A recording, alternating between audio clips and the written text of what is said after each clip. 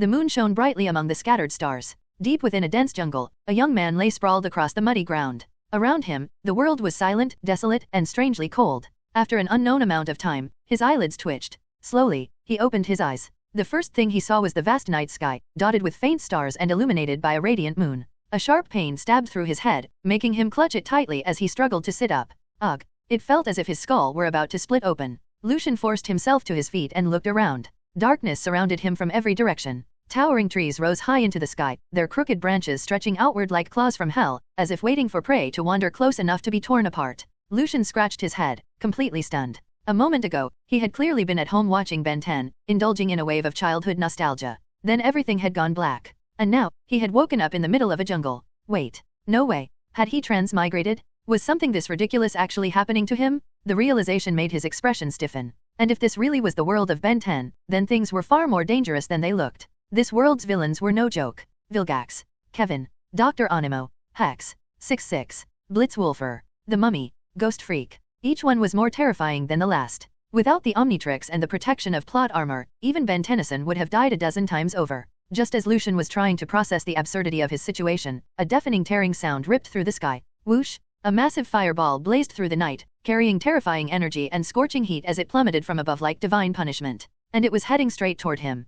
Lucian's eyes widened in horror. If that thing hit him, there would be nothing left of him. Not even ashes. Without thinking, he turned and sprinted in the opposite direction. Boom! He had barely taken 2 steps when the flaming object crashed into the ground behind him. The explosion shook the earth, blasting open the soil and carving deep trenches across the jungle floor before the fireball finally came to a stop nearby. Lucian turned back, breathing heavily. Inside the crater was a metallic sphere, still smoking from the impact. Waves of heat radiated from its surface, making the surrounding mud hiss and sizzle. Lucian froze. Could it be the Omnitrix? The scene was almost identical to the moment Ben Tennyson discovered the strange watch in the original series. The thought sent a surge of excitement through him. Without hesitation, Lucian rushed to the edge of the crater and jumped down, making his way toward the metallic sphere. The heat burned against his feet, but it was bearable. Painful, yes, but not enough to stop him. Omnitrix. Lucian muttered the word under his breath as he slowly approached the smoking orb. He remembered all those childhood days when he had imagined himself wearing the Omnitrix, transforming into aliens, defeating monsters, saving the world, and becoming a hero everyone admired.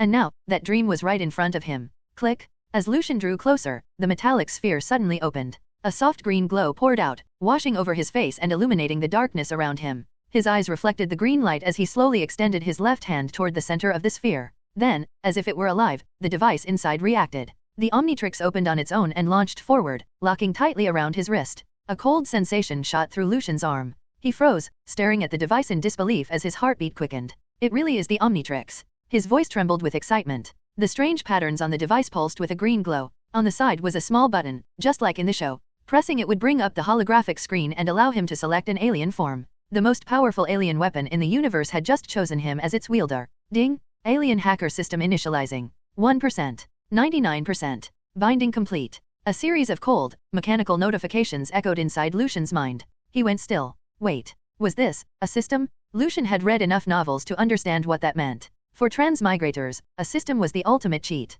And now, he had both the Omnitrix and a system. 2 cheats at once. With these, even facing Vilgax no longer seemed impossible. A grin slowly spread across Lucian's face. He pressed the button on the Omnitrix. A familiar sound rang out as a holographic screen projected upward. An alien silhouette appeared before his eyes. Heat Blast. In the original story, Heat Blast had been Ben's first transformation. Back then, Ben had nearly burned down an entire forest because he couldn't control the form properly. Lucian swiped through the options. One alien profile appeared after another. Wild Mutt. Diamond Head. Ripyaws. XLR8. 4 arms. Upgrade.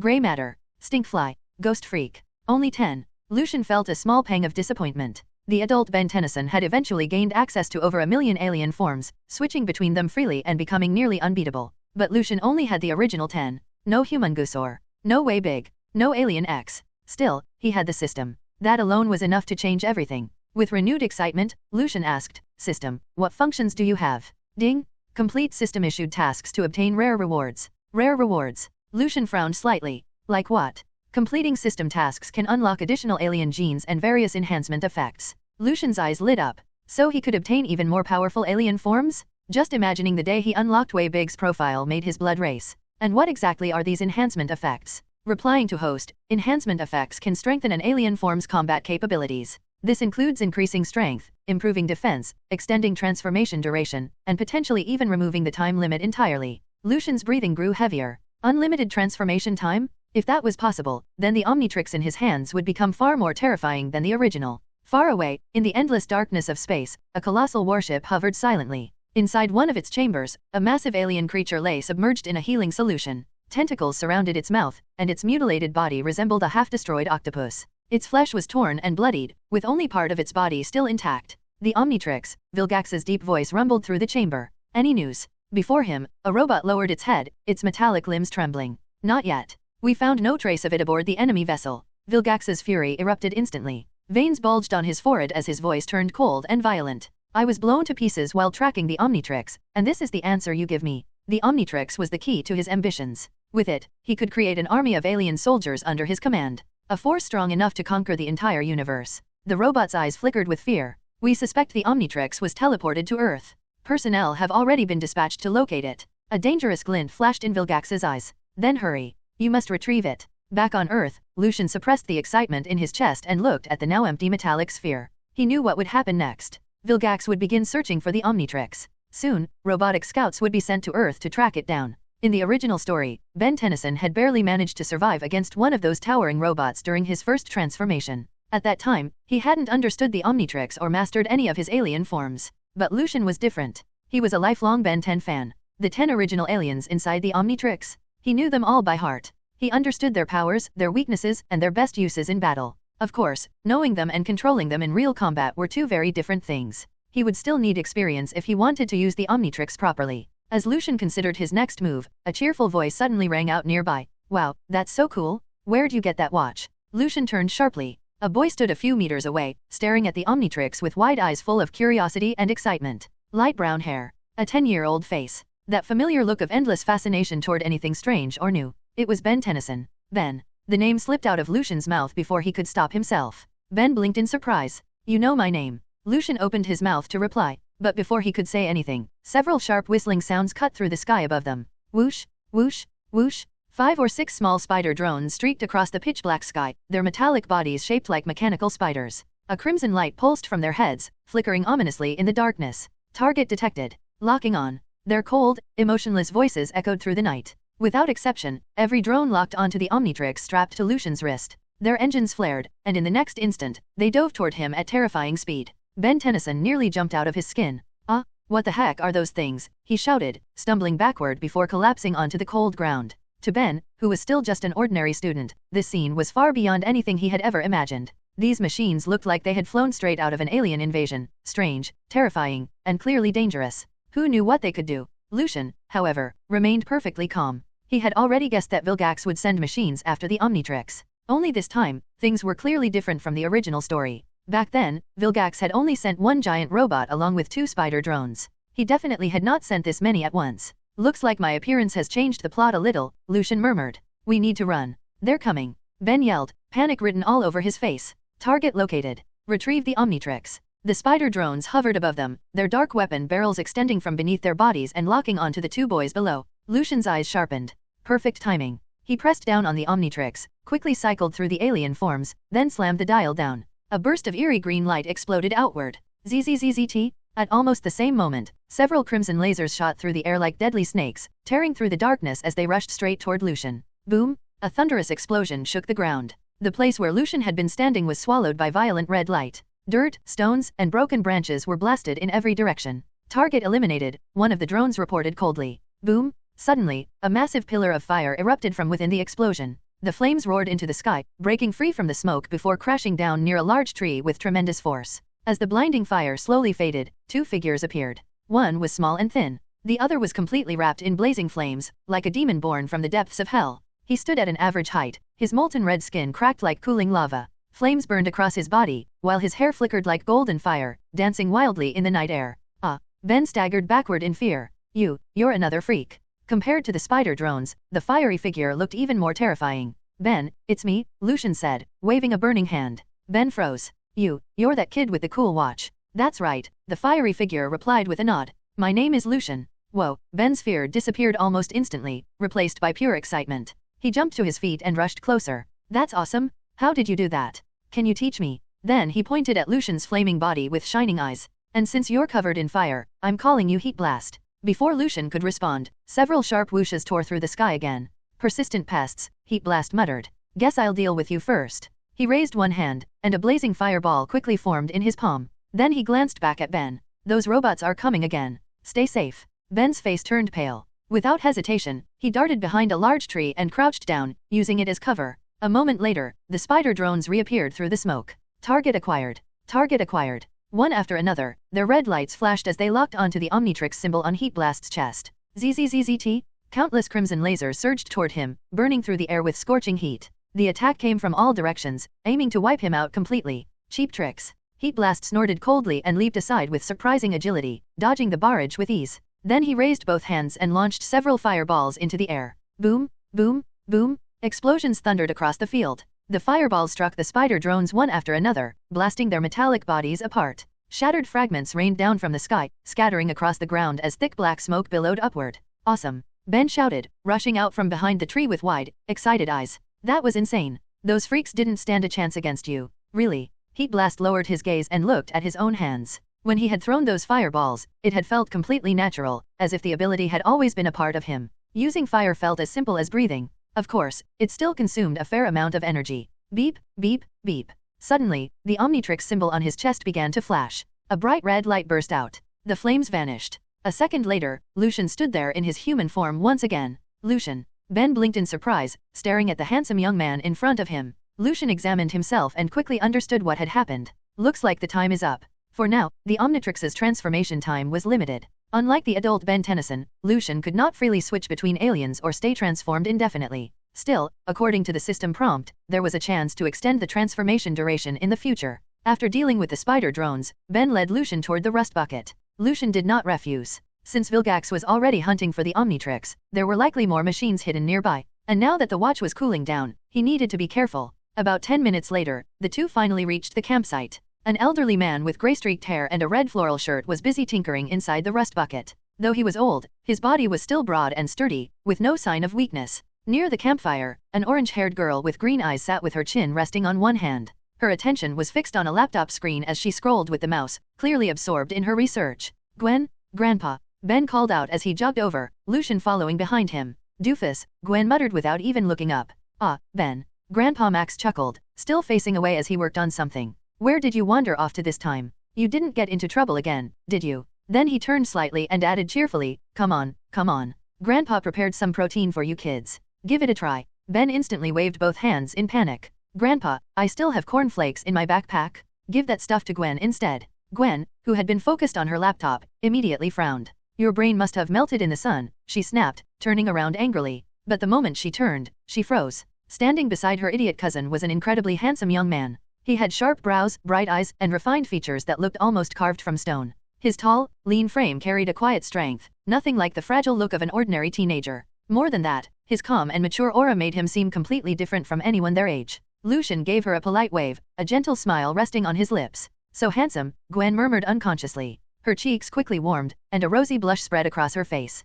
Swooning, Ben muttered, rolling his eyes. Just then, Grandpa Max stepped out of the rust bucket, holding a large bowl filled with wriggling white worms. The slimy mass twisted and squirmed in thick clumps. Here you go, Max announced proudly. Top quality, fresh, live rice worms? And if that's not enough, I've still got smoked lamb tongue in the car. Ha, there's plenty for everyone. Tearing at the horrifying white worms writhing in the bowl, Ben and Gwen felt their scalps tingle with dread. They both instinctively backed away, hiding behind Lucian. Peeking out from behind him, Gwen stammered fearfully, Grandpa, I still have chocolate bars in my car. Can I just skip this, please? To her, eating those worms was worse than going back to school. It was downright terrifying. Grandpa, I'm not eating them either. Ben quickly shook his head. Clang! A sharp metallic sound rang out as Grandpa Max's iron bowl, filled with worms, suddenly slipped from his hands and crashed onto the ground. The insects scattered in all directions, wriggling away as fast as they could. But Grandpa Max didn't react to the mess. Instead, his gaze locked onto Lucian, his expression filled with disbelief and faint sorrow. The usually composed old man's eyes turned red, a mist of tears beginning to form.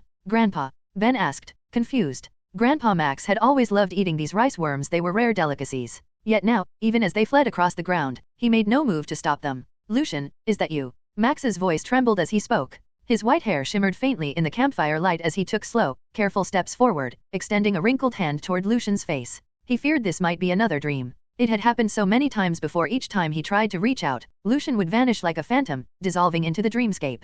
Lucian froze. A sudden wave of pain shot through his head, and he clutched his temples as a flood of memories came rushing back like a storm. In this world. Hey everyone, welcome to our channel, and thank you for your support. If there's a favorite novel on the channel and you want the next part, you're just one step away. Become a Patreon member and I can make it depending on your tier. Thank you for your attention. He was Max Tennyson's grandson, the cousin of Ben and Gwen. 9 years ago, he and his parents had gone missing in a sea accident, lost somewhere in the vast ocean without a trace. His father had been from China, his mother from the West. Lucian was of mixed heritage, though his appearance leaned more toward Eastern features, handsome, calm, and quietly composed. Child, are you all right? Max hurried forward and steadied Lucian by the shoulders. When he felt the warmth of Lucian's skin, his eyes lit up with joy. This time, this isn't an illusion. Lucian, you've really come back. Lucian took a deep breath and smiled softly, shaking his head. I'm fine, Grandpa. Tears welled up in Max's eyes. This man, once a fearless plumber known for facing alien criminals across galaxies, now showed a rare, gentle side. Child, I've been searching for you all these years, he said, voice trembling. But there was never any trace. Where have you been? And what about your parents? Lucian lowered his gaze, unable to answer. I don't know. When I woke up, I was already in the forest. Max thought for a moment, his brow furrowing slightly. Then it must have been a temporal disturbance. Since you've managed to return, I believe your parents will find their way back one day too. Lucian nodded quietly. You two, come over here and greet your cousin. Max called with a smile, waving Ben and Gwen over. Cousin, the two said at once, their eyes widening. Max nodded. That's right. Lucian is your cousin. You were just too young to remember back then. He had considered telling them about their cousin before, but each time he'd stopped himself. There was no point in reopening old wounds that only brought sadness. So Lucian is my cousin? That's awesome. Ben exclaimed, eyes lighting up as he recalled Heat Blast's fiery display earlier. With such a powerful big brother, who would dare to bully him now? CC cousin. Gwen stammered. She couldn't help but feel a pang of regret. Such a handsome guy, and he turned out to be her cousin. What a shame. At that moment, Grandpa Max wrapped an arm around Lucian's shoulder and led him back into the rust bucket. Lucian, after all these years, you haven't changed one bit. That's truly amazing. Grandpa opened the fridge, took out a bowl of lamb tongue, set it on the table in front of Lucian, and smiled warmly. I believe that one day, Ferdinand will return to me too. Lucian nodded slightly, choosing not to say anything more. Ferdinand was Lucian's mother in this world, Max's daughter. She had disappeared years ago with Lucian's father, Carl, during a sea accident. To this day, there had been no word from them. The original Lucian had also been a victim of that same incident. For reasons unknown, years later, he had awakened in a forest with a different soul inhabiting his body. Coincidentally, both shared the same name, though they came from entirely different worlds. Doofus, don't steal my chocolate bar. Gwen's indignant voice called from outside the RV. What I grab is mine. Ben shot back immediately. The two bickered energetically outside, their lively voices echoing through the camp. They really did sound like a pair of born rivals. Grandpa Max shook his head with a helpless smile, then sat across from Lucian and pointed to the smoked lamb tongue on the table. Eat up before it gets cold. It won't taste good otherwise. Lucian glanced at the dark, leathery strips and felt a chill run down his spine. He shook his head uneasily. Grandpa, can I not eat this? He'd seen people on TV shows eat all kinds of strange things, bugs, wild animals, and who knows what else, and they always made it look delicious. But actually putting something like that in his mouth?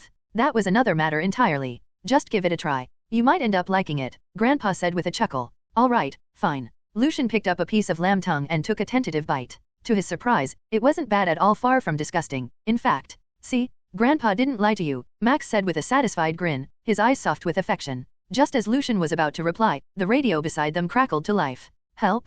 Help! Somebody, please help us. I told you no one would believe me? There's a giant robot here, it's tearing this place apart. ZZZZT. The voice cut off abruptly, swallowed by a burst of static interference. A robot. Grandpa's expression darkened. He'd been so happy to have Lucian back, but trouble never seemed to wait. A moment later, Ben burst into the RV, panting slightly. Grandpa, there's thick smoke coming from the forest and explosions too? We have to check it out. All right, everyone in the car, Grandpa ordered, striding quickly to the driver's seat. Those robots sure are annoying. Hey, doofus cousin, got any ideas on how we can save them? Gwen said, hands on her hips. Ben smirked confidently, slinging an arm around Lucian's shoulder. With my cousin here, what problem can't we handle? Rumble? The rust bucket roared to life and shot forward like an arrow, speeding toward the explosion site at an incredible pace. Midnight. In a remote area on the outskirts, dense trees surrounded a campsite where many people were spending the night. The air had been calm and peaceful until an uninvited guest shattered that serenity, tearing through the darkness. A massive robot loomed in the distance, towering 6 or 7 stories high. Its 4 spider-like mechanical legs pierced the ground with every step, shaking the earth violently. Its scarlet eyes glowed menacingly as it scanned the panicked crowd for traces of the Omnitrix, firing searing lasers that obliterated everything in its way. Inside a car nearby, a forest ranger struggled frantically to escape, but the door was crushed out of shape, completely jammed. Tap, tap. The giant robot advanced slowly, red light gathering in its eyes as it locked onto the car, preparing to destroy it. I'm done for. The ranger's eyes widened in despair. SCZZ. A blinding crimson beam burst from the robot's eyes, blazing with deadly heat as it shot toward the car. The red glare filled the ranger's vision. He could already see himself being reduced to ashes. At that critical moment, a green figure leapt in front of the car. Its entire body was pale green and crystal clear, like a sculpture carved from gemstones. 4 sharp spikes jutted from its back, and it wore a black and white uniform marked with the Omnitrix symbol on its left chest. Diamond Head let out a low grunt, raised his right hand, and formed a solid green wall before him, an unbreakable barrier of crystal. Boom! A thunderous explosion rang out as the robot's laser slammed into the wall but couldn't even crack it. The machine ramped up its power, relentlessly blasting the barrier, desperate to break through. But the fierce laser beams only refracted off the crystal, scattering in all directions and tearing through trees and tents nearby. Seeing the attack deflected, Diamond Head turned, his yellow eyes flashing. With effortless strength, he tore open the twisted car door and pulled the ranger free. Thank you, the ranger stammered. Though terrified, he sensed no hostility from this green, stone-like alien. Otherwise, it wouldn't have saved him. This place is dangerous. Get everyone to safety and lead them away. With that, Diamond Head charged toward the robot, ready to finish the fight. Not far away, Grandpa Max watched the scene unfold, his face filled with shock. That's an alien. Why did Lucian turn into that? Sensing his grandfather's gaze, Ben grinned. My cousin's got this watch that lets him transform into awesome aliens. I thought he could only turn into Heat Blast, but this one's just as cool. A watch. Grandpa Max muttered, his expression turning grim. He had been too caught up in the excitement to notice Lucian's device earlier. If it really was the Omnitrix, that was no small matter. Cousin looks so cool. Gwen shouted, her eyes sparkling with excitement. The moment when Diamond Head saved that man, it was straight out of a hero story. If only she had been the one rescued. Gwen, that's your cousin, Grandpa Max reminded. Her excitement deflated instantly. I know, Grandpa, she sighed. By then, Diamond Head had already rushed to face the towering machine. Target detected. Locking on. The robot's sensors fixed on the Omnitrix on Diamond Head's chest. At the same time, the view from its optics streamed to a distant spaceship where Vilgax was watching. Petrosapien, Vilgax rasped from within his regeneration tank. So, the Omnitrix has chosen its bearer. Retrieve it no matter the cost. ZZZZT? The colossal robot raised its claw, and from the circular cannon in its center, a powerful red laser erupted. Like a roaring azure dragon, it slammed down toward the Diamond Head below. Trivial trick. Diamond Head pivoted, effortlessly evading the strike. It then raised its arm, transforming into a dense forest of spiked protrusions that flashed with a cold green glint, aiming directly at the giant robot. Those razor-sharp crystal spikes unleashed a barrage like machine gun fire, assaulting the robot from all angles. In a single exchange, the giant robot's body became covered in spikes, transforming it into a disheveled, hedgehog-like mess. Its eyes blazed with fury. Powerful legs propelled it skyward, where it spun at breakneck speed, transforming into a deadly steel wheel intent on crushing Diamond Head. Duck! Grandpa yelled. The crowd nearby was equally tense, hearts pounding in their throats. Get out of the way, hero. That thing's huge. It'll kill someone if it crashes down. Stone Man, run. Don't clash with it head on. No, handsome alien? I wanted your autograph later, a young girl wailed. But Lucian remained unmoved, standing still as he calmly watched the robot above him draw ever closer. Boom! A thunderous explosion echoed as the colossal robot's massive frame, accompanied by a violent gale, slammed down with brutal force. In an instant, it engulfed the Diamond Head, sending sand and stones flying everywhere while dust and debris filled the air. Lucian! Grandpa Max shouted, his heart pounding with anxiety. Ben and Gwen shared his worry, their eyes fixed intently on the robot's trajectory. Cousin, please don't get hurt, Ben silently prayed. As for the others, they had already scattered in terror at the sight, their screams piercing the air. They believed the green alien had been killed, and without its aid, the giant robot would surely claim more lives. But in the next instant, an unexpected turn occurred. From beneath the giant robot's feet, a crystal mountain rose, its sharp spikes piercing straight through it and violently thrusting it into the air. The robot struggled fiercely, yet could not escape. Pierced through its torso by the green crystal, the giant robot's body began to spark with electricity. Numerous internal components and circuits were damaged, severely impairing its movement. Yet as long as its head remained intact, it wouldn't die. Soon, a green figure burst from the ground, standing before the crystal peak like a colossal war god. It's Diamond Head? Cuz okay. Ben jumped up in joy. Grandpa couldn't help but breathe a sigh of relief, his heart finally settling. He couldn't bear to lose Lucian again. The fleeing crowd, witnessing this spectacular scene, felt their spirits soar as hope reignited in their eyes. Go for it, Diamond Buddy. Give that hateful monster a good thrashing. Oh my god, getting impaled like that must hurt like hell. Ha ha ha ha, well done, Stone Man, I'll buy you drinks later. Kill that robot. Ding triggered alien hacker mission. Defeat the giant robot before you receive random enhancement effects. A series of mechanical prompts echoed within Diamond Head's mind. Diamond Head snorted coldly, raising his arm to transform into a sharp crystal spike aimed squarely at the robot's head. Well then, I'll send you to the afterlife. Whoosh, whoosh, whoosh.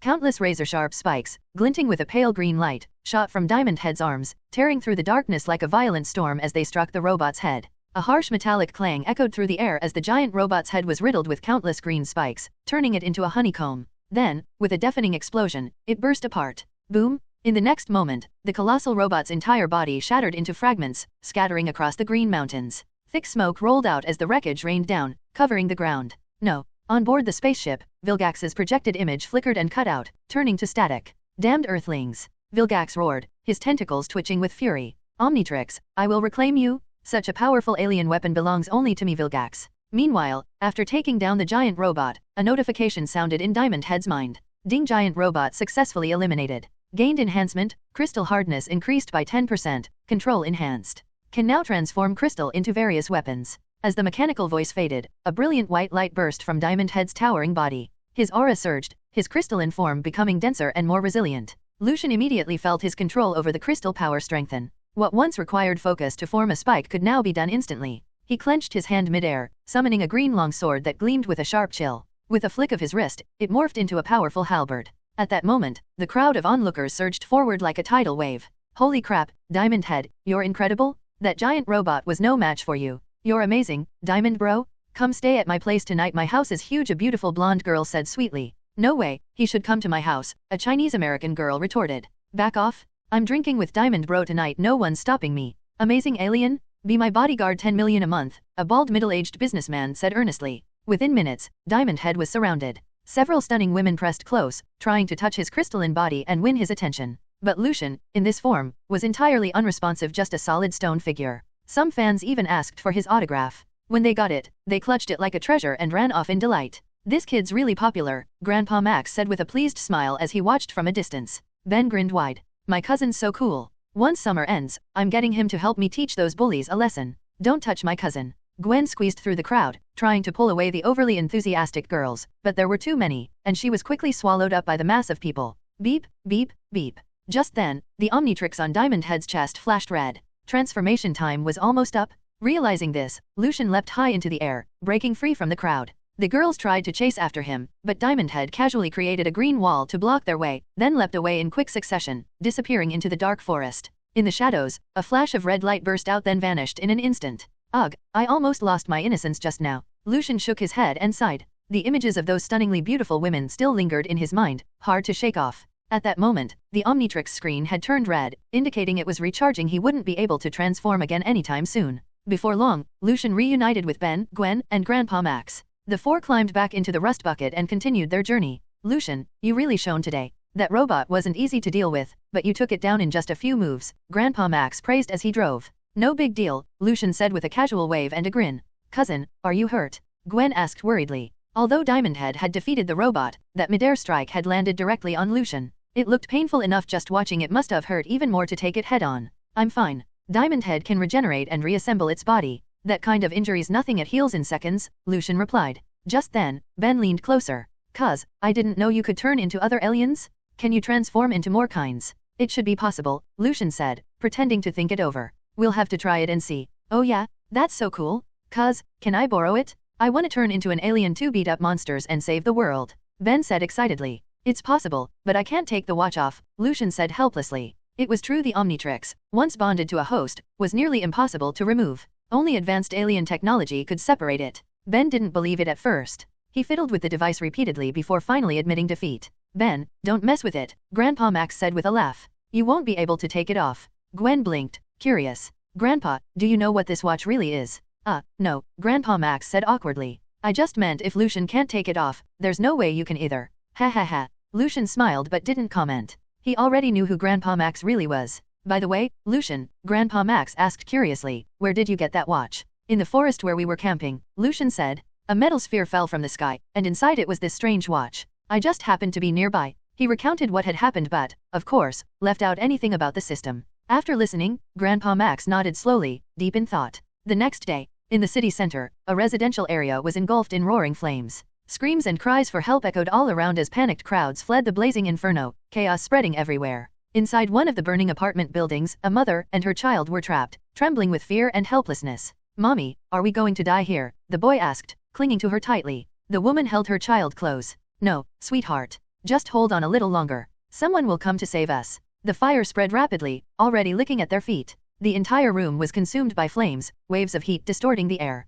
Panicked, the mother lifted her child above her head, trying to protect him from the burning heat. But the fire had already climbed up her legs, mercilessly devouring her frail body. No matter how much the flames raged, she clenched her teeth and held her child high, shielding him from the inferno while enduring the searing pain herself. "Mommy," the little boy cried. "Mommy's okay," the woman gritted out, forcing a faint smile. Sizzle! A blue figure dashed along the wall, running effortlessly across it before bursting through the window. In one swift motion, it grabbed the mother and child and sped toward the nearby water park with astonishing speed. This individual was none other than XLR8. Resembling a velociraptor, his sleek black and blue body was built for speed. A black mask marked with a blue X shielded his face, designed to deflect the powerful airflow generated during his high-velocity sprints. Wheels on his feet and a long, flexible tail enabled him to move at incredible speeds up to 300 miles per hour, appearing and disappearing in the blink of an eye. In just a few seconds, XLR8 dashed into the pool with the mother and child, racing across the surface of the water. The splashing waves instantly extinguished the flames on their bodies.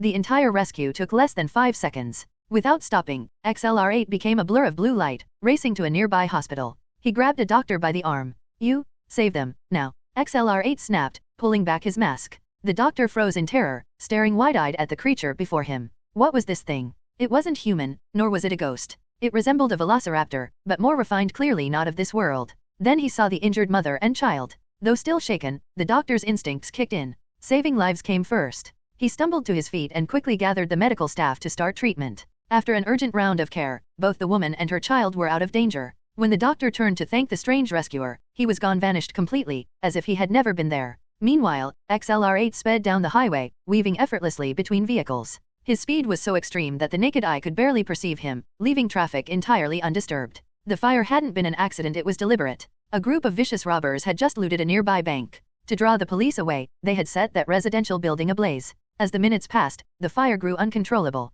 By the time the firefighters arrived, the damage would have been catastrophic. Fortunately, Lucian had arrived in time. Transforming into XLR8, he rescued everyone trapped inside and delivered them safely to the nearest hospital. Though Heat Blast could have contained the fire, he couldn't transport the victims as quickly. For this mission, XLR8 was the perfect choice. Whoosh! A streak of blue lightning cut through the wind as XLR8 caught up with the robber's van. He shattered the window with a swift kick and leapt inside. Bang! Bang! Bang! With just a few precise blows, XLR8 subdued every criminal inside. He tied them together like a giant bundle and tossed them into the back seat, leaving only the driver conscious. Please, have mercy, let us go," the driver pleaded, secretly reaching for something beneath the seat. Suddenly, the driver lunged up, veins bulging on his forehead as he screamed hysterically, "Die, you ugly monster." He whipped out a pistol and fired point blank. Bang! A blinding flash erupted, the bullet ripping through the air with deadly force. XLR8 vanished in an instant, leaving behind only an afterimage before reappearing behind the driver. Game over. With a sharp strike to the neck, he knocked the man out cold. The driver slumped forward, unconscious, hanging limply in his seat. Moments later, the police arrived, surrounding the van and arresting the robbers. Prison awaited every one of them. Watching from the shadows, XLR8 gave a small nod before turning and racing toward the rust bucket. Back at the rust bucket, Grandpa Max quickly asked about Lucian's situation. After confirming that everything had gone smoothly, he finally breathed a sigh of relief. He wasn't worried about Lucian's safety, he knew just how powerful those aliens were. What concerned him most were the ordinary people. That fire had been terrifying, still not completely extinguished even now. Fortunately, the fire department arrived in time, and the blaze was soon brought under control without further casualties. Before long, noon arrived. Under the scorching sun, waves of heat rolled off the pavement as Grandpa Max led Lucian and the others to a large supermarket to stock up on supplies. "All right, kids, Grandpa's off to buy some ingredients. Don't get into any trouble, especially you, Ben." With that, Grandpa Max headed toward the pet section. "Oh man, he's probably going to buy some weird thing again." Ben groaned, rubbing his forehead. Then his eyes lit up as he tugged on Lucian's arm and whispered excitedly, "Cuz, come with me to the snack aisle? Let's get some Sumo Slammers cereal. With your watch, we can totally score the rare Sumo Slammers gold card." Lucian smiled helplessly. Ben was just as mischievous as ever, just like in the original timeline. If things played out the same way, Ben would turn into gray matter, flip the shelves upside down, and get caught red-handed. But this time, Lucian had a better idea. "Hey, dweeb. Can't you think of something normal for once? Don't drag my cousin into trouble, Gwen complained. Gwen, could you stop being such a nag? Ben shot back, frustrated. This is a sumo slammer's gold card we're talking about. You don't just pass that up, it's super rare. Lucian waved it off calmly. It's fine. I'll go with Ben. We'll be back soon. All right then, Gwen said with a sigh of resignation. Soon after, Ben led Lucian to the aisle stacked with sumo slammer's cereal. Rows upon rows of colorful boxes lined the shelves, each containing a random sumo slammer's card. The golden edition was the rarest of them all, 1 in 10,000, practically a collector's holy grail. In the original story, Ben had been tricked by Kevin, who had powers of his own. The two had tried to steal a sumo slammer's game cartridge, only to end up chased by the military helicopters and all. That alone proved just how valuable the series was. Cuz, come on. I can't wait any longer, Ben said, bouncing with excitement. Lucian smirked, raising his watch as its green holographic interface flickered to life. He quickly scrolled through the hero options and slammed his palm down. A flash of eerie green light filled the air. Ben shielded his eyes, and when he opened them again, Lucian was gone. Cuz, where are you? Whoosh! A chilling gust of wind swept through the aisle. Ben shivered, goosebumps prickling his skin as if the air had suddenly dropped below freezing. It was the middle of summer, yet the cold bit straight to the bone. Hugging his shoulders, Ben glanced around nervously. Cuz, where are you? Something's not right here. I'm here. A sinister, rasping voice whispered from directly behind him. Ben froze for a moment before slowly turning his head. Instantly, his pupils shrank sharply. He let out a startled cry and stumbled backward, crashing onto the supermarket floor with a loud thud. What a terrifying ghost. Its body floated in midair, skin pale as death and riddled with dark cracks, the form nearly torn apart. On its ghastly face was a jagged fissure, and within it a single purple eye slowly shifted, its eerie gaze fixed unblinkingly on Ben, glowing with a strange light. Seeing Ben trembling on the floor, Ghost Freak raised a finger to where its mouth should have been. SHHH, don't be afraid. It's me. Who are you? Don't hurt me, Ben cried, covering his eyes, unable to look directly at the ghostly figure. Do you still want the golden sumo card? Ghost Freak said in a low, haunting tone. Ben froze. Then he lifted his head, eyes wide with disbelief. Cuz, is that you? Who else would it be? Ghost Freak rasped, his purple eye glinting faintly. Lucian didn't mean to sound like that, but this was Ghost Freak's natural voice, hoarse, echoing, and impossible to change. Even he felt uneasy in this form, as though another presence lurked deep within him, something waiting to wake. Knowing his transformation time was limited, Ghost Freak faded into mist, slipping into the shelves of Sumo Slammer's cereal to search for the bag containing the golden card. It was far more efficient than using gray matter, no need to tear open every package or make a mess. Ghost Freak, an ectonurite, was a ghost-like alien born of darkness capable of turning invisible or phasing through solid matter like vapor. Within moments, Ghost Freak found the bag with the Sumo Slammer's gold card and handed it to Ben. Pay for it later, he said. Ben hugged the cereal box tightly, eyes sparkling with joy. Oh yeah, this is awesome. Thanks, cuz, you're the best. Ghost Freak chuckled twice, though the sound came out low and unsettling. Just then, Grandpa Max and Gwen walked over. Ben, it's time to go, Grandpa said, smiling as he approached with a big jar of bugs in hand. Gwen carried a bag of clothes, her cheeks slightly flushed and her expression cheerful. Grandpa Ghost Freak waved. Grandpa froze, the corners of his mouth twitching slightly. Lucian, he asked carefully. It's me. Ghost Freak nodded. Grandpa Max gave a wry smile and shook his head. His grandson's watch really was incredible. It could turn him into anything, even a ghost. Grandpa, let's hurry back, Ben said eagerly, clutching the cereal box. He could barely contain his excitement, desperate to tear it open and see the golden card inside. Boom! Suddenly, the wall beside them exploded outward as a massive shadow crashed through, shaking the entire supermarket. Before them loomed a monstrous frog the size of a small hill. Its blood-red eyes gleamed menacingly, and its sickly green skin was covered in grotesque bumps. With every step, its powerful, muscular legs drove deep craters into the ground. Come on, let's head to the electronics section. A white-haired man rode atop a massive, mutated frog, laughing maniacally. Once I find the final component, I'll complete my dead cell reanimation project. Then I'll transform this entire city into a prehistoric metropolis. No one can stop me, Dr. Animo. Whoosh! The other customers screamed and scattered in panic, fleeing like a disturbed colony of ants. Terror filled the air as they scrambled toward the exits. None of them had ever seen such a monstrous frog. It looked nothing like any creature from Earth. Moments later, 2 security guards rushed over, ready to deal with the commotion. But the instant they laid eyes on the giant frog, their courage melted away. Legs trembling, they froze in place, too terrified to move. Grandpa Max stepped protectively in front of Ben and Gwen, backing away as he frowned deeply. He hadn't expected a simple shopping trip to turn into this kind of nightmare. Grandpa, take them and go. I'll handle this. Ghost Freak's voice echoed as his form blurred into a streak of shadow, gliding straight toward the giant frog. Seeing that staying would only put them in danger, Grandpa Max immediately turned to lead the others away. But Ben yanked free from his grasp and sprinted after Ghost Freak, eager to see his cousin in action. Ben! Grandpa shouted. But Ben didn't even glance back.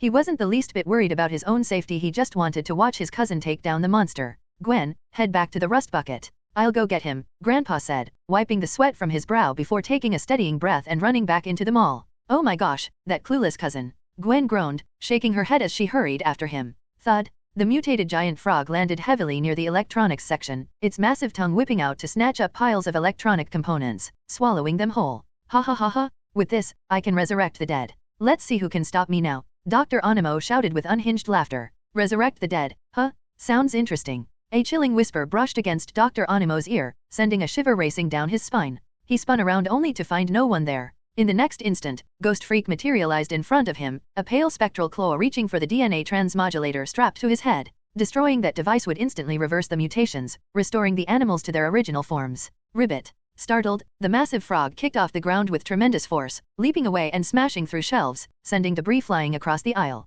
Not bad. Ghost Freak's violet eyes gleamed as he fixed his eerie gaze on the creature. Didn't think you'd be that quick, you big dumb frog. Guess I underestimated you. No matter what you are, you won't stop me. Dr. Onimo roared and activated the DNA transmodulator, pointing it toward the pet section nearby. ZZZZT. Several crimson beams burst forth, striking the small animals caged within. A white parrot caught in the light grew rapidly, its body expanding until it became a monstrous bird. With a screech, it took to the air, flapping its wings so violently that a gale tore through the store. A tiny yellow hamster swelled to the size of a bear, its once soft fur turning into sharp metallic spines. Its teeth gleamed white and razor-edged, glowing faintly with a cold light as it hissed menacingly, eyes burning red. It let out a shrill, blood-curdling scream, glaring straight at Ghost Freak. Another cage burst open. A green snake slithered out, its body now as thick as a barrel and stretching over 10 meters long. Scales glistened under the fluorescent lights as it flicked its tongue and stared coldly at the ghostly figure. All three mutated beasts locked onto Ghost Freak, ready to strike. This is going to be fun. Ghost Freak chuckled, his voice low and eerie.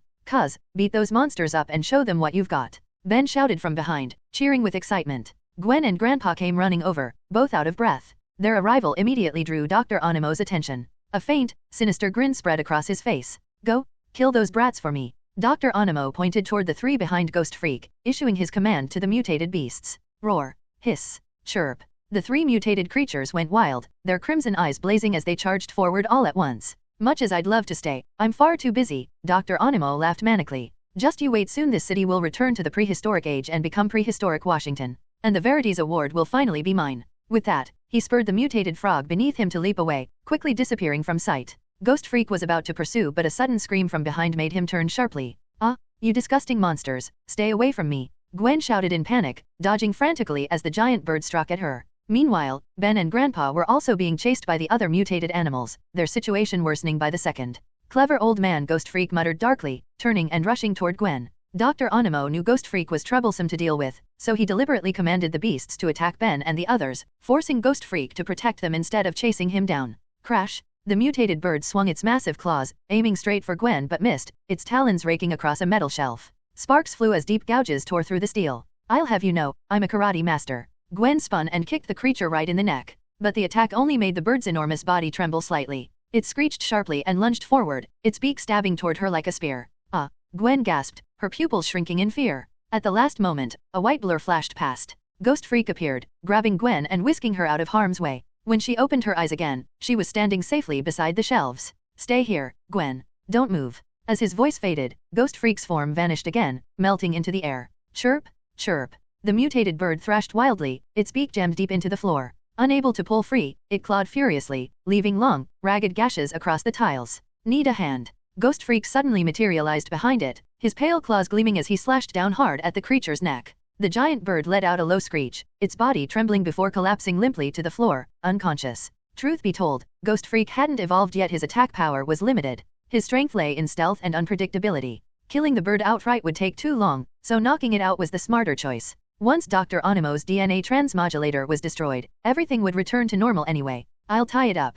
Cuz, go help Grandpa and the others. Gwen called, running over with a thick nylon rope in hand. Got it. Ghost Freak gestured an okay sign before vanishing once more, gliding toward Ben and Grandpa. Hiss. A massive green serpent chased furiously after Grandpa Max, knocking over rows of shelves as it went. The crashes echoed through the store. You think I'm too old to handle you? Grandpa grumbled, still running full speed. Without any equipment, he was little more than a strong ordinary man, no match for the creature. The mutated snake whipped its tail with terrifying force, smashing through an entire row of shelves and sending them flying ahead of Grandpa, blocking his path. What a pain. he muttered, forced to detour toward a narrow opening nearby. Hiss. The snake's slit pupils gleamed coldly as it lunged forward. But before it could strike, a ghostly shape solidified in front of it. Ghost Freak appeared from the shadows, his white claws flashing like lightning as he lunged forward, striking directly at the serpent's eyes. Hiss. The mutated giant serpent let out a crazed roar, its massive body thrashing violently. The searing pain in its eyes drove it into a frenzy. Ghost Freak seized the moment, his figure flickering above the snake's head.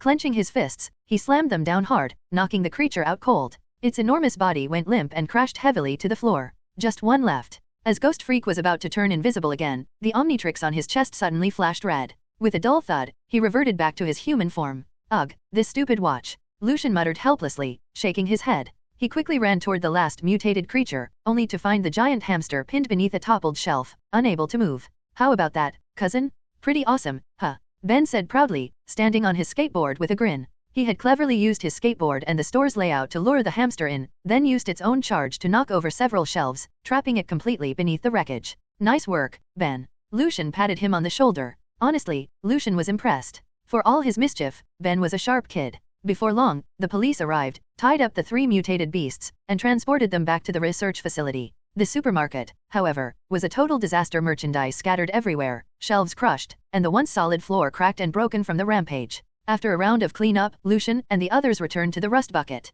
Oh yeah, that was totally awesome. Ben jumped up in excitement, holding the sumo slammer's gold card in his hands, admiring it like a precious treasure. Fortunately, before fighting the mutated hamster, he had hidden the cereal box under his clothes, so it hadn't been lost in the chaos. Dweeb cousin, if it weren't for you, Lucian would have already caught Dr. Onimo, Gwen said, exasperated. Grandpa shook his head. Our top priority now is finding Dr. Onimo and stopping whatever he's planning. But we don't have any clues. How are we supposed to find him? Ben asked, puzzled. He said he was going to build a prehistoric Washington, Lucian said calmly. The answer's already clear. Gwen and Ben looked at each other, then shouted in unison, the prehistoric museum. Night was dark, and the cold wind bit through the air. The prehistoric museum stood eerily silent and empty. The hall was lined with towering skeletons of ancient beasts, mammoths, tyrannosaurs, megalodons, all massive and menacing, their bones glinting pale white under the dim lights. An old man wearing a black helmet stood beside the mammoth skeleton, twisting the knobs on the device again and again, as if conducting some strange experiment. Boom! A thunderous crash shattered the silence. The mutated giant frog guarding the entrance was hurled inside, slamming into the wall with a heavy thud. Dazed and cross-eyed, it slumped to the ground, barely conscious. Dr. Onimo's eyes went wide as he turned toward the entrance. What he saw made his blood run cold. A towering figure with 4 arms stepped through the doorway. 4 yellow eyes gleamed on his red, muscle-packed body, radiating raw power and primal menace like some prehistoric beast come back to life. He was walking straight toward him. That frog, had this thing thrown it in? Dr. Onimo's face twisted. First that ghostly creature at the supermarket, and now this 4-armed brute? Could this day get any worse? Meanwhile, Lucian felt his body surging with strength. Transformed into 4 arms, he felt like he could crush a boulder or even a bull with a single punch. Tossing that giant frog earlier had barely taken any effort. What are you supposed to be, monster? How dare you interrupt my work? Dr. Onimo snarled through gritted teeth, glaring fiercely at him. No one would stop his plan. Enough talk. Let's fight. 4 arms stumped down hard, launching himself forward like a cannonball. In a blur of motion, he closed the distance, his massive hands reaching for the DNA transmodulator on Dr. Onimo's head. Quick! Stop him! Dr. Onimo shouted, stumbling backward. Croak. The giant frog shook off its dizziness, slammed its powerful legs into the ground, and charged. Crash! A massive force slammed into 4 arms' side, sending him flying into a wall. Cracks spidered out across the surface as the impact echoed through the hall. The frog lunged again, its jaws gaping wide, teeth glinting like knives as it bit down and tore at 4 arms, trying to rip him apart. But no matter how hard it bit, it couldn't pierce his skin. It was like trying to chew through solid steel. 4 arms let out a low laugh. He caught the frog's jaws with 2 of his hands, then used the other 2 to drive his elbows hard into its abdomen. Croak. The frog let out a strangled cry, flying backward like a kite with its string cut. It smashed into a saber-toothed tiger skeleton, scattering bones everywhere, then collapsed in a heap, motionless. Compared to Diamond Head, 4 arms was stronger and faster by far. That brutal strike had shattered the frog's bones, leaving it completely incapacitated. Stepping over its fallen body, 4 arms barreled forward again, charging straight for Dr. Onimo. But the doctor only laughed, his voice echoing through the museum. No one can stop me, no one. He spun the knob on his DNA transmodulator and aimed it at the massive mammoth beside him. ZZZZT? A crimson beam shot out, striking the frozen carcass. In an instant, the mammoth's body began to stir. Its blood-red eyes snapped open, and it unleashed a thunderous roar that shook the entire hall. Its tusks gleamed coldly, and with a violent swing of its trunk, it smashed the floor, sending a booming shockwave through the room. Behold, This is my masterpiece, the Dead Cell Reanimation Project? A breakthrough capable of reviving the dead. Dr. Onimo shouted, laughing maniacally. Years of research all leading to this moment. This would finally win him the Verities Award. Twisting the device again, he turned its beam toward the other exhibits, awakening an ancient ape, a Spinosaurus, and a Tyrannosaurus Rex in quick succession. Sorry, four-armed freak, he sneered, but I've got places to be. I'm taking back what's rightfully mine. He leapt onto the back of the revived T-Rex, which smashed through the museum's stone wall with an ear-splitting crash. Dust and rubble filled the air as Onimo disappeared into the night, leaving the Spinosaurus and ancient ape to face Four Arms. Boom! Four Arms swung his massive fist, slamming it straight into the mammoth's skull. The impact sent the beast reeling backward several steps.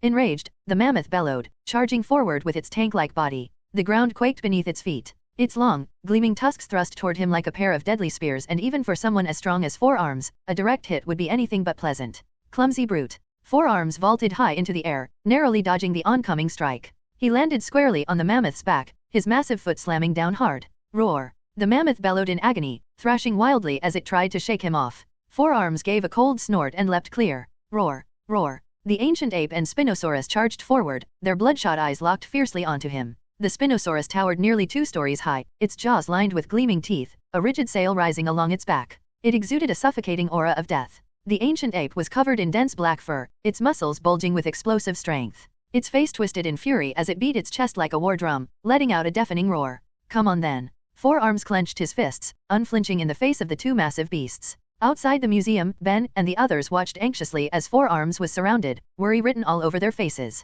With that many monsters, can our cousin really handle them? Ben stared at the battle without blinking. Ugh, if only I could do something to help him. Gwen gritted her teeth, wishing she had powers of her own enough to smash those creatures to dust. Grandpa Max's face was grim as he observed the chaos inside. That watch's power shouldn't be limited to this, he said slowly. A few mutated earth creatures aren't enough to bring your cousin down. Grandpa, that sounds weird, Gwen said, raising an eyebrow. Earth creatures? You've seen aliens before or something? Yeah, Grandpa, what planet are you even from? Ben added with a smirk. I mean your cousin's strong. He'll handle it, no doubt, Grandpa said quickly, steering the topic away. All right, enough questions. Let's focus on him. Gwen and Ben exchanged a helpless glance and shrugged. Boom! The battle raged on, each blow landing with bone-crushing force. The three massive beasts attacked in unison, their combined assault shaking the ground like an earthquake. Four Arms roared, his muscles swelling as he unleashed a flurry of blows. His fists blurred, leaving streaks in the air as he battered the monsters back step by step. Panting heavily, he assessed his enemies, his mind racing to find a way to take them all down. Ding! Alien hacker mission triggered. Defeat the ancient ape to obtain a random alien DNA codex. Note, each newly acquired DNA can be used immediately without waiting for Omnitrix cooldown. Recharging will only be required afterward. A faint grin spread across Four Arms' face. Energy surged through his body, his fighting spirit igniting once again. Roar! The Spinosaurus bared its jagged teeth and lunged at Four Arms, jaws wide, intent on ripping him to pieces. Noisy. Four Arms shifted aside with ease, then countered with a crushing punch straight to the creature's skull. Boom! The impact sent the Spinosaurus staggering backward, its massive head spinning from the blow. Four Arms' sheer strength was overwhelming, it nearly knocked the beast out cold. Your turn. Four Arms roared, his forelegs pounding against the ground as he charged toward the ancient ape with explosive speed. If he could take down the ancient ape, he'd unlock a new alien form and reset the cooldown, meaning he could transform again immediately, without waiting for the Omnitrix to recharge. Moo. Just as Four Arms was about to reach his target, the massive mammoth beside them let out a thunderous bellow. Its colossal frame barreled forward, charging straight at him. Grabbing a massive fossil bone nearby, Four Arms swung it with tremendous force, smashing it squarely into the mammoth's skull. The bone exploded into countless fragments under the impact, scattering through the air like shrapnel. Then, seizing the mammoth's trunk, he planted his feet firmly like anchors in the ground. Using his body as a pivot, he spun, hurling the mammoth's enormous bulk around and whipping up a violent gust that rippled through the hall. That's amazing. Gwen gasped in awe. The towering mammoth looked like nothing more than a toy in Lucian's hands. Cool? This alien's insane and he's got 4 arms? Let's call him 4 Arms. Ben shouted, eyes gleaming. Grandpa Max's expression softened into a proud smile. Told you he'd be fine. Those beasts could train for another 100 years and still wouldn't stand a chance against your cousin. Crash. 4 Arms released his grip, flinging the mammoth across the room. It smashed into the iron gate, bending the metal inward before collapsing to the ground with a heavy thud. 2 days to rise. Roar. The ancient ape bellowed furiously, swinging its massive fist toward him. Bring it on. 4 Arms caught the blow with 2 of his hands, then unleashed a blinding barrage with the other 2. His fists struck like thunder, slamming relentlessly into the ape's chest and abdomen. Each hit landed with devastating force, bones cracking beneath his blows. The ancient ape roared in agony, feeling as if its entire body were being torn apart. The sheer power behind those strikes was terrifying. Within moments, the beast was on the brink of collapse, blood spilling from its mouth. Desperate, it bared its fangs and lunged at 4Arm's neck. But before it could bite, its pupils shrank in shock as searing pain erupted from its abdomen. It looked down in disbelief. 4Arm's knee had driven deep into its gut, the force so immense that its insides churned violently, blood surging out of control. Ha! 4Arms brought down his elbow like a hammer, striking the ape's back with a deafening crack that echoed through the hall. Whoosh! A shockwave burst outward. The ancient ape's bones shattered instantly. It coughed up a mouthful of blood, staining the floor red. Its massive eyes widened in disbelief, then slowly dimmed as its body went limp and collapsed to the ground, lifeless.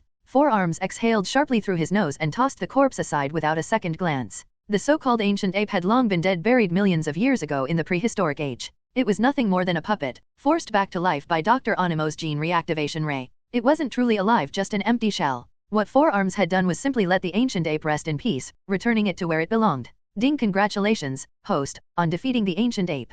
Reward, random hero gene chest acquired. Stored in inventory. Can be accessed anytime. A sequence of mechanical notifications echoed in 4Arms' mind. Beep, beep, beep. Suddenly, the Omnitrix on his arm flashed with blinding red light, then erupted violently, reverting him to his human form. Lucian lifted his wrist, staring at the Omnitrix's crimson screen. His eyes hardened. Open. Whoosh! The moment he spoke, the chest in his mind burst open, releasing a brilliant flare of light. Ding! Congratulations, host, on obtaining a new hero. Swamp Fire possesses abilities of fire projection, regeneration, shapeshifting, and flight. Can emit swamp gas that ignites into powerful explosions, and manipulate plants at will. Swamp Fire. Lucian froze. That was the powerful alien from Ben 10, Alien Force. He hadn't expected to unlock it so soon. Beep. The next second, the Omnitrix's red screen shifted to a deep blue. Ding! Omnitrix calibrating. Lucian immediately understood the Omnitrix was evolving, just like in the original series. But before he could fully process his excitement, a thunderous rumble echoed nearby. The Spinosaurus and the mammoth, their eyes burning crimson, radiated murderous fury. Their massive bodies blotted out the light as they charged toward him with earth-shaking force. Thud, thud. Each step made the floor quake. Cracks spread across the walls like spiderwebs, and dust rained from the ceiling. The Omnitrix, still in calibration mode, continued to glow blue. Come on, hurry up. Lucian gritted his teeth, retreating as he watched the two monsters close in. Outside the museum, the others caught sight of the danger. This isn't good. Lucian's in trouble, let's go help him. Grandpa Max reacted first. Ben's eyes hardened. He wasn't about to let his cousin face those things alone. He broke into a sprint toward the prehistoric beasts. Hey, ugly. I'm right here. Come and try your luck with Ben Tennyson. At the same time, Gwen and Grandpa ran in as well, shouting to draw the monster's attention. Roar. Moo. Instantly, the Spinosaurus and Mammoth turned, their rage redirected. With thunderous steps, they charged toward the trio, their killing intent so intense it seemed almost tangible. Run. Grandpa shouted, pulling Ben and Gwen toward the exit. The two ancient beasts, now in a berserk frenzy, smashed through the floor and stormed after them, leaving a trail of destruction through the museum. Lucian watched them go, his brow furrowing. He glanced down at the calibrating Omnitrix, clenched his jaw, and ran after them. Those two creatures were far too strong for Ben and the others to handle. Even conventional weapons wouldn't scratch them, let alone three unarmed people. Beep, beep, beep. As Lucian burst out of the museum, the Omnitrix emitted another sharp signal. He stopped and looked down. The blue light on the screen faded, replaced by a blinding emerald glow that grew stronger by the second. The brilliance was so intense it burned his eyes, forcing him to shut them as heat pulsed through his wrist. When the light finally subsided, the newly transformed Omnitrix came into view. Lucian raised his arm, excitement flashing in his eyes. This was the recalibrated Omnitrix. Its design was sleek and compact, smaller than the original prototype but even more stylish. The iconic Omnitrix emblem remained at its center, the unmistakable mark of the device. To adapt to Swamp Fire's DNA, the system had preemptively evolved the Omnitrix, enabling Lucian to summon the new Alien Force hero. Seeing the calibration complete, Lucian wasted no time. He pressed the side button, and the central panel sprang open. Each newly unlocked hero could be summoned instantly without a cooldown. The recharge would only apply afterward. The calibration process had been the only delay. The upgraded Omnitrix now projected 3D holograms instead of flat icons, displaying each alien form in vivid detail. 4Arms, Ripyaws, Grey Matter. Lucian scrolled through them, finally stopping at a tall, slender figure wreathed in organic flame. You're up? He slammed his palm down on the dial, and a burst of green light exploded outward. Creator's thought tall and lean, much larger than an ordinary person. His whole body was a vivid grass green. A crown of flame-shaped growths rose from his head, and his shoulders were studded with red, spike-like protrusions. His muscular arms were lined with sharp barbs, radiating deadly strength. The distinctive Omnitrix emblem sat on his chest, a feature of the Omnitrix Calibrated Edition, which placed the symbol at the same spot for every transformation. Because of that, some aliens found their abilities slightly hindered, as the emblem could block incoming attacks, but that was a matter for later. Swamp Fire. Lucian watched his own transformation with deep satisfaction. He pressed his palm downward, flames erupting fiercely from his hand. The burst of power propelled him like a cannonball, shooting through the air at tremendous speed toward the two ancient beasts. At that moment, the ancient Spinosaurus and Mammoth were rampaging through the city center, leaving ruin wherever they went. Screams, crashes, curses, and children's cries filled the air, blending into a single roar of chaos and fear. Dozens of police cars had already mobilized, officers firing heavy-caliber weapons at the two rampaging monsters. But even the strongest rounds couldn't pierce the mammoth's hide. Only shallow white marks remained, doing almost nothing to stop them. Grandpa Max's hair was gray, his teeth clenched as he shielded the two behind him, anxiety twisting in his chest. After escaping the museum, they had planned to lure the beasts toward the outskirts, but the Spinosaurus and Mammoth went berserk, charging instead into the busiest part of the city, killing and destroying everything in sight. Grandpa, what should we do? Gwen asked, her face pale as she looked toward the terrifying creatures ahead. Grandpa Max shook his head with a weary sigh. At this point, there was nothing he could do. Without specialized weapons, he had no way to fight such monstrous beings. Don't worry, my cousin's out there, he's gonna show those things who's boss, Ben said firmly. The moment he finished speaking, a roaring sound swept overhead. All three of them looked up in surprise, then their faces lit with relief. A grass-green alien streaked across the sky, fire bursting from his palms, cutting through the clouds like a blazing comet. He shot straight toward the two ancient beasts. Boom! A thunderous impact shook the ground as swamp fire landed, gouging a deep crater into the street. Dust and debris exploded outward in waves. Roar! The Spinosaurus was the first to notice him. With a deafening roar, it trampled over the rubble and charged forward, murderous intent pouring off its massive body.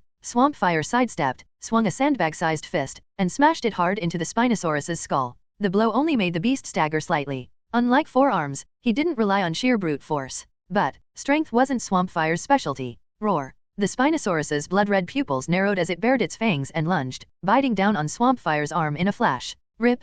In an instant, Swamp Fire's slender arm was torn clean off. The Spinosaurus flung it aside, sending it crashing into the ruins nearby, scattering debris in all directions. Roar! The Spinosaurus bellowed at Swamp Fire, as if declaring its dominance. This scene was witnessed by the gathered crowd. Oh my god, that weird alien is done for. Yeah, its arm's been bitten off. I bet the dinosaurs will eat it soon. It's over? If even an alien can't defeat these monsters, our city is doomed. Who will save us? Seeing the alien visitor with a severed arm, many onlookers felt despair and unease, already imagining the city's destruction. Don't give up, alien. I believe you can defeat them, Ben shouted. Swamp Fire's lips curved upward slightly. He raised his left hand and snapped his fingers sharply. Tentacles sprouted from the severed stump, rapidly spreading out before connecting to Swamp Fire's wound. Under the stunned gazes of the crowd, Swamp Fire's arm regenerated before their eyes, the wound closing at an incredible speed. Within seconds, his arm was fully restored, not even a scar left behind. This was Swamp Fire possessing not only formidable fire-based powers but also rapid healing. Such a small injury meant nothing to him. Alien, you're so awesome. Go beat up those monsters. Alien brother, you're so cool. You can even regrow your hand after it broke. A fair-skinned Western woman, face flushed, gazed at Swamp Fire with admiration. Alien dude, you're our idol. The crowd erupted in excitement, cheering wildly with their fists raised high. Hope reignited in their hearts as they shouted for Swamp Fire. Cousin is so awesome, and this new hero looks super strong too. Gwen couldn't help but say in awe. Of course. Who else's cousin is he? Ben stuck out his tongue. He's mine. Gwen retorted irritably. He's mine too. Ben argued back. No, my cousin belongs only to me. Grandpa Max stood nearby, shaking his head helplessly before turning his gaze toward the battlefield's center. Boom! Raising his palm, Swamp Fire gathered blazing flames that erupted outward. The scorching heat distorted the air as it slammed into the Spinosaurus. Crimson waves of fire, like a roaring dragon, devoured the creature's skin with furious intensity. Roar! The Spinosaurus shrieked in agony, its entire body burning. Instinctively, it stumbled backward, desperate to escape the fire's reach. With a swift motion, Swamp Fire swept his arms, conjuring a circular ring of fire that trapped the massive beast inside. He then released a surge of swamp gas, fueling the flames to burn even fiercer. Moo! A thunderous roar came from the side. Swamp Fire turned to see a mammoth charging through the blaze. Its long trunk whipped the air as it trampled the ground, shaking the earth with every step, mountains of rubble collapsing under its weight. You again, you clumsy beast, Swamp Fire sneered, aiming his right palm toward the mammoth and releasing a thick burst of swamp gas. Then taste this move. The enraged mammoth, its eyes blood-red, was soon engulfed by the spreading swamp gas. The stench filled the area, forcing the crowd to cover their noses and frown. Still, no one left. No one wanted to miss such a rare and spectacular monster battle. Once the mammoth was fully covered in swamp gas, Swamp Fire flicked a small flame onto its body. Then, with a sharp snap of his fingers, boom! Thunderous explosions erupted, blinding light shot into the sky, and the mammoth was swallowed by the violent blast. The ground shook endlessly as debris flew in every direction, as if a massive earthquake had struck. The crowd screamed, covering their ears and trembling, eyes filled with shock and terror. Such overwhelming power, could a creature like that truly exist? After a long while, the blinding flames faded, and the deafening explosions gradually subsided. Amidst the shattered ruins, a massive crater had been blasted open. Inside lay the colossal corpse of a mammoth, torn to pieces and charred beyond recognition, the air thick with the acrid smell of burnt flesh. Even the thick-skinned mammoth couldn't withstand Swamp Fire's ferocious assault. Roar! The Spinosaurus, eyes glowing blood red, burst out of the fiery ring and lunged straight at Swamp Fire. The mammoth's demise had filled it with dread. Rather than wait to be roasted alive inside the flames, it chose to fight back, desperation driving it to gamble everything for survival. Facing the oncoming beast, Swamp Fire released a thick surge of swamp gas that quickly spread across the nearby vines. SSSSSSS. In the next instant, the vines shot upward like plants growing at hyperspeed, stretching dozens of meters high before twisting together into a massive green hand. Before the Spinosaurus could react, the vines swarmed over it, wrapping its entire body into a huge bundle. No matter how violently it struggled, it couldn't move an inch. Ding triggered alien hacker mission. Kill the Spinosaurus. Random enhancement effect obtainable. Rest in the fire. Swamp Fire raised his hand and unleashed a torrent of crimson flames that swallowed the Spinosaurus whole. Already badly wounded, the creature couldn't break free from the tightening vines. Within moments, the raging fire reduced it to ashes, leaving behind only a blackened skeleton still radiating faint heat amid the ruins. The air went completely still. The crowd stood frozen, mouths hanging open, eyes fixed on the tall, lean figure standing in the smoke. After a long silence, someone finally shouted, "Hero, the fire-breathing hero saved us.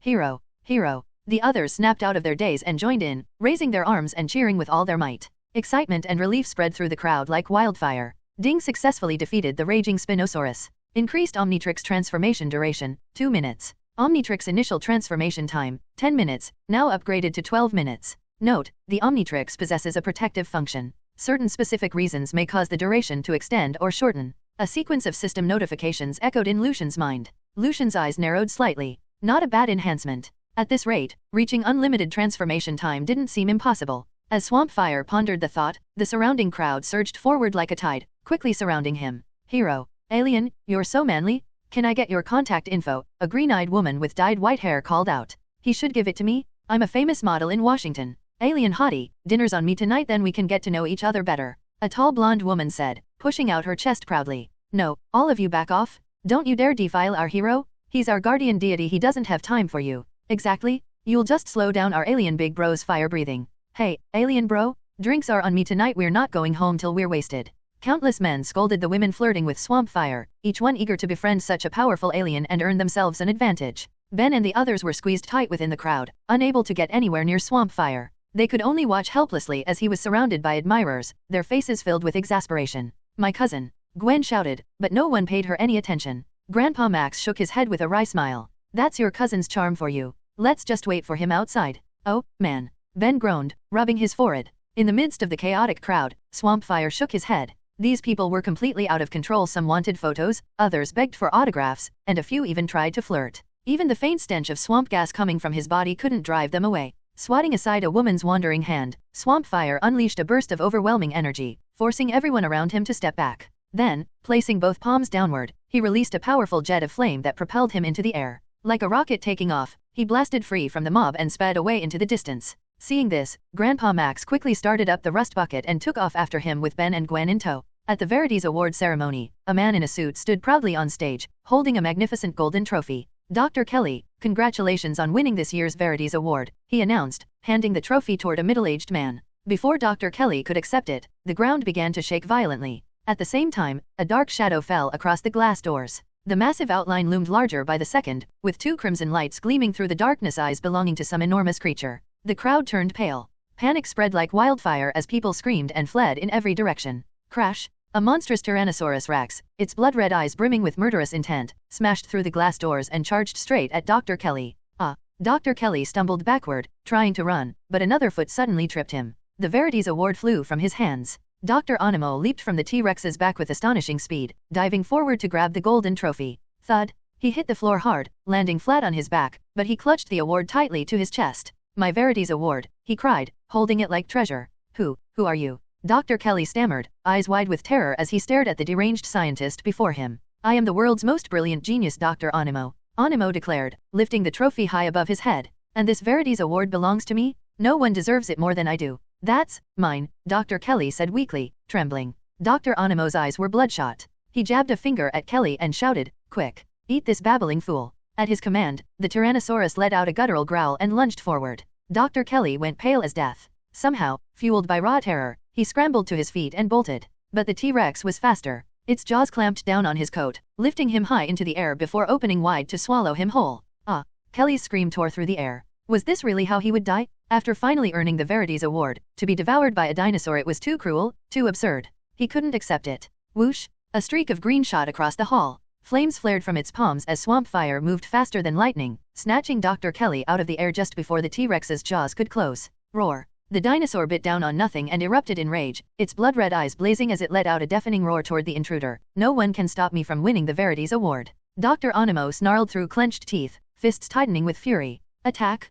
Kill him!" The Tyrannosaurus Rex roared skyward, its powerful legs pounding forward as it smashed through the desks blocking its path. With its jaws gaping wide, it lunged straight at Swamp Fire, fangs glinting with murderous intent. "Bring it on!" Swamp Fire raised his palm, unleashing a blazing fireball that shot forward with tremendous speed. The attack burned through the air, carrying scorching heat and destructive power as it slammed into the T-Rex's massive head. Boom! An explosion rang out. The impact ripped open the dinosaur's flesh, and the sharp scent of charred meat filled the air. But the T-Rex was clearly far stronger than the Spinosaurus or the mammoth. Enduring the agony tearing through its skull, it roared and charged again, ferocity radiating from its every step. What a stubborn beast! Swamp Fire grabbed Dr. Kelly by the arm and darted past the creature's bulk toward the exit. In a sealed environment like this, igniting swamp gas could cause a devastating explosion too dangerous for everyone inside. "Quick! Chase it down! Devour that plant man!" Dr. Onimo bellowed. The Tyrannosaurus slowly turned its enormous body. Its tail swept through the air, smashing desks and chairs to splinters. It roared furiously toward Swamp Fire at the door, then kicked off with its powerful hind legs and thundered after him.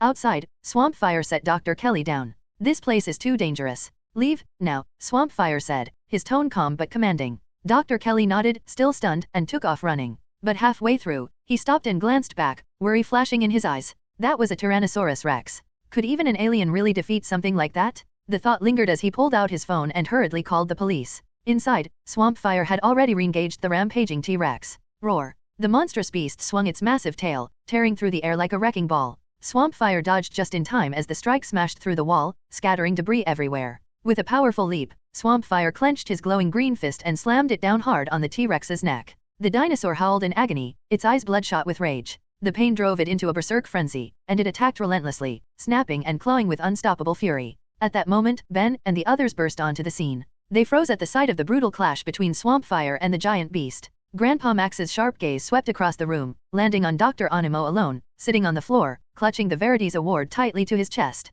His bloodshot eyes gleamed with madness. "The Verities Award finally belongs to me," he shouted. Boom! Suddenly, the massive Tyrannosaurus was hurled backward by a fiery explosion from Swamp Fire. The beast slammed into the wall behind Dr. Onimo, crashing into rubble and fragments. Dr. Onimo snapped out of his daze, only to see three figures now standing before him. Not good. Grandpa Max reacted instantly, lunging forward to grab the DNA transmodulator from Onimo's head. Startled, Dr. Onimo stumbled back in panic. He glanced toward the wounded T-Rex, his mind racing, teeth clenched in frustration. There has to be a way to defeat that alien. His eyes darted across the hall then locked onto something. A sly grin crept across his face. In the corner stood an ornate aquarium filled with vivid green aquatic plants. A bright red king crab sat inside, its sharp claws snapping as it tore pieces of the plants and stuffed them into its mouth. "You're the one," Dr. Onimo said with a sinister grin. "Don't even think about it." Grandpa Max immediately realized what Dr. Onimo was planning and lunged forward, reaching for the DNA transmodulator on his head. If another mutated creature joined the fight, things would become far more dangerous.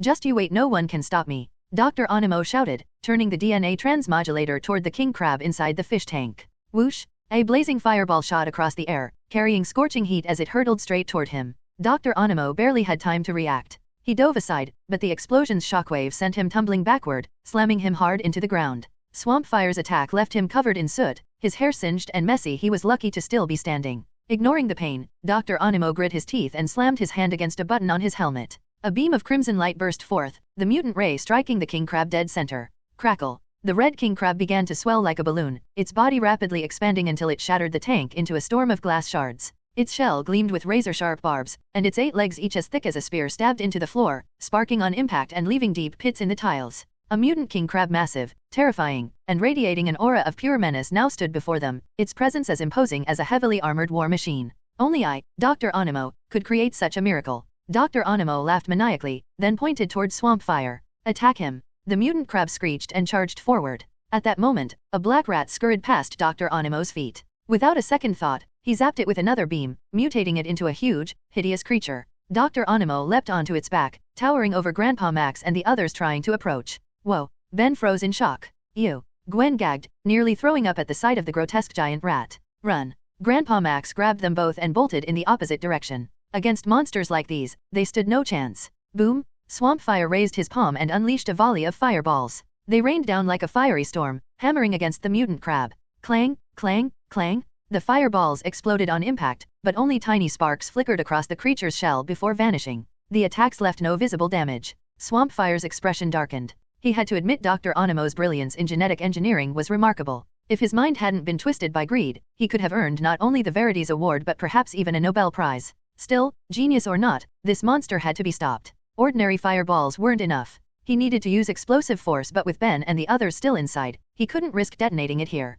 He had to lure the creature outside first. Raising both hands above his head, Swampfire gathered his energy. A massive fireball formed between his palms, radiating intense heat before crashing down with a thunderous explosion. The blazing blast slammed into the mutant crab, forcing it to raise its blood-red claws in defense. The impact scorched its shell black, steam rising from the heat. By the time it steadied itself, Swampfire was already sprinting out of the hall. The mutant crab's eyes glowed red with fury as it roared and gave chase, its enormous legs tearing through the floor. Fire breather, you won't escape me. With a crazed grin, Dr. Animo spurred his mutant rat forward and charged after him. A pure white moon hung high in the pitch-black sky, casting soft streams of light over the city. Outside the hall, the mutated giant crab raged through the streets, swinging its massive claws with ferocious might. It smashed through anything in its way as it relentlessly pursued Swampfire. Terrified by the sudden appearance of the monstrous creature, pedestrians screamed and scattered in panic, desperate not to draw its attention. Along the road, the giant crab's brute strength tore through obstacles with ease. One careless snap of its claws was enough to shear a street light clean in two. Riding atop his mutated rat, Dr. Animo gave chase. He surged past the armored vehicle-sized crab and sped forward, trying to block Swampfire's path. Two monstrous beasts rampaged through the city, leaving chaos and destruction in their wake. Swampfire glanced back, snorted coldly, and deliberately slowed his pace. Detonating swamp gas here would be foolish. The explosion would cause devastation far beyond that of the mutant creatures themselves. Leaping onto a power pole, he bounded between the lines and rooftops, occasionally flinging bursts of flame to taunt the beasts chasing him. Before long, Swampfire reached a deserted soccer field. It was late at night, and no one was around. Only the bright floodlights still illuminated the empty field. Roar! The mutated beast bared its sharp fangs, eyes burning with murderous intent as it glared at Swampfire standing at the center of the field. Moments later, the mutated giant crab thundered in after it, taking position beside the beast. With just one order from Dr. Animo, both would charge to tear their prey apart. Tap, tap, tap. The Tyrannosaurus arrived next, its body covered in wounds, head blackened and scorched. Its powerful legs pounded the ground as it joined the others. Three mutated beasts now stood face to face with Swampfire. Dr. Animo leapt down from his mutated rat, laughing hysterically. Pointing at Swampfire, he shouted, "All of you, attack! Tear that wretched creature apart! I'll take what's left of him for my experiments." The command had barely left his lips before the three beasts roared as one, charging forward with earth-shaking force. "Then I'll end all of you together," Swampfire said coolly. He thrust out both palms, releasing dense clouds of swamp gas that quickly enveloped the charging beasts. "What the hell is this?" Dr. Animo shouted in disbelief. The very existence of this creature before him defied all logic. It wasn't something that could possibly exist on Earth. An alien, could it really be? Excitement surged through him. Dr. Animo swore to himself that he would capture this alien, take it back to his lab, and study it in depth. But what happened next froze him in place. The three monsters, their bodies swallowed by thick swamp gas, didn't slow down. They continued to roar and rush forward, their killing intent undiminished. Swampfire stayed calm. Without even looking back, he flicked his wrist and launched a blazing fireball. Then, turning his back to them, he lifted his right hand and snapped his fingers. Boom! Thunderous explosions erupted, centered on the three beasts. A wave of blinding fire engulfed half the soccer field, rising like a blazing inferno. Dr. Animo screamed in terror, scrambling to flee. But the blast caught him in its shockwave, hurling him across the field and slamming him to the ground in a heap. After a long moment, the roaring explosions died down, and the flames gradually faded. At the center of the scorched field lay the mutated rat and the Tyrannosaurus Rex, both torn apart, blood and bone scattered everywhere. Their lifeless bodies were nothing but charred remains. The mutated giant crab still clung to life, but its shell was shattered, its once impenetrable armor split open to reveal glistening, vulnerable flesh beneath. Swampfire raised his hand, firing one last searing blast of flame that reduced the crab to ashes. Then he turned toward Dr. Animo, lying not far away. Beep, beep, beep. At that moment, the Omnitrix on Swampfire's chest began to flash. He lifted his hand, ready to finish Dr. Animo off once and for all, but before he could strike, a surge of red light enveloped his body, and Swampfire reverted to his original form. Seriously, this crappy watch. Lucian sighed helplessly. At least all 3 mutated beasts had been dealt with. Just you wait. We'll see who the real winner is. Dr. Animo staggered to his feet and made a break for the exit. He planned to activate more mutant creatures. But the next instant, something tightened around his waist. Grandpa, I got him. Ben shouted, clutching Dr. Animo with all his strength. Nice work, Ben. Grandpa Max moved swiftly, lunging forward in a single stride and yanking the DNA transmodulator off Dr. Animo's head. No. Dr. Animo's eyes went wide in horror. That device was his life's work. Crash. With a sharp crack, the DNA transmodulator hit the ground, shattering into fragments of blackened debris. Immediately, a ring of crimson energy pulsed outward from the wreckage, sweeping rapidly in all directions. All previously mutated creatures like the oversized hamster and the green snake were engulfed in the red wave and instantly reverted to normal, their genes stabilizing. My DNA transmodulator. Dr. Animo cried, tears streaming down his face. Ben and Gwen exchanged a glance, then shrugged. Beep boop, beep boop. Dozens of police cars screeched to a stop nearby, red and blue lights flashing across the night. Armed officers poured out, surrounding the area with weapons drawn, the tension palpable. They had tracked the chaos caused by the mutated creatures' unstable threats that posed a grave danger to society and had come to neutralize them once and for all. Freeze, the squad captain barked, raising his pistol. Grandpa Max lifted his hands calmly and gestured for Lucian and the others to do the same. Before long, Dr. Animo was handcuffed and escorted to the waiting patrol cars. Prison awaited him. After a brief round of questioning, Grandpa led Lucian and the others back to the rust bucket. "Cuz, you were amazing today. You took down 3 monsters like it was nothing," Ben said, gesturing animatedly as he relived the fight. "Yeah, cousin, you were awesome, so manly," Gwen said, her eyes gleaming with admiration. Grandpa Max chuckled from behind the wheel. This time, Lucian's Bellwood's hero. Without him, no one could have stopped Dr. Animo's plan. Lucian smiled faintly but didn't say a word. With the Omnitrix, dealing with someone like Dr. Animo was hardly a challenge. Breaking news just in. The TV screen suddenly switched to footage of Swampfire battling the Spinosaurus.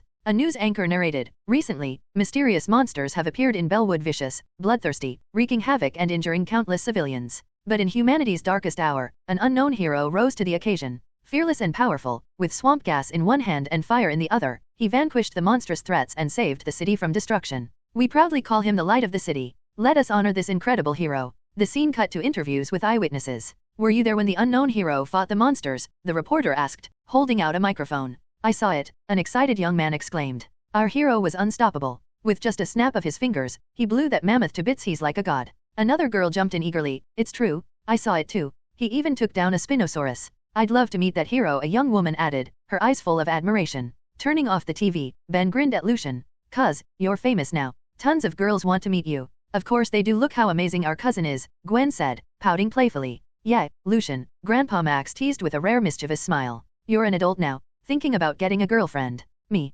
Lucian shook his head. "Not right now." He didn't have the time or the luxury for that. If the original storyline was anything to go by, countless dangers still lay ahead. Lucian had to move fast, collect more alien DNA, and keep growing stronger. Only then could he survive in this world. "All right, kids," Grandpa Max said with a grin. "To celebrate this victory, tomorrow morning we're going fishing. Time to enjoy the lake." "Oh yeah, awesome," Ben cheered, pumping his fists. Lucian rested his chin in his hand, lost in thought. It had been ages since he'd watched Ben 10, and much of the original plot was blurry. He could only vaguely remember a few major villains. But he was sure there was some kind of monster in that lake. He couldn't recall its name, but one thing was certain, better safe than sorry. Hiss. Suddenly, a sharp sting shot through his arm. Lucian rolled up his sleeve and froze. A faint green pattern slithered beneath his skin, twisting like a living snake across his forearm. He rubbed his eyes, but the snake faded away, disappearing as quickly as it had appeared. As if it had never existed at all. Was that an illusion? Lucian muttered under his breath. Early the next morning, the rust bucket was parked deep within a shadowy forest.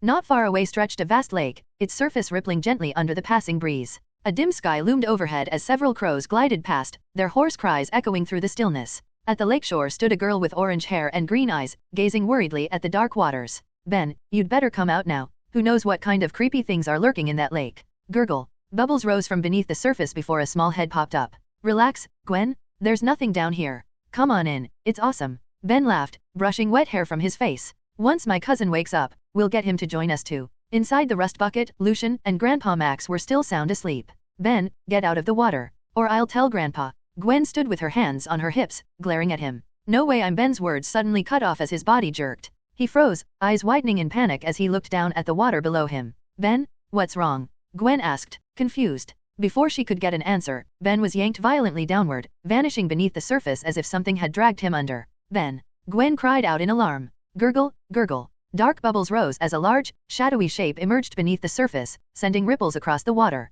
Ha! Ben suddenly burst up from the lake, his head wrapped in seaweed, waving his arms and snarling dramatically to scare her. Gwen flinched, then gave him a flat stare. Ben, that wasn't funny. Her idiot cousin had made her worry for nothing. Ben burst out laughing, clutching his stomach. Scaring his dweeb cousin was even better than pulling a rare sumo slammer's card. Splash! Without warning, a powerful wave erupted across the lake. The surface swelled upward as dark currents churned beneath. A deep rushing sound echoed from behind. Ben froze, then turned, and his face went pale. From the middle of the lake, a massive tentacle was rising, surging toward him like a towering column connecting sky and earth. Whoa! Ben thrashed wildly, pushing off with both arms and kicking frantically for the shore. But the current was too strong. No matter how hard he struggled, he couldn't get closer. Instead, the undertow dragged him backward, straight toward the monstrous appendage. Gwen, he shouted, coughing as water splashed into his mouth. This isn't funny, Ben. I'm not falling for that again. Gwen snapped without looking back. It's real this time. There's a monster in the lake. Ben gasped, trying desperately to stay afloat. Gwen rolled her eyes and started walking toward the rust bucket. No, I'm serious. Help me. Ben's voice cracked in terror. That stopped her cold. Ben was stubborn. He never admitted defeat. For him to sound that scared, something was really wrong. Gwen turned around and her pupils shrank in horror. A gigantic, terrifying creature was rising from the lake, towering high above the surface. Two enormous tentacles coiled beside its mouth, and rows of yellowed, jagged teeth spun like a living meat grinder, devouring everything in its path. The monster was even larger than a Tyrannosaurus, a true behemoth of the deep. Gwen, go get Cuz. Only he can stop this thing. Ben fought to stay above the waves, but the raging current dragged him closer and closer to the creature's gaping jaws. Hold on, Ben. Gwen shouted, then turned and sprinted toward the rust bucket. It was about 50 meters away, and she ran as fast as she could, tripping, stumbling, but never stopping until she reached it. Cousin, wake up. Ben is in danger. Gwen clutched Lucian's shoulders, shaking him frantically. Lucian had still been half asleep, but the moment he heard those words, his eyes snapped open, all traces of drowsiness gone. Where is he? His gaze sharpened instantly. He's in the lake. There's a huge lake monster there. Gwen's face was tight with panic. If they didn't act fast, Ben would be devoured by that terrifying creature. At the words lake monster, Lucian's brow furrowed. So, this lake really did have one. If he'd been awake, he never would have let Ben near the water. The monster from the original story was massive, formidable, and dangerous. Who would have thought Ben would sneak out for a swim while he and Grandpa were asleep? Reckless as ever. Forget monsters, most people wouldn't dare swim in a lake that deep. But now wasn't the time to complain. Lucian pressed the Omnitrix on his wrist, and a holographic projection of alien silhouettes appeared before him. 4 arms. Diamond Head. Gray Matter. Wild Mutt. XLR-8. You're up. For rescue missions, no one was faster. His combat ability might be average, but his speed made him invaluable. Boom! A flash of green light burst through the air as Lucian transformed into XLR-8. The X-shaped visor slid into place, and in the next instant, he shot out of the rust bucket like an arrow loosed from its bow. The lake was barely 50 meters away, a mere blink of an eye for XLR-8. In the water, a massive whirlpool churned violently. It sucked in huge volumes of water, along with seaweed and bits of driftwood, shredding everything caught in its pool. A small figure thrashed near the vortex, struggling desperately to resist the pull, but it was useless. The current only dragged him closer to the center. And then, the lake monster noticed him. Its gaping maw split open, reeking of decay. Jagged fangs, gleaming like steel, lined its mouth as it lunged forward to swallow Ben whole. I'm done for. Ben's face went pale, despair flooding his eyes. He was a model student, never picked fights, never caused trouble, always friendly, always trying to do good. And now, he was about to die in the jaws of a lake monster. The enormous shadow swallowed the light, casting everything around him into cold darkness. All warmth vanished, replaced by helpless dread. Roar! The water monster's huge, copper-bell eyes gleamed with fury. Its monstrous presence filled the air as it lunged down toward Ben up by the lakeshore. The giant water monster glared with blood-red eyes, like a wounded beast consumed by rage. It stumped forward on its massive limbs, charging straight toward the shore. Its gaze burned with killing intent, its fanged jaws clenched in hatred. It despised humanity itself. Each time its sharp claws struck the ground, they carved deep scars into the earth. XLR-8 turned his head. Grandpa, take Ben and Gwen and get out of here. Drive the rust bucket as far away as you can. Grandpa Max nodded immediately. He knew he'd only slow Lucian down if he stayed. All right, but be careful. That thing doesn't look easy to handle. Without another word, he grabbed Ben and Gwen, hauling them into the rust bucket before speeding off. As the vehicle disappeared into the distance, XLR-8 pulled down his visor. The wheels on his feet spun rapidly, and with a sharp whoosh, he shot forward like a blue streak. On land, the monster's movements were sluggish, but instead of retreating back into the lake, it continued its rampage, thrashing about wildly.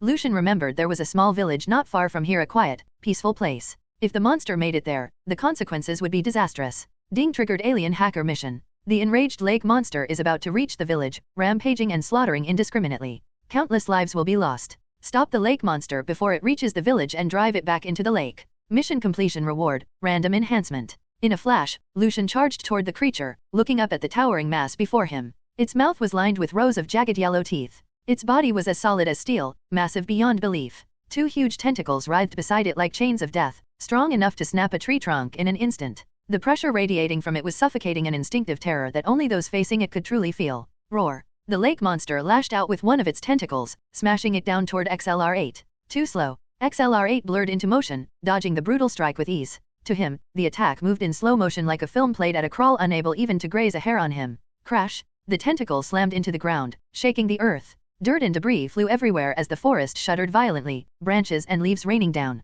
Lucian let out a cold snort and vanished into another blur of blue light. Racing up along the creature's massive leg, he sprinted all the way to its head. Thud, thud, thud. XLR-8 unleashed a barrage of lightning-fast kicks, pounding the monster's skull. The rapid strikes made it bellow in agony. Roaring in pain, the beast staggered backward, then swung both tentacles up, slamming them toward its attacker in a simultaneous strike, trying to crush XLR-8 into paste. Whoosh! Moving like a gust of wind, XLR-8 dodged, leaping off the monster's body just as the tentacles crashed down where he'd been. Roar! The monster's furious bellow shook the air. Get back! XLR-8 raised his claws, voice low and sharp. Take one more step, and I won't hold back. He couldn't let the creature advance no matter what. It wasn't just the nearby village at risk. If Grandpa's rust bucket broke down somewhere along the road and the monster caught up, the thought alone was unacceptable. Roar! The creature lifted its massive claws again, its killing intent surging as it brought them crashing down where XLR-8 stood. But in the next instant, he was gone, reappearing on the other side in a blur of blue light. Stubborn as a mule, Lucian darted under the lake monster's belly, his claws striking in a relentless barrage like a raging storm, each blow landing with a thunderous crack. The monster let out an ear-piercing shriek, slamming its claws together before pounding them hard against the ground, forcing XLR-8 to retreat. Then, twisting its enormous body, it began crawling back toward the deep blue lake. It knew it couldn't defeat XLR-8. Staying any longer would only mean taking more punishment, and its real target was the humans. The ground behind it was torn open, leaving a deep trench carved into the wet, black soil, glistening with murky lake water. Watching the creature's retreating form, XLR-8 shook his head slightly. Such rage couldn't come from nowhere. Something had driven this monster into madness. Still, that mystery would have to wait. For now, he needed to regroup with Ben and the others before anything else went wrong. Ding successfully prevented the lake monster from destroying the village. Enhanced XLR-8's speed by 5%. Whoosh! A flash of white light surrounded him. XLR-8 suddenly felt lighter, his body more agile, his reflexes sharper and his vision clearer than before. Even so, Lucian couldn't help but hope for something more, an alien gene scan, maybe, to unlock a stronger form. Heroes like Way Big, Humongousaur, or Big Chill would be incredible additions. But for now, finding Ben and the others came first. Some things couldn't be rushed. With that, XLR-8 pivoted on his heels, skates flaring to life, and shot toward the direction of the rust bucket. The wind howled past his ears as the landscape blurred into streaks of color. In no time, he spotted them. Grandpa Max had parked the rust bucket by the edge of the village. Standing nearby, Ben and Gwen were anxiously staring into the distance. Grandpa, do you think my cousin's okay? Gwen's face was pale, she'd seen the monster herself, and it looked like something out of a nightmare. Grandpa shook his head, his tone steady but his eyes filled with worry. Don't worry. Your cousin's strong. He'll make it back just fine. Even as he spoke, though, the concern in his heart refused to settle. He wanted nothing more than to know how Lucian was faring. Relax. Ben grinned, patting Gwen's shoulder. We're talking about XLR-8 here. He's lightning fast. Taking down some slow, oversized lake monster should be easy. But Gwen hesitated. But what? Came a familiar voice from behind. Gwen froze, then turned, her face lighting up with joy. Cousin, she cried, running forward and throwing her arms around Lucian. Lucian, now nearly 6 feet tall, barely moved as she clung to him, her head only reaching his chest. I'm so glad you're okay, Gwen said, wiping at her eyes. Lucian smiled faintly. You think something like that could take me down? Don't worry, I've got more than enough tricks up my sleeve. Ben and Grandpa exchanged a look and smiled warmly. In that moment, Lucian felt it, the warmth of family, spreading through him like a quiet fire. All right, Gwen, Grandpa chuckled, let your cousin go. We need to head into the village and alert the local guards about the lake monster. Yeah, before anyone else gets eaten. Ben added quickly, still shivering at the memory of the creature's gaping jaws. But, do you think anyone will believe us? Lucian asked calmly. We have to try, Grandpa sighed. And honestly, if someone had come to him claiming there was a man-eating monster in the lake, he probably wouldn't have believed it either. After regrouping, they went straight to the local defense bureau to report the incident and warn them to prepare. But, as Lucian expected, things didn't go well. The officers laughed at them, mocked their story, and eventually kicked them out into the street.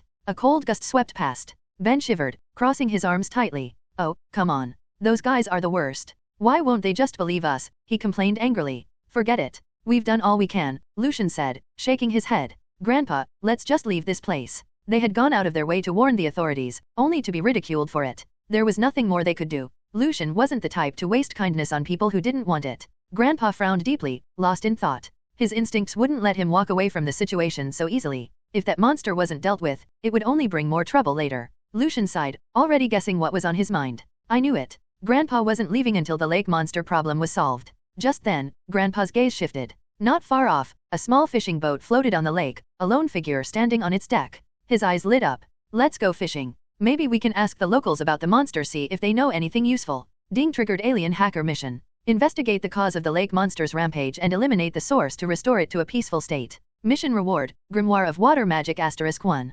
Grimoire of Water Magic. Lucian's eyes narrowed slightly. That hadn't been in the original story, but judging by the name, it was clearly something magical. Magic wasn't really his thing. The Omnitrix was more than enough for him. But, if he didn't use it, someone else could. A faint smile tugged at Lucian's lips as he glanced toward Gwen, who was still looking at him with a completely bewildered expression. By the lake shore, a small, weathered fishing boat was tied to a wooden post. A middle-aged man stood aboard, hunched over as he busied himself with something unknown. Excuse me, are you Mr. Shaw? Grandpa Max called out as he approached the shore, looking toward the man on the boat. What do you want? The man turned his head. His expression was cold, his eyes dull and lifeless like a dead fish. He gave off an aura that warned strangers to stay away. We have a fishing reservation, Grandpa Max said with a polite smile, though his real intentions were elsewhere. The weather's beautiful today, so I thought I'd bring my grandkids along to enjoy the scenery around the village. Get on, Captain Shaw said flatly, his tone so indifferent it sounded as if someone owed him money. Soon, Lucian and the others boarded the fishing boat and began their journey out onto the lake. The day was bright and clear, sunlight dancing across the water. The blue sky mirrored perfectly on the lake's surface, making it seem as though heaven and earth were connected in peaceful harmony. Thick, green forests lined both sides of the shore, vibrant with life. Birds chirped in the branches, butterflies fluttered in pairs, dancing through the air. Everything looked too calm. Ben stood near the edge of the deck, glancing around nervously. Grandpa, maybe we should head back. What if that monster shows up again? He still hadn't shaken off the fear from earlier. After barely escaping the jaws of the lake monster, he couldn't stop thinking about what might have happened if Lucian hadn't shown up in time. Dweeb, Gwen said, folding her arms and shooting him a look. Grandpa already said we're not leaving until we figure out what's going on with that thing. Not everyone's a scaredy cat like you. Who are you calling a scaredy cat? You, obviously. The two glared at each other, teeth clenched, sparks practically flying as they squared off. Captain Shaw gripped the wheel and gave Ben a sidelong glance. Grandpa Max laughed awkwardly. Ha, my grandkids can be a little lively sometimes, Mr. Shaw. Please don't mind them. It's called the Kraken, Captain Shaw said in the same even tone, his eyes fixed ahead. People have seen it for hundreds of years, but no one ever believed them. I've been tracking it for a long time. Grandpa Max's brows lifted slightly. So, the man knew the monster was real. In that case, there was no need to pretend anymore. Mr. Shaw, Grandpa Max said, if you know a monster like that exists, why would you still bring us out to fish? Captain Shaw snorted, his dull eyes suddenly flashing with a dangerous gleam. Why wouldn't I? I'm the greatest monster expert alive. Only I can catch the Kraken. Lucian tugged Grandpa aside and shook his head. This Captain Shaw was clearly obsessed, completely consumed by the idea of capturing the monster. Trying to take it on alone? He wouldn't even make a decent snack for it. But Lucian didn't argue. He simply stayed quiet, observing the surface of the lake. Now wasn't the time to fight the monster. He needed to figure out what had caused its rampage and resolve the issue at its source. Only then could he earn the Grimoire of Water Magic. After some time, the boat jolted violently, almost sending Lucian tumbling to the floor. Captain Shaw slammed the brakes, his face twisting with fury. No passage ahead? On my waters? Who dares block my way? Lucian stepped to the bow and saw it, a blockade stretched across the water, marked by a glaring yellow warning line with signs forbidding entry. Seeing the lake sealed off, Grandpa Max frowned. Mr. Shaw, since the waterway's closed, maybe we should come back another day. Ben leaned closer, squinting at the words printed on the tape. Friends of Fish Association. He read slowly. Those damned fish freaks. Captain Shaw cursed loudly. I don't care. This is my lake. We're going through. He reached for the throttle, clearly intent on ramming through the blockade. Buzz! Before he could act, a massive oil tanker roared across the water, tearing through the waves before stopping beside their tiny fishing boat. Armed guards stood on deck alongside heavy machinery, unloading wooden crates. The way they handled the cargo careful, deliberate made it obvious the contents were valuable. A burly man with a thick beard, dressed in a blue uniform, leaned lazily against the railing and looked down at them with a smug grin. "I'm Jonah Melville, founder of the Friends of Fish Association," he announced. "The waters ahead are closed for a week-long environmental protection operation. I'll have to ask you to turn back." "Jonah Melville." Captain Shaw's tone turned sharp. "What gives you the right to close off these waters? This is my territory. You'd better watch yourself." Jonah chuckled softly and clapped his hands. Immediately, 2 armed men stepped forward behind him. Lucian's eyes narrowed. Those weren't just random guards. Their weapons were advanced. These men were prepared for something serious. "Sir, I think you should reconsider. Don't make us take the hard way." Jonah Melville smiled, though a glint of malice flickered in his eyes. "We're leaving now." Grandpa Max quickly covered Captain Shaw's mouth before he could start swearing. "I'm taking command of this vessel," he said firmly. "From now on, you follow my orders. Turn back immediately. We're not fishing today." Captain Shaw's veins bulged in anger, but after a tense moment, he snorted coldly and turned the boat around. Watching the small fishing boat retreat, Jonah Melville smirked from the deck of the tanker. "A mere fisherman dares challenge me? What a rare fool." Lucian sat at the edge of the boat, eyes fixed on the oil tanker growing smaller in the distance, lost in thought. The cargo on that ship was definitely suspicious. It had to be connected to the lake monster. It had been ages since he'd watched Ben 10, and his memories were hazy. Combined with the fragments of this body's original memories, many details had long since blurred. "Grandpa, are we really just going to leave like this?" Gwen frowned, her gaze lingering on the massive oil tanker behind them. Grandpa Max nodded. "Those people don't look like the friendly type. And with weapons like that, we wouldn't stand a chance. We're just ordinary civilians. Better to live and plan than rush in blind," he added. "We'll think of something once we're back." Ben's eyes lit up. "But we have our cousin? With him here, that so-called Friends of Fish group doesn't stand a chance." Captain Shaw gave Ben a puzzled glance, then looked over at Lucian, his expression turning skeptical. Sure, the kid looked strong but without weapons? What could he possibly do against those armed men? Seeing this, Grandpa Max quickly covered Ben's mouth with a laugh. "Kids say the wildest things. Please don't mind him, Mr. Shaw." As time passed, the Friends of Fish's tanker finally disappeared from view. Lucian moved to the stern of the fishing boat, keeping low. Once he was sure no one was watching, he reached for his watch. If not now, then when? It was about time someone put those arrogant bastards in their place. Boom! A thunderous explosion shook the air. The lake's surface surged violently, lifting the small fishing boat high as waves crashed around them. The vessel rocked out of control, tilting dangerously from bow to stern. Lucian grabbed the deck railing, steadying himself against the violent motion. Splash! A massive, emerald-green tentacle burst from the lake's depths, surrounded by clouds of bubbles. Its overwhelming presence radiated menace as it shot toward the Friends of Fish's oil tanker at terrifying speed. "It's the lake monster." At the bow, Captain Shaw gripped the wheel tightly, his eyes blazing with excitement.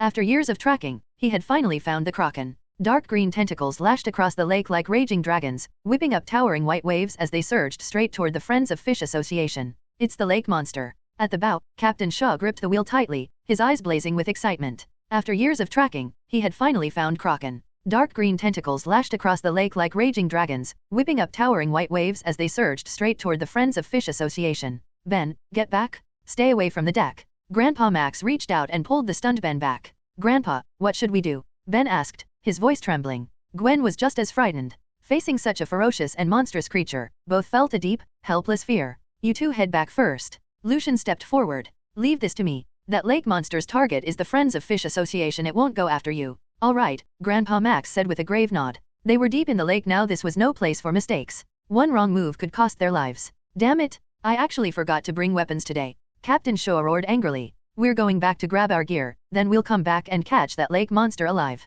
Whoosh! The moment he finished, Captain Shaw slammed the throttle forward, the fishing boat tearing through swirling snowflakes as it sped toward the village. Meanwhile, Lucian moved to the back of the boat, raised the Omnitrix on his wrist, and pressed the switch. A series of alien projections flickered to life in emerald light. Forearms, diamond head, wild mutt, upgrade. Lucian shook his head. They were all strong, but none fit for underwater combat. Beep. A slender fish-like alien suddenly appeared on the hologram. A faint smile curved Lucian's lips. "You're up?" He slammed his hand down without hesitation. A burst of blue light flared from the stern, followed by a splash as something fell into the water. The roaring engine masked the sound, and Captain Shaw noticed nothing. His eyes stayed fixed ahead, burning with obsession. He couldn't wait to return, grab his special weapon, and capture the legendary lake monster. Grandpa Max glanced toward the stern, knowing Lucian had already taken action. Ben and Gwen exchanged a look, then shrugged. Splash! A towering wall of white waves rose like a giant beast, roaring as it charged toward the oil tanker, claws of foam stretching wide. At the edge of the deck, Jonah Melville's eyes gleamed coldly. "Heh, since the mother's here, I'll take you all down at once." He barked an order, and every armed man on deck lined up along the railing, weapons ready, facing the oncoming monster without fear. Roar! The massive creature burst through the waves with a thunderous roar, its mouth filled with jagged fangs. Its tentacles shot forward, striking at the wooden crates on the transport deck. Attack! Jonah shouted. Capture that lake monster alive, it'll sell for a fortune. Even as he yelled, his mind drifted to visions of luxury Hawaiian beaches, sunshine, bikini-clad women, cherry blossoms, days drenched in gold and jade, surrounded by beauty and indulgence. Rat-a-tat-tat! Flashes erupted from the machine guns as streams of bullets poured forth, merging into a storm of steel that ripped through the air toward the monster. Countless bullets howled, hammering into the lake monster's body, forcing it back with pained roars. These specially treated rounds packed the power of sniper bullets, but fired in machine gun bursts. Even the thick-skinned kraken struggled under the relentless assault. Roar! Gritting its teeth through unbearable pain, the lake monster forced its tentacles forward. Like agile vines, they whipped toward the massive wooden crate.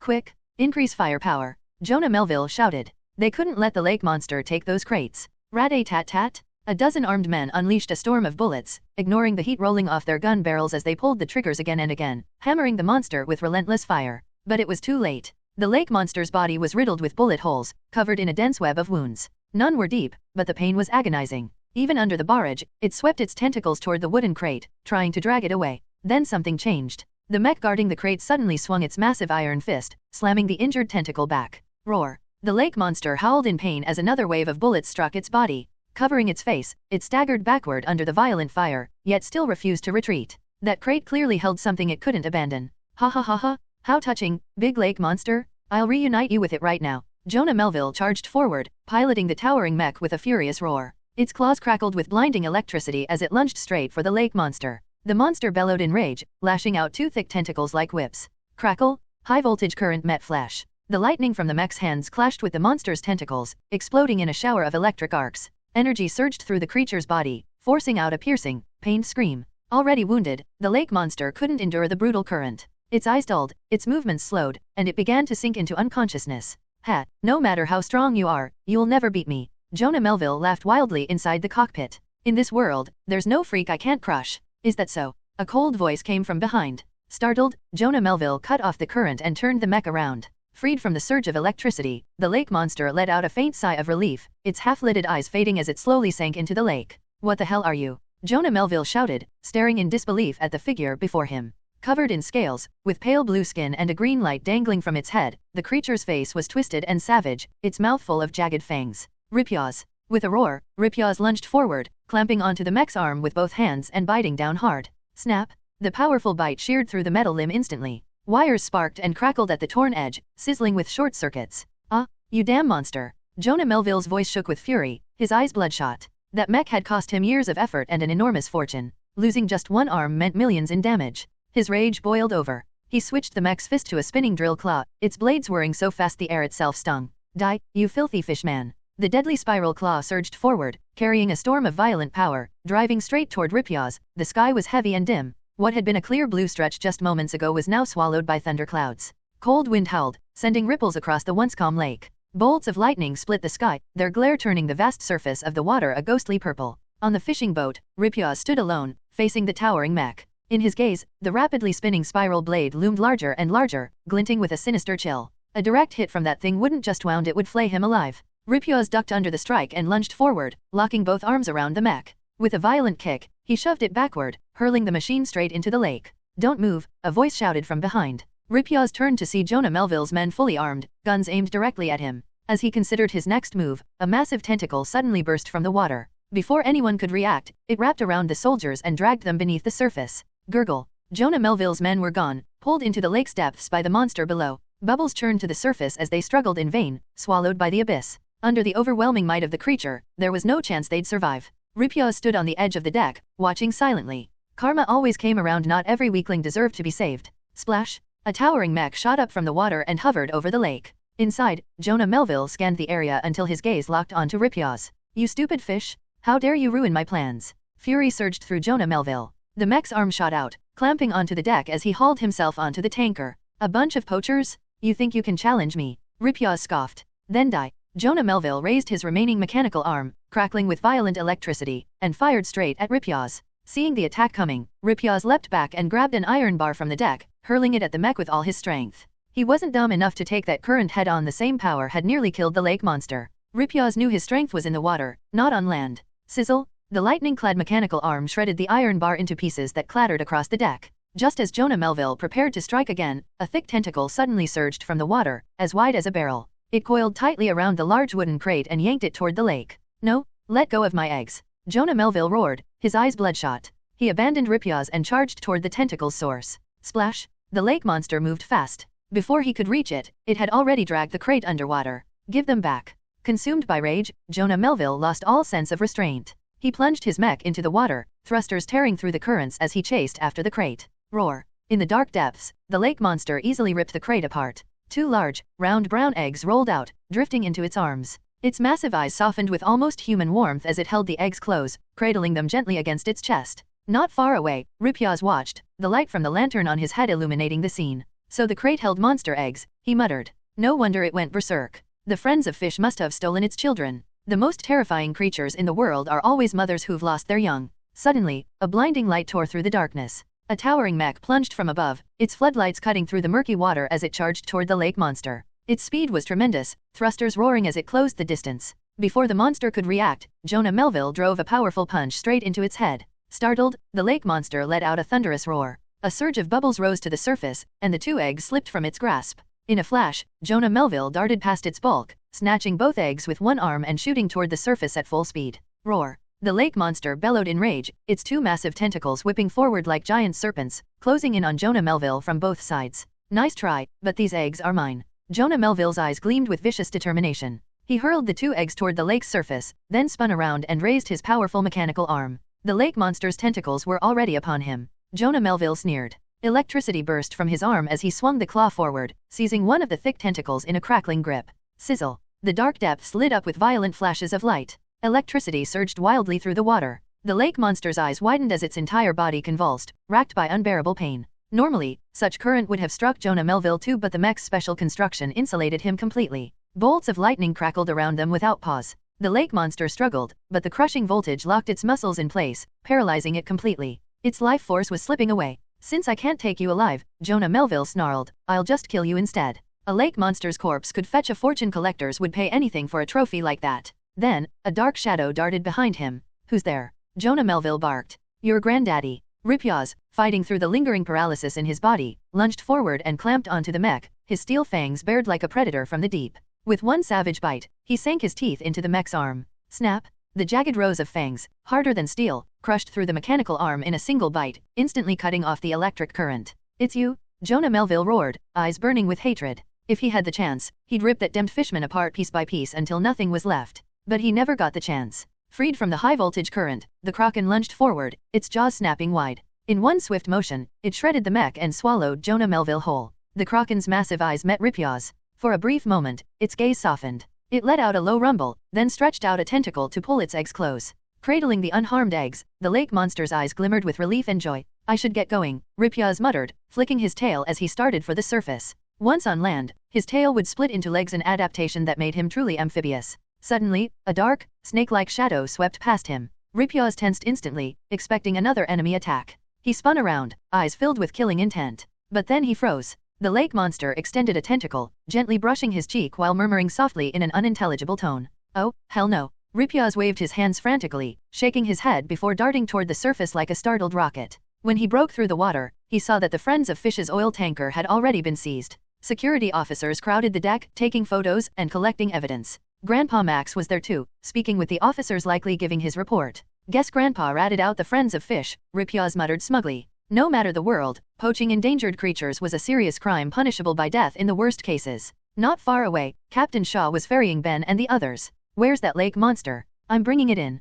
Captain Shaw shouted, still intent on catching the kraken. Ben shrugged. Relax, I'm sure some heroes already dealt with it. I believe that? Ben's right, Gwen said with a smile. Watching the scene, Ripyaz chuckled quietly, then slipped beneath the surface once more, gliding silently toward the fishing boat, back in the small village. After resolving the lake monster incident, Grandpa finally felt at ease. He took Lucian and the others to rent a small rowboat from Captain Shaw, a simple paddle boat, light and easy to handle. Together, they set out on the lake to enjoy the scenery and do some fishing. This time, there was no Captain Shaw's scowl, and no terrifying lake monster, just a peaceful family outing. Soft sunlight shimmered over the clear blue lake as a cool autumn breeze drifted by, refreshing and gentle. The little fishing boat glided smoothly across the still water, surrounded by calm and quiet. Ben and Gwen crowded in front of Lucian, their eyes wide with curiosity as they listened to him recount the lake monster story. So the friends of fish were bad guys after all? I knew I didn't like them, Ben said, eyes burning with indignation. Gwen looked at Lucian with admiration. "'Cause, you're amazing? You didn't just save the lake monster, you helped it get its child back. That's so cool." Girls always had a bit of admiration for brave boys. "No big deal," Lucian said with a smile. "But that Jonah Melville mech was pretty strong. Even the lake monster couldn't take it head on. That kind of high voltage current could kill entire schools of fish in seconds. Even transformed as Ripyaws, Lucian had no desire to face it directly. Ding, congratulations, host, on successfully pacifying the lake monster. Reward obtained, Grimoire of Water Magic *1. Grimoire of Water Magic. Lucian's eyes brightened. It sounded mysterious, definitely some kind of magic book. Curious, he grabbed his backpack, pretended to reach inside, and secretly summoned the Grimoire of Water Magic. He began examining it closely. The cover was old and worn, dark red in color, etched with intricate and cryptic symbols. Lucian frowned slightly. None of it made any sense to him. He opened it and found short notes describing spells and techniques for controlling water magic. Page 1. Water magic originated in ancient times, created by a powerful water spirit capable of commanding the element of water, one of the 5 forces of nature. Only those with exceptional magical talent and strong intuition can master this art. Otherwise, one risks losing control and falling into madness. Caution is advised. Chanting is required during spellcasting to maximize a spell's power. The spells are divided into beginner, intermediate, and advanced levels. The higher the level, the harder it is to learn. Practitioners must be patient and persistent. Only through steady effort can one fully master water magic and become a grand mage of water. The first half of the book mostly discussed origins and taboos. Skimming through, Lucian flipped ahead to the section on practical spells. Beginner spell, Aqua Arrow. Description: channel the power of water spirits to form a water arrow. Chant the incantation softly, form a circle with the left thumb and index finger, and release the arrow from the right index finger. Incantation: by the oath of water, in thy name, I borrow the power of spirits. Shoot. Mist spirit spell. Description: use condensed water vapor to obscure the enemy's sight, surrounding the target in mist. Often used for escape, distraction, or ambush. Incantation: spirit of mist, power of the demon, cloud their eyes, protect my form. Further in, there were intermediate and advanced spells techniques like water bubble spell, water dragon soul, and thousand arrows volley, each seemingly more powerful than the last. Following the book's instructions, Lucian formed a circle with his left thumb and index finger, then extended his right index finger toward the lake's surface. By the oath of water, in thy name, I borrow the power of spirits. Shoot. Lucian straightened his finger and focused all his strength, attempting to fire a water arrow. For a long moment, everything was silent. Lucian shook his head helplessly. It seemed he wasn't cut out for this kind of magic. "Cuz, what are you doing?" Gwen leaned over curiously. When she noticed the magic book in his hands, her eyes sparkled. "Cuz, what is this? Why do I feel like it's calling to me?" Gwen's eyes widened in surprise, her mouth slightly open. "It's like, somehow, I'm connected to it." As she spoke, she swallowed nervously, her gaze burning with desire. She clearly wanted the book. Lucian turned to meet her eager eyes and instantly understood. In the original story, Gwen awakened her magic after swapping bodies with the Charmcaster. That meant she already had an innate gift for magic, otherwise, she couldn't have become such a powerful mage. "Here, see if you can use it." Lucian handed the Grimoire of Water Magic to the excited Gwen. She gripped the book tightly, her eyes glowing with excitement, almost sparking with energy. "Thank you, cousin. I don't know why, but I just really wanted this." "No problem." Lucian waved casually, making up an excuse. "I got it after defeating the lake monster. You can try practicing with it. If you really have a talent for this, I'll give you the book." In truth, the Grimoire of Water Magic wasn't much use to him. He already had the Omnitrix. Spending time on spells was pointless when he could focus on strengthening his alien heroes instead. Just then, Ben wandered over. "Hey, geek, what's that? Don't tell me you're reading while we're fishing," Ben teased, clearly enjoying the chance to annoy Gwen. "Go away, loser," Gwen snapped, rolling her eyes. "Enough, you two," Grandpa called from not far away. "Come on, fishing's supposed to be fun." Gwen ignored them, her attention fixed on the Grimoire of Water Magic. "Grimoire of Water Magic," Ben read aloud, then burst out laughing. "You actually believe in magic? Guess the sun really did fry your brain." But what happened next left everyone speechless. Gwen's face turned serious. She lifted her slender right hand and recited softly, "Spirit of mist, power of the demon, cloud their eyes, protect my form." The moment she spoke, thick mist began spreading around them, quickly blanketing the lake. The surrounding scenery blurred and vanished, replaced by a sea of white fog. Visibility dropped to almost nothing. Lucian's heart skipped. That's the Mist Spirit spell. Mist Spirit spell creates water vapor to obscure an enemy's vision, surrounding them in fog. Commonly used for escape, distraction, or ambush. To cast it perfectly on her first try, her magical talent was undeniable. "Oh, come on. How is this even possible?" Ben shouted, eyes wide with disbelief. Grandpa Max furrowed his brows slightly, silent, deep in thought. Then Gwen extended her hand again and shouted, by the oath of water, in thy name, I borrow the power of spirits shoot. A sharp burst echoed as the aqua arrow struck the lake, sending a towering spray of water into the air with a booming splash. To master 2 beginner-level water spells right from the start, what incredible talent, Lucian thought, nodding to himself. Gwen, try an intermediate spell, pick any one you like, Lucian said with a faint smile. Okay, cousin. Her eyes gleamed with determination as she pressed her palms together and chanted. Gather the void into water, condense water into a dragon, and turn the dragon into a soul. Water Dragon Soul. A powerful mid-tier spell, one meant for offense and destruction. Lucian watched the scene with anticipation, eager to see if Gwen could cast an intermediate-level spell. But the result was disappointing. After all, Gwen had only just begun learning magic. Though her talent was impressive, summoning the Water Dragon Soul was still far beyond her reach. The blue Water Dragon Soul barely formed its tail before the half-shaped body collapsed, scattering into mist that filled the air. It was clear that summoning the Water Dragon Soul required a deep reserve of magical power. Gwen lowered her head, looking dejected like a scolded child.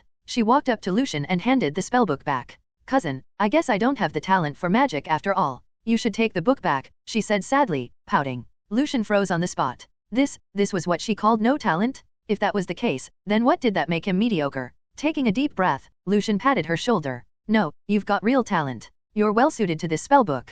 As promised, it's yours now. I hope you'll practice hard and live up to your cousin's expectations. Gwen blinked, then nodded seriously. Thank you, cousin. I'll work hard. That's not fair. I want to learn magic too. Ben shouted, marching forward to grab Gwen's water magic spellbook. How could that be? Whatever his silly cousin had, he had to have too, otherwise, it just didn't sit right with him. No way. Gwen shook her head and hugged the book tightly. It's fine, Gwen. Let Ben try it out, Lucian said with a calm smile, glancing at the sulking boy. If you can make it work, you two can share it. Deal. No problem. Ben agreed instantly, full of confidence. But soon he trudged back with a defeated look, handing the book over. No matter how many times he chanted, nothing happened. All right, Ben. Maybe your gift lies elsewhere. Don't lose heart, Lucian said. In truth, the Omnitrix was meant to belong to Ben. But since Lucian's arrival had already altered the story, he planned to craft powerful weapons, guns, armor, and more to give Ben when the time came. Disperse. Gwen called softly, waving her hand to clear the lingering mist. Gwen, remember, practice magic carefully and only for good, Grandpa said from the bow of the boat, rod in hand.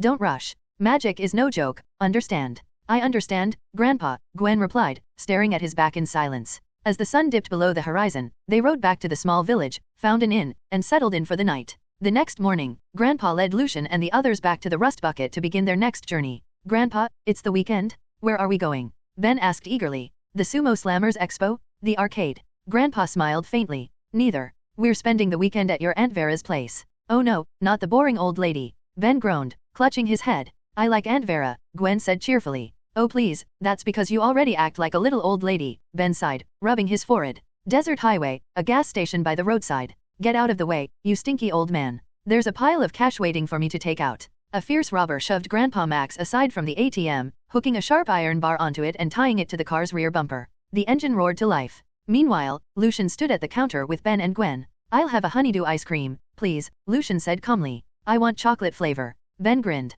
Excuse me, do you have any ice cream flavors that are low fat and low sugar? Gwen asked carefully. Napkins, the cashier replied flatly, showing no expression. Crack? A loud crash echoed from outside. Lucian's eyes narrowed, and he rushed out immediately. Grandpa's still outside, he called, tossing his ice cream aside as he sprinted out. Beside the gas station, a red sedan had a chain fastened to its rear, locked tightly around the nearby ATM. Haha, we're rolling in it now. The robber inside cackled as he stomped the gas pedal, ready to tear the ATM from the ground. Suddenly, the car's dashboard twisted into a swirling mass of green and black liquid, seizing full control of the vehicle. What the hell is this thing? The robber shouted in alarm. A single green eye appeared within the liquid, staring straight at him. Sorry, insufficient funds. The words barely fell before the strange substance morphed into a humanoid figure and kicked the robber clean out of the car. A monster. The robber tumbled to the ground, terrified and scrambling backward, completely losing his composure. Upgrade stepped out of the car, its movements smooth and emotionless. The skin connecting its head to its arms was pitch black, patterned with green lines.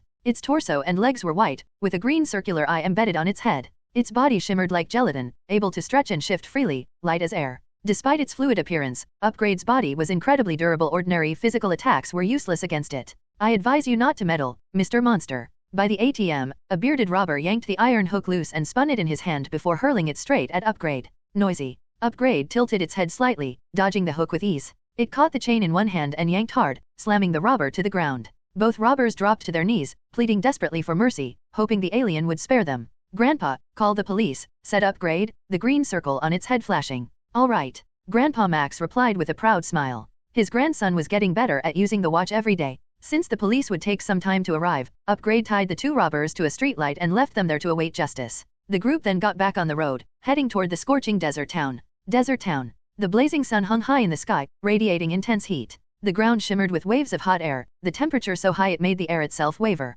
Mr. Marty, long time no see. Been staying inside to escape the heat. A woman with short ash-gray hair stood in her doorway, greeting her neighbor warmly. Marty had just turned the doorknob when he heard Vera's voice. Smiling, he turned and said, "Yes, Vera. I thought I'd get some fresh air, but it's still too hot out. These old bones can't take it anymore." He fanned himself with a wrinkled hand, sweat trickling down his forehead. "You're right, this summer's been unbearably hot." Vera smiled gently. "You should head back inside, Mr. Marty. It's far too hot out today. I still need to stop by the supermarket to pick up a few things. My dear grandchildren are visiting soon." "All right then," Vera said with a nod as Marty waved her off. Taking a deep breath, she shuffled her plump frame toward the nearby supermarket. Inside the dimly lit house, Marty wiped the sweat from his forehead, grabbed a bucket of popcorn, and sat down in front of the TV, watching intently. He didn't notice that in the darkness behind him, a slick green liquid was creeping silently up the back of the sofa like a venomous serpent waiting to strike. The next day at noon, the blazing sun scorched the earth, waves of heat rippling through the air. Many elderly villagers, kind and cheerful, stood chatting under the sunlight, their laughter blending with the hum of cicadas.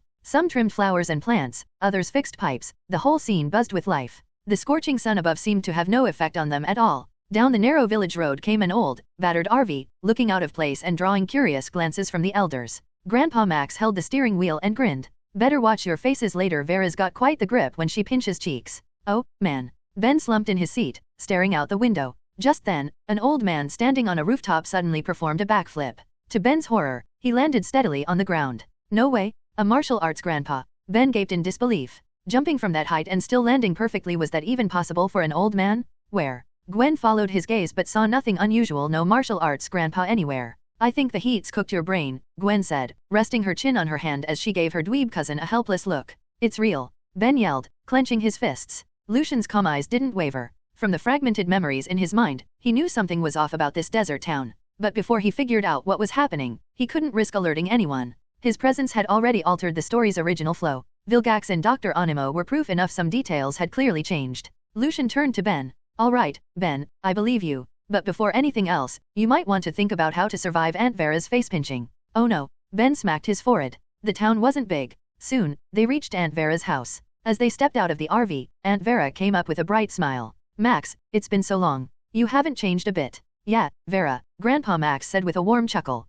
"I brought Ben and Gwen this time to visit you." He paused for a moment, then added, "And I brought someone else along. I think you will be quite surprised." "Oh, let me see who's the special guest." Vera laughed, covering her mouth. Lucian opened the car door and stepped out. "Hello, Aunt Vera." Vera's eyes widened in shock, then filled with delight. "My goodness, it can't be. Is that really you, Lucian? Heaven must have sent you back to us." She rushed forward and pulled him into a tight hug. Lucian rubbed his nose lightly and smiled. "Yeah, Aunt Vera. It's been a long time." According to the memories of his body's original owner, he had been missing for 9 years, vanished with his parents into the endless sea, never to be heard from again. "You haven't changed at all, child." Aunt Vera smiled kindly and reached out to pinch Lucian's handsome cheeks. Lucian instinctively wanted to dodge but forced himself to stay still. Ben and Gwen stood nearby, watching him get his cheeks pinched, struggling to hold back their laughter. But soon enough, they too fell victim to Aunt Vera's merciless cheek pinching. Not long after, Aunt Vera led everyone into the house. "Oh my gosh, why do old folks' houses always have this weird smell?" Ben muttered, pinching his nose.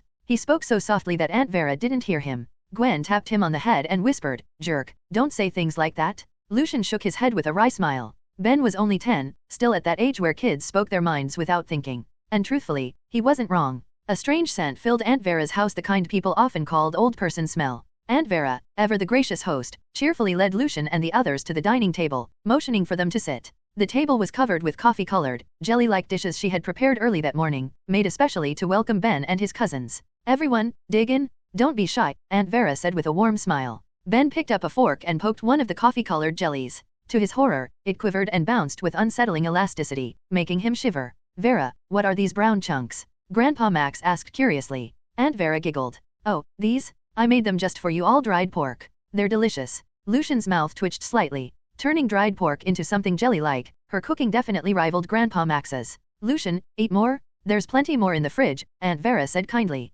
Thanks, Aunt Vera. Lucian let out a dry laugh. He looked down at the dried pork in his bowl, took a deep breath, and scooped up a small piece. Slowly, he put it into his mouth. It wasn't as bad as he'd expected, but the texture was strange like pork-flavored gelatin. One bite was enough to know he didn't want a second. Ben, you too. You're growing boys, you need to eat more meat. As she spoke, Aunt Vera scooped a large helping of the dried pork into Ben's bowl, piling it high. Oh, come on, Ben groaned, rubbing his forehead. Then came the chatting between Grandpa Max and Aunt Vera, reminiscing about old times, sometimes laughing, sometimes falling into nostalgic silence. Lucian and Ben had no way to join the conversation, so they sat quietly on the side, occasionally exchanging helpless looks. At one point, when Aunt Vera and Gwen weren't paying attention, Ben dumped all the dried pork from his bowl into Gwen's. Gwen's face turned red with fury, and her reaction made everyone burst out laughing. I'm going to the bathroom, Ben said, standing up. He was bored out of his mind. Sitting with a bunch of old folks felt like torture for someone his age. Lucian's eyes narrowed slightly as he watched Ben's retreating figure. Sunlight poured down, the breeze soft and warm.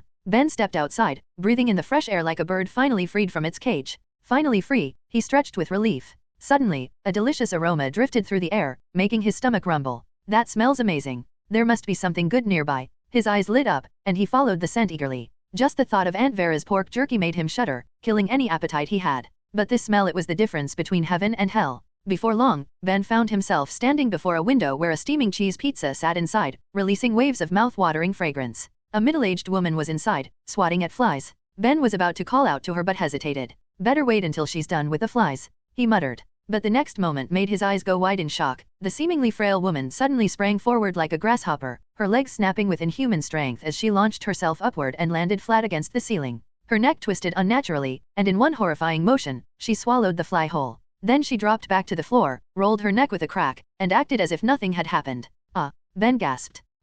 The middle-aged woman snapped her head around, revealing sharp, beast-like fangs. She stepped up to the window, glanced around suspiciously, but saw nothing. After a moment, she shrugged and walked back inside. Under the window, Ben clamped a hand tightly over his mouth, struggling to stay silent, terrified the monster woman might hear him. Only when she disappeared from view did he finally release his breath, gasping for air. I have to tell my cousin? He's gotta come and beat up those monsters. Ben sprinted through the narrow streets of the small town, his eyes darting left and right, afraid something monstrous might leap out at any moment. Buzz! A sudden roar came from the left. An old car approached, driven by an emotionless old man wearing glasses, heading straight toward him. As the vehicle passed by, the man's eyes flicked toward Ben, a flash of murderous intent glinting in them before vanishing as quickly as it came. Marty. Ben rubbed his eyes, staring after the retreating car, unsure if he'd imagined it. He recognized that man, Aunt Vera's neighbor. When they used to visit this town years ago, they'd often seen Marty stopping by for a chat. Where's he going? Ben muttered, frowning as he watched the man's hunched figure disappear into the distance. Just as the car was about to leave his sight, something went terribly wrong. The fire hydrant beside the road suddenly burst, spinning wildly and spraying water in every direction. A torrent of water slammed against Marty's car, soaking it completely. For some reason, the old man reacted as though he'd seen a ghost. He jerked the steering wheel frantically, trying to avoid the water. Screech! The car lost control, skidding and spinning across the asphalt. Tires screeched and burned, leaving chaotic black marks all over the road. With a thunderous crash, the vehicle slammed into a large tree. The impact sent the old man flying through the air, his body smashing onto the hard ground with a sickening thud. Ben, who had witnessed the crash from not far away, ran toward him immediately. What's wrong with that old man, Marty? Why's he so scared of water? Ben muttered in confusion, but he didn't slow down. That crash looked brutal. If the man wasn't dead, he was definitely badly hurt. He had to check if Marty was still alive, maybe even call an ambulance. In his panic, Ben completely forgot about the earlier scene, the woman who had eaten a fly. On the lawn, old man Marty lay face down, motionless. Ben ran up to him, panting heavily. He crouched down, shook his shoulder, and called out, "Hey, are you okay?" There was no response. Marty lay completely still, as if he'd passed out cold. This guy, he's not dead, is he? A chilling thought crept into Ben's mind. He hesitated, then cautiously reached out, placing a finger under Marty's nose to check for breath. Roar! Without warning, Marty sprang up violently. His body jerked upright, his face pitted and oozing green slime that writhed and bubbled under the heat. Ben stumbled backward in shock, his face going pale. Uncle Marty, you've turned into one of them. He turned and bolted, panic taking over. Behind him, Marty bared his blood-stained fangs. His arms stretched unnaturally long, snapping out like snakes as he lunged toward Ben. Ben glanced back and nearly fainted in terror. He snatched up a baseball bat from the ground and hurled it behind him with all his strength. Crack! Marty caught it effortlessly and crushed it in his hand. The bat splintered into shards, scattering across the air like a rain of wooden fragments. Help! Ben shouted, sprinting toward Aunt Vera's house. Finding his cousin was the only thought in his mind, his one hope of survival. Roar! Marty lunged after him, moving with terrifying speed, fast enough to rival something straight out of a sci-fi movie. Just ahead, Ben spotted a few elderly people standing together, their faces gentle and kind as they chatted among themselves. Help! He yelled, desperate for them to hear him. He was nearly at his limit. Sure enough, the elders turned their heads toward the commotion. But the moment they saw Marty chasing Ben, their kind expressions twisted into monstrous snarls. Sharp fangs jutted from their mouths as they roared and charged straight toward him. Ben's face went pale. This is bad, really bad. With monsters in front of him and behind him, there was nowhere left to run. In his panic, Ben's foot caught on a broken water pipe. He lost his balance and crashed hard onto the ground. Roar! The monster in front was already upon him, and Marty closed in from behind. His eyes gleamed with venom, his twisted face filled with hatred like a demon straight from hell. This is it, Ben thought in despair. Don't tell me everyone in this town's turned into monsters. Whoosh! Whoosh! Just as the monsters were about to pounce, a blue blur streaked past at lightning speed. Wind exploded outward as the blur spun around Ben, blasting the monsters away with crushing force. They crashed to the ground in every direction. See, cuz. Ben froze for a moment before his eyes lit up with joy. With his cousin here, those disgusting creatures didn't stand a chance. XLR8 retracted his visor and swept his gaze across the area. The monsters he'd thrown aside were already regenerating, their bodies reforming at a speed visible to the naked eye. The green slime covering the ground writhed and pulsed, merging again into humanoid forms. Their eyes burned with malice as they shrieked and lunged forward, claws ready to rip the two apart. Grabbing Ben, XLR8 darted forward in a blur, easily evading their encirclement. Looks like physical attacks don't work on these things, XLR8 rasped. Held tightly in his cousin's grip, Ben stared at the grotesque, enraged old man Marty in the distance. A thought suddenly struck him. "Cuz, I know how to beat them," he shouted. He quickly explained everything that had happened earlier with Marty. "That makes things a lot easier," XLR8 said, a sharp gleam flashing in his eyes. After hearing Ben's account, he finally remembered the weakness of these phlegm monsters. Roar! Roar! Roar! The monsters charged again, howling like berserk zombies, vicious and unstoppable. XLR8 scanned the area and spotted a bright red fire hydrant nearby, standing silently by the roadside. He smirked coldly, his eyes flashing. "Let's have a little water fight." In an instant, he vanished from sight and reappeared beside the hydrant. With one powerful twist, he yanked it open. He grabbed a thick hose, connected it to the hydrant, and turned the valve full blast. Whoosh! A massive jet of water erupted from the hose, roaring forward with tremendous force. The torrent slammed into the phlegm monsters, blasting them off their feet. The creatures screeched in terror, their earlier ferocity gone as they scrambled to escape. "Not a single one's getting away," XLR8 said with a grin. Under the relentless stream, the monsters melted into puddles of green slime, their bodies dissolving completely until nothing remained but ooze. XLR8 raised the hose, sweeping the street clean, flushing the remains into the sewer to erase all traces. He knew more of these things were probably hiding somewhere in the shadows. He couldn't afford to lower his guard. And Grandpa, how was he holding up? With that thought, XLR8 grabbed Ben and bolted toward Aunt Vera's house, faster than the wind. Moments after they left, a curvaceous woman in a hip-hop outfit stepped out of a shadowed alley. "How interesting," she murmured, extending a soft pink tongue to lick her lips. At dusk, the sky was dyed crimson by the setting sun. A cool evening breeze swept through the quiet streets, stirring up withered yellow leaves that twirled through the air with no clear destination. A black crow flapped its wings as it cut across the fading light, letting out a hoarse caw that echoed into the distance. When Lucian and Ben returned to Aunt Vera's house, they found her already fast asleep. "Come on, it's only 6:30, Ben muttered, exasperated. "All right, don't disturb Aunt Vera's rest," Grandpa said, ruffling Ben's hair. "You two came running back in quite a hurry earlier. Did something happen?" Lucian nodded and explained everything that had occurred. After listening, Grandpa Max's expression grew serious, his brows furrowing. "If what you're saying is true, then those blob aliens have already taken over the whole town. But what about the original townsfolk, the elders? Could they have been eaten by the monsters?" Gwen asked, eyes wide. "Hard to say," Lucian replied slowly. "It's possible they were hidden away somewhere. We have to stop them," Ben said firmly, clenching his fists. "We can't let the town fall completely." "Ben," Grandpa suggested, "you mentioned Marty turned into one of those things. Why don't we head to his house and see if we can find any clues?" Marty's home wasn't far, just a short walk away. Maybe they'd find traces of the missing people there. Even if they'd been devoured, something should have been left behind. They couldn't have just vanished. Lucian nodded in agreement. "I'm coming too," Gwen said immediately. "No," Lucian shook his head. "You stay here and protect Aunt Vera. If any monsters attack, use your water magic.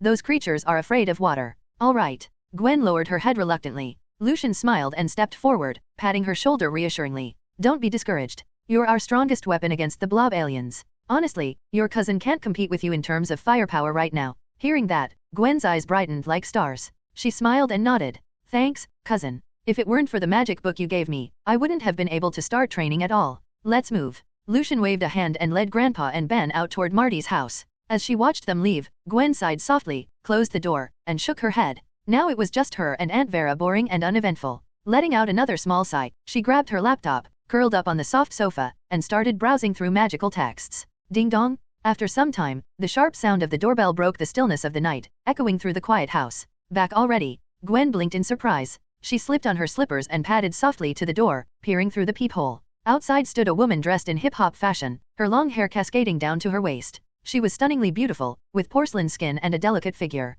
In her hands, she held a green cake and smiled politely. At this hour, Gwen frowned, her suspicion rising. Keeping one hand hidden behind her back, ready to cast a spell if needed, she slowly opened the door. "Hello, may I ask who you're looking for?" Gwen asked with a polite smile, standing in the doorway to block entry. The elegant woman paused briefly at the sight of her, then covered her lips with a soft laugh. "Hello, little one. I'm Alice, the daughter of Mayor Smith. This matcha cake is a special gift my father prepared for Grandma Vera. Is she not home?" As she spoke, Alice extended the cake toward her. "Aunt Vera's already asleep," Gwen replied calmly, keeping her polite smile. "Is there anything else you needed?" She didn't dare lower her guard. In times like these, anyone could be a monster in disguise. Alice shook her head lightly, pressing the cake into Gwen's hands with a warm smile. "Please give this to Grandma Vera for me. It's an important gift. I'll be going now." Looking down at the bright green cake in her hands and the woman's friendly expression, Gwen couldn't bring herself to refuse. She hesitated, then nodded. As Alice walked away, Gwen exhaled softly in relief. She set the matcha cake on the table and went back to studying her notes on magic.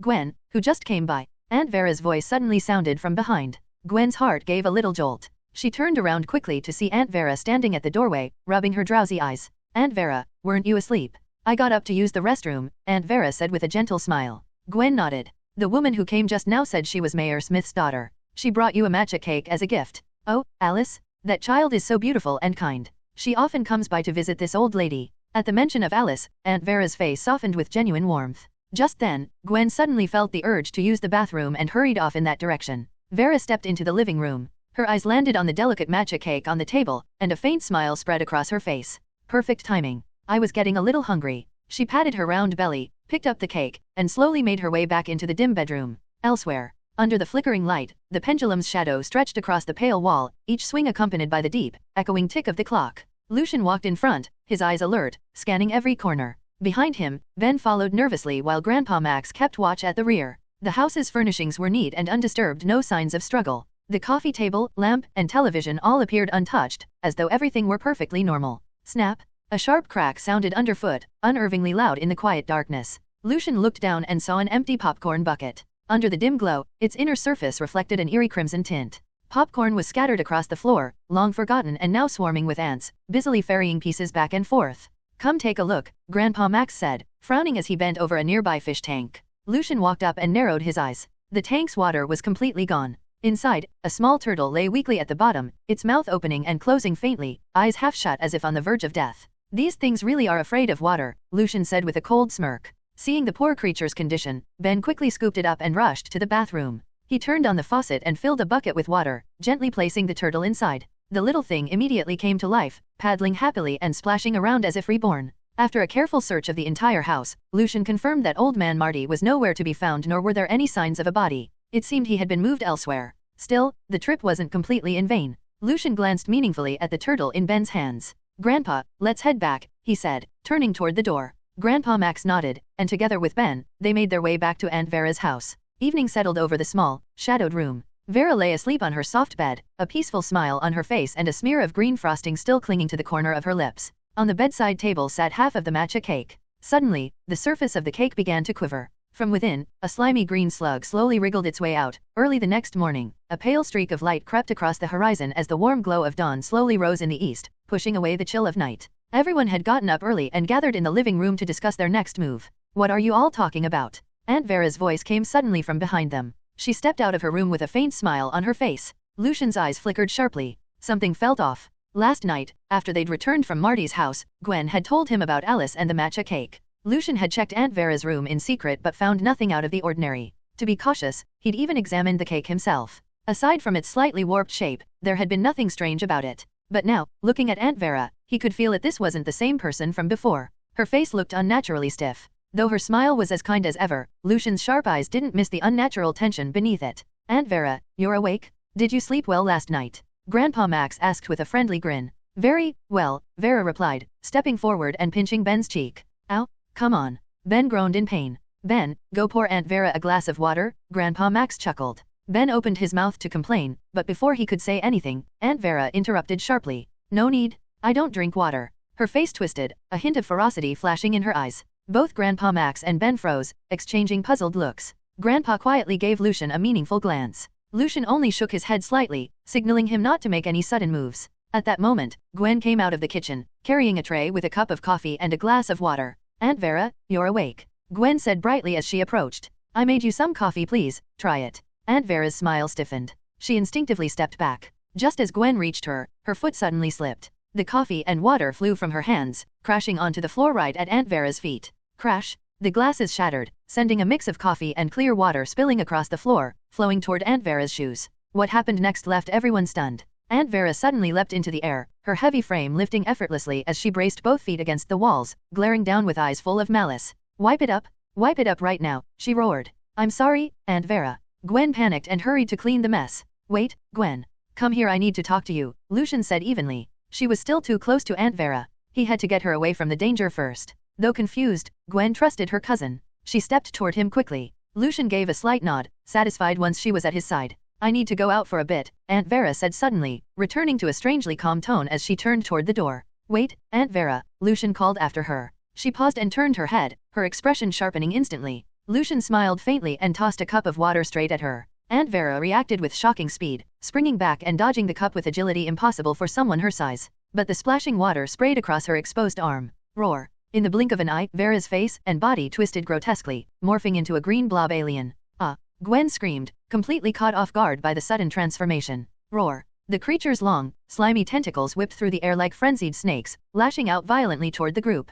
Gwen, use the aqua arrow. Take it down. Lucian shouted. Gwen nodded quickly, lifting her right hand. She pointed her index finger at the charging monster and began chanting softly. By the oath of water, in thy name, I borrow the power of the spirit shoot. The moment the words left her lips, a surge of power erupted from her fingertip. A fierce, spiraling arrow of water shot forth, radiating icy killing intent as it slammed into the blob alien. Roar! The creature shrieked, its body shriveling rapidly before their eyes. Within seconds, it collapsed into a bubbling pool of foul-smelling pus. Gwen stared at her hands in shock, amazed by the sheer force of her water magic. Ben exhaled shakily, patting his chest to calm himself. Oh man, no wonder Aunt Vera was so afraid of water. She'd turned into one of them. Grandpa Max's face hardened. We need to find the real Vera before it's too late. Lucian nodded, about to respond when a dark, long-haired silhouette flashed past the doorway. Who's there? A cold light flashed in Lucian's eyes as he dashed out the door in pursuit. This town was full of elderly residents. For someone to move that fast, it could only mean one thing: a blob alien. Nothing else fit. Outside, the desert sun was blinding, its glare reflecting off the sand. Lucian squinted, his gaze locking on the figure ahead, a woman, lithe and graceful, her long hair streaming behind her as she sprinted away with startling speed. Stop right there! Lucian yelled. But the woman didn't respond. She just kept running, never once looking back. After several minutes of pursuit, she suddenly darted into a narrow alley. Lucian stopped briefly, assessing the situation, then followed her in without hesitation. With the Omnitrix on his wrist, there was nothing to fear, not even these blob aliens. And if things went south, he could always transform into XLR8 and outrun anything. He entered the alley and froze. The woman stood there with her back to him, motionless as if she had been waiting all along. You lured me here on purpose, didn't you? Lucian said coldly, narrowing his eyes. Smart boy. Alice turned her head slowly, emerald eyes gleaming as she smiled alluringly. You're quite the troublesome one. I didn't expect you to be able to turn into a speedster. But, she added with a mocking smile, you won't be leaving this place alive. Lucian's lips curved into a cold smirk. You think you can kill me all by yourself? Heh. Alice's soft laugh rang like silver bells as she clapped her hands lightly. Why don't you take a look behind you? Tap, tap, tap.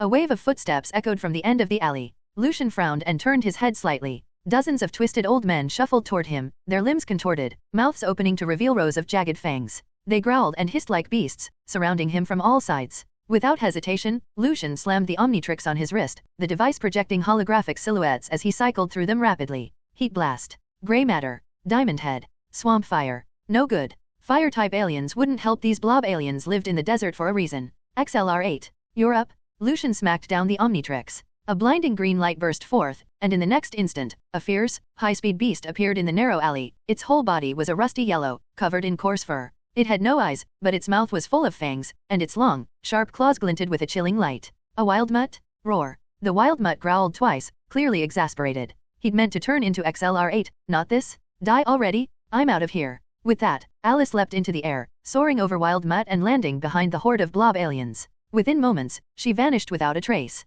In the narrow alleyway, dozens of blob aliens bared their teeth and claws, rushing forward with fierce momentum. Roar. Wild mutt bellowed, its fighting spirit surging. One blob alien swung its green tentacle like a massive whip, lashing out with a violent gust that made the air itself wail. Wild mutt's sharp senses picked up the incoming strike. It kicked off hard with its hind legs, narrowly dodging the attack. Thud. The tentacle slammed into the ground, tearing open a spiderweb of cracks proof of its terrifying power. Wild mutt let out a low snarl. Though blind, its sense of smell, hearing, and heat perception were pushed to the limit. It was perfectly aware of its surroundings, no less capable than any other alien hero. Its miss enraged the blob alien, which roared and launched a wild barrage of attacks. Roar. Wild mutt's thunderous cry shook the ground beneath it. Its aura flared, and its feral instincts took over. No longer dodging, it charged forward head-on, colliding with the grotesque monsters in a brutal clash. An old woman nearby opened her mouth wide, revealing green fangs. She wrenched a street lamp from the pavement and hurled it at Wild Mutt with all her strength. The whistling wind screamed past its ears. Wild Mutt's muscles tightened. It swung its dagger-like claws toward the sound. Rip! The steel street lamp shattered like brittle tofu under its claws, breaking into countless fragments that crashed to the ground. With a roar, Wild Mutt pushed off with explosive force, launching like a cannonball and slamming into the old woman. She screamed, her face twisting grotesquely as her body morphed into a slime-covered monster. Wild Mutt raised a massive fist and brought it down mercilessly, pounding her head like a relentless storm. In seconds, her skull burst into a puddle of revolting green slime. The stone beneath them cracked open into a deep crater. Roar, roar, roar, you're dead meat. Everyone, attack together, take it down. More blob aliens charged in. Wild Mutt growled and leapt aside, retreating from the old woman's position. But her head reformed quickly, green slime gathering until her face was whole again. Even that brutal beating couldn't kill her. In the dark alley, countless blob aliens crowded in, cornering Wild Mutt in a dead end. They shrieked and lunged, intent on ripping the beast apart. Roar. Wild Mutt bellowed again, its roar like thunder as it charged into the swarm. Against overwhelming strength, numbers meant nothing.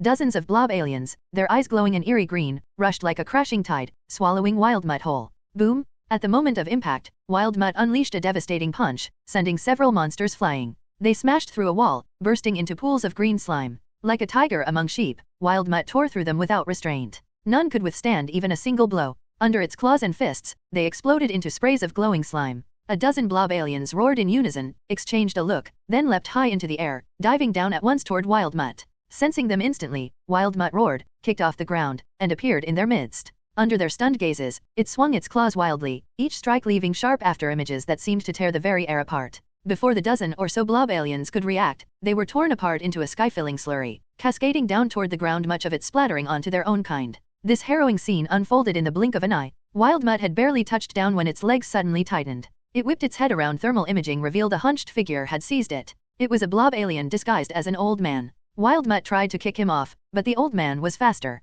His hands, like hard pincers, locked onto its legs and flung it violently, slamming it into a residential building. A wave of intense dizziness washed over it. Wild Mutt shook its head and struggled back to its feet. Before it could recover, all the blob aliens roared and swarmed forward, surrounding the creature completely. They unleashed a barrage of savage attacks, aiming to finish off this alien beast. Roar. Flooded with pain, Wild Mutt's rage surged. It lashed out with its claws, violently repelling all the blob aliens in front of it. Then, leaping repeatedly, it scrambled up a towering wall, creating distance from the ferocious creatures. Wild Mutt's mind raced. It had to find a way to kill these blob aliens, or it would be worn down to death. But scanning its surroundings, it detected no water sources. The fire hydrants had been uprooted, sealed shut with rebar and cement. Wait. Concrete, rebar. Wild Mutt flashed a human-like smile, its sharp fangs gleaming menacingly. From the wall corners, the blob aliens had already extended their monstrous claws. Dense and writhing, their fingers slowly reached out, clawing toward this direction. Forcing itself to calm down, Wild Mutt activated its heightened senses, meticulously scanning everything around it, as if merging with the very fabric of the world.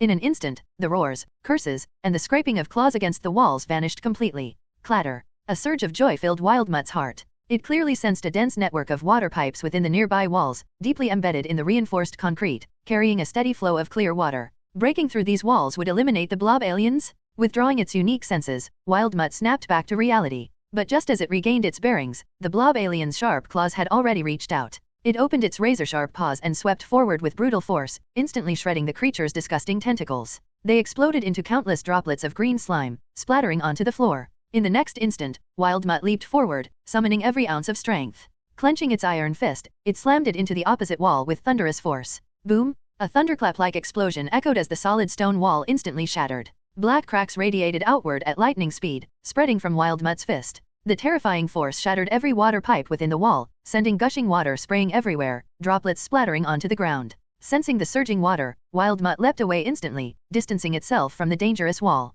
Splash! In the next instant, countless surging water columns erupted from the wall, like ferocious, terrifying dragons, instantly submerging everything in the alley. The blob aliens screamed, struggling desperately in the water, but they were quickly dissolved and swallowed by the endless torrent, leaving not a trace behind. After dispatching the monsters, Wild Mutt growled lowly, leaping between the houses until it swiftly located Grandpa and the others. Roar! The Wild Mutt landed before Ben with a thud. Oh my gosh, a big dog with no eyes. Ben stumbled backward. Gwen rolled her eyes and smacked her cousin on the head, pointing at the Omnitrix emblem on the Wild Mutt's body. Look closely, dweeb cousin. That's Lucian. Fine. Ben innocently rubbed his head. Lucian, did you catch that woman? Grandpa stepped forward and asked. The Wild Mutt shook its head and growled softly. Seems my cousin can't talk, Gwen sighed helplessly. Suddenly, the Wild Mutt seemed to catch a scent, its nose twitching slightly. It let out a low growl and took off running. Come on, let's follow it. Grandpa shouted immediately. Ben and Gwen exchanged a glance before following after it. The dim underground tunnel was rough and uneven, scarred with countless digging marks as if something had forcibly bored its way through. Oil lamps hung along both sides of the tunnel walls, lighting up the packed earth and stretching all the way into the pitch-black depths. Wild Mutt charged forward on powerful limbs, claws scraping against the ground and throwing off sparks as it ran. Grandpa Max and the others followed close behind, running at full speed, panting heavily yet still falling far behind. What did Cuz smell to make him run that fast? I'm about to drop dead here, Ben panted, but didn't stop running. Doofus, if you can't take it, stop and rest. Don't push yourself. We'll wait for you ahead, Gwen said calmly. Having practiced karate and learned water magic, Gwen's physical ability far surpassed that of normal people. This level of exertion meant little to her. Grandpa Max wiped sweat from his forehead, running steadily ahead of the two. His pace was even faster than Gwen's. It was hard to believe he was an old man. Grandpa, wait up. Ben gasped, reaching out. Seriously, what did you do when you were younger? You run faster than a rabbit. He couldn't understand it. It was one thing for Gwen to outrun him, but Grandpa too? It made him question his whole life. In truth, if Ben knew Grandpa Max's past identity, he wouldn't be so shocked or disheartened. Grandpa still got it, Gwen said wide-eyed, then turned to Ben. Hey, dweeb, Grandpa and I will go on ahead. You follow us. We'll wait up front. Her water magic was especially effective against the blob aliens. It would help her cousin in the fight to come. Wait for me. Before Ben could finish, Gwen had already sprinted off, vanishing down the dark tunnel in an instant. Tap tap tap. After an unknown amount of time, Wild Mutt sensed an opening ahead. It came to an abrupt stop, the sensory organs on its neck pulsing as it picked up a massive space below. Hundreds of cocoon-like pods were clustered underneath, radiating heat. Based on thermal readings, they appeared to contain imprisoned elders. At the center of those countless cocoons was a huge flying spacecraft. Inside, blob aliens were constantly moving about, hauling more cocoons in and out. Wild Mutt growled lowly, realizing the truth. These horrific blob aliens planned to preserve all the elderly as food, then ship them off into space to their home planet. Beep, beep, beep. Just then, the Omnitrix symbol on Wild Mutt's chest began flashing. It growled again, quickly turning and sprinting back down the tunnel like a gust of wind to avoid alerting the creatures below. Boom! A burst of crimson light flared from its body, and Wild Mutt reverted to Lucian's original form. Looking at the Omnitrix, now flashing red, Lucian let out a faint sigh. He'd have to wait before transforming again. The transformation time had increased to 12 minutes, but it still wasn't enough. Tap tap tap. Footsteps echoed rapidly from behind. Lucian's brow furrowed as he shifted into a ready stance. If it was a blob alien, things could get messy. Is that you, Lucian? Grandpa Max's voice echoed from the other end of the tunnel. Hearing it, Lucian finally let out a breath of relief. Lucian, you're back to normal. Grandpa Max jogged over, panting hard, hands braced on his knees. For someone his age, being able to run that fast was already impressive. Yeah. We'll have to wait for the Omnitrix to finish recharging. Lucian shrugged. Rushing in now would just be suicide. Soon, Gwen came running up behind them. Cuz. Her face was flushed. What's it look like up ahead? Lucian told them everything he had sensed, in full detail. Grandpa Max's face grew serious as he turned toward the dark depths of the tunnel. I'm worried we're out of time. From the looks of it, they're about to take off. Our appearance must have thrown those monsters off their plan. Lucian nodded, then added, but it's fine. There are still plenty of cocoons left. Moving all of them onto that ship will take time. And Vera must be in there. We have to save them, Gwen said, worry flashing across her face. Exactly. We can't let any of those freaks get away. Ben came running up, drenched in sweat and gasping for air. He was exhausted, but his eyes burned with determination. Lucian gave him an approving nod. That was Ben Tennyson, still full of courage and justice, even without the Omnitrix, never backing down from a fight. We'll hide near the tunnel entrance and watch their movements, Lucian said with a faint smile. Once the watch is charged, it'll be the end for those snot slug creeps. Let's beat the slime out of them, Ben said, clenching his fist. Ding, alien hacker mission triggered. Prevent the blob aliens from returning to outer space. Rescue the imprisoned townspeople. Complete the mission to gain a random enhancement effect. A string of system prompts rang out in Lucian's mind. His eyes sharpened. What kind of enhancement would he get this time? The group stayed hidden at the tunnel's edge, quietly watching the activity below. There weren't many blob aliens left. Aside from the ones taken out by XLR8 and Wild Mutt, only 50 or 60 remained. About 10 minutes later, a faint beep came from Lucian's wrist. The Omnitrix turned from red to green, fully charged. The watch is ready. Time to move, Lucian said, a cold glint flashing in his eyes. I'm going with you? My water magic is their weakness, I can take them down easily, Gwen said, excitement clear in her voice. She could finally fight side by side with her cousin. Oh man, then what am I supposed to do? Ben groaned, his head drooping. Without powers, he felt useless. Lucian patted his shoulder and said quietly, Ben, Gwen and I will draw their attention. You and Grandpa sneak into the alien ship and get those cocoons out. Awesome? We'll save Aunt Vera and the others and rescue the whole town. Ben's eyes lit up. Remember, Ben, even without powers, you can still be a hero. Lucian looked at him meaningfully, the corner of his mouth curling into a grin. Besides, it's not like you don't have. Ben scratched his head, confused by what his cousin meant. All right, enough talk. Time to move. Lucian's tone hardened. If we wait any longer, those disgusting slugs will take off. Gwen glanced over the edge of the tunnel and shuddered. It's so high, how are we supposed to get down? The drop from the tunnel to the chamber below was at least 3 or 4 stories. The walls were nearly vertical without gear, no normal person could make it down safely. If they jumped, they'd break their legs, if not worse. The blob aliens wouldn't even need to attack, they'd lose on impact. Lucian thought for a moment, then a grin slowly formed on his lips. He had an idea. If the entrance couldn't lead straight down, then he'd make a path himself. With that thought, Lucian raised his Omnitrix, selected an alien, and slammed his hand down. Boom. A brilliant green light burst through the dark tunnel, illuminating the walls before vanishing just as quickly. The next instant, a tall figure appeared before the group, its entire body a translucent light green, solid and majestic. 4 sharp spikes jutted from its back, emanating an immense, commanding power. Diamond Head. Ben's eyes lit up the moment he saw the familiar form, excitement and awe flooding his face. The image of Diamond Head's recent battle with the robots was still vivid in his mind. You look amazing. Gwen couldn't help but exclaim. Grandpa Max nodded. This alien is strong. Those blob aliens shouldn't be a problem. Let's move out. Diamond Head gave a short nod, a glint flashing in his crystal eyes. He stretched out his right hand toward the drop below the tunnel entrance. Rise. As the word left his mouth, a layer of crystal steps burst from the opening and began spreading rapidly. More and more formed in succession, extending downward until they reached the space below. Within seconds, a dazzling crystal staircase stood before them, grand and radiant, like a staircase built for a king's descent. Ben and Gwen stared in awe, completely dumbfounded. What kind of power was this? He could even make stairs appear out of thin air? If that was possible, did it mean people wouldn't need to buy houses anymore? Just buy some land and conjure a crystal villa? Oh yeah, that's awesome. Ben cheered after a moment of stunned silence. All right, time to head down, Diamond Head said calmly, charging forward as his crystal feet clinked against the stairs. Wait for me. Gwen shouted, sprinting after him on her slender legs. And me. Ben was just about to dash down too, eager to help him fight. Wait, Ben, Grandpa Max grabbed his arm. We stay here for now. Once Lucian and Gwen lure those monsters out of the ship, we'll move in and rescue the trapped elders.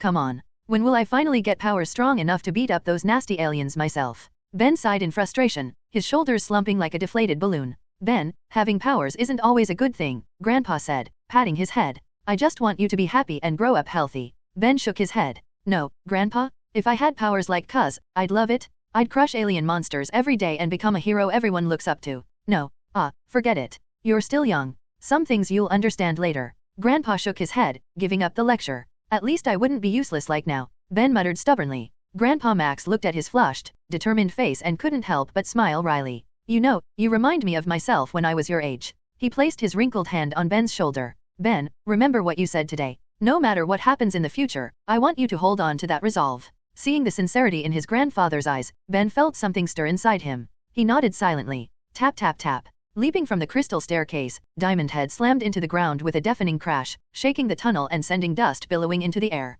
Gwen followed gracefully, her movements light as a cat's. Her feet touched down on the glittering crystal steps as she descended, landing beside Diamond Head after a few swift leaps. The noise immediately drew the enemy's attention. Alice, her long hair flowing, had been standing at the entrance of the alien spacecraft. At the sudden sound, she snapped her head around, a crimson gleam flashing in her clear eyes, cold and menacing. It's the kid from Vera's family, still alive? Looks like that matcha cake I sent didn't do the job. Useless fool. Alice ground her teeth, her gaze shifting toward the other figure. A Petrosapien, impossible. Her eyes widened in disbelief. It was one thing to turn into a Vulpamancer, but this. Then her gaze locked on the Omnitrix glowing on Diamond Head's chest. So that's it, the legendary Omnitrix, the most powerful alien weapon in the universe. Her eyes burned brighter as she clenched her fists. If I could get my hands on it, I wouldn't have to sneak around draining human life anymore. Then the entire Earth, no, the entire universe would be our feeding ground. Hey, you creepy freak, what are you mumbling about? That matcha cake you sent last time wasn't half bad, though. Gwen grinned, taunting her. Alice smiled sweetly, but her eyes turned cold as venom. Little girl, do you even know what you're saying? Cut the talk. Diamond Head lifted both arms, transforming them into a barrage of crystal spikes that gleamed with a deadly light, all aimed straight at Alice. Get out here. Alice snapped, shouting into the spacecraft. Swish, swish, swish. In the next instant, white-haired elders burst out of the spacecraft like wild beasts. Their bodies were hunched, their faces old and wrinkled, but their eyes were filled with murderous rage. Attack! Capture those two, Alice ordered coldly. Roar! Eat them! Devour them all! Dozens of blob aliens charged forward like mad animals, claws flailing, snarls echoing through the tunnel. Come on, all of you! Diamond Head roared, unleashing a storm of crystal shards that shot forward like a rain of blades, tearing into the advancing horde. Whoosh! Whoosh! Whoosh! The vicious blob aliens were engulfed in the barrage, their bodies pierced with glowing green spikes until they were riddled with wounds. That's amazing! Gwen exclaimed. But Diamond Head didn't let his guard down. His golden eyes stayed fixed on the grotesque creatures. Roar! Pathetic. You think that's enough to kill us? How naive. We're immune to physical attacks. The blob aliens sneered as their slimy bodies writhed, forcing out the crystal spikes. The shards clattered to the ground in a cascade of sharp sounds. Clatter. Their wounds began to seal instantly. The green mucus filled the gaps in their flesh, and in seconds, they were completely healed. See that, Petrosapien? Alice said, striding forward confidently. With that kind of attack, you can't kill us. Why not surrender quietly? It'll save you the pain. Standing at the head of the blob aliens, Alice smirked, utterly certain of victory. Diamond Head's lips curled into a cold grin. You think I can't hurt you? Do you really believe you disgusting slugs can hurt me? Oh, then let's find out. Alice's eyes glinted with killing intent. Then stop talking and come at me. Rip him apart. Alice screamed, veins bulging as she ordered the blob aliens to attack. Diamond Head roared back, surging forward as pure battle energy erupted from his body. He charged straight into the horde. By the oath of water, in thy name, I call upon the spirit's power shoot. Gwen chanted, firing her aqua arrow into the fray. At that moment, all the blob aliens focused on Diamond Head and Gwen, howling furiously as they launched a wild assault. But none of them noticed two figures quietly slipping into the alien spacecraft from behind. Inside the alien saucer, the lights burned bright. Dozens of silkworm-like cocoons lined the floor, glowing with a faint green translucence. Inside each one curled an elderly figure, eyes shut tight in deep sleep. Ben and Grandpa Max had already slipped into the ship and now stood before the eerie sight. Grandpa, we have to move fast, Ben said, his eyes full of determination. Right. Grandpa Max nodded. Without wasting a second, the two began hauling the green cocoons as quickly as they could. To work faster, they laid them flat and rolled them down the saucer's ramp, sending them tumbling into the open space below. Dodging an attack from a blob alien, Gwen spun around, chanting a quick incantation as a surge of water gathered in her palm. Swoosh! The furious creature was struck through the chest by the aqua arrow, its body bursting apart into a puddle of green slime that never reformed. Water, their one true weakness. Several blob aliens roared in rage, flailing their grotesque tentacles as they charged at Gwen. Think again. In a flash, Diamond Head appeared in front of her. He slammed his palm onto the ground, instantly raising a towering crystal barrier that blocked every incoming strike. Thanks, cuz, Gwen said quickly, her cheeks slightly flushed. She looked at Diamond Head's broad, gleaming back with growing admiration mixed with a quiet frustration that Lucian was her cousin. Diamond Head gave a small nod before launching himself forward, his powerful legs shattering the ground beneath him as he shot out like a cannonball. Over 50 blob aliens roared, their twisted tentacles cracking through the air like monstrous whips as they lashed at him. Boom! A storm of tentacles slammed into the spot where Diamond Head charged, the impact thundering through the chamber, shaking loose clouds of dust and shards of rock. Heh, let's see you crawl out of that, Alice sneered coldly. Oh, that was supposed to hurt. A tall, gleaming figure stepped through the smoke, voice dripping with disdain. What? Alice's eyes widened in disbelief. Even the combined attack of dozens of blob aliens couldn't take down this Petrosapien? That's all you've got?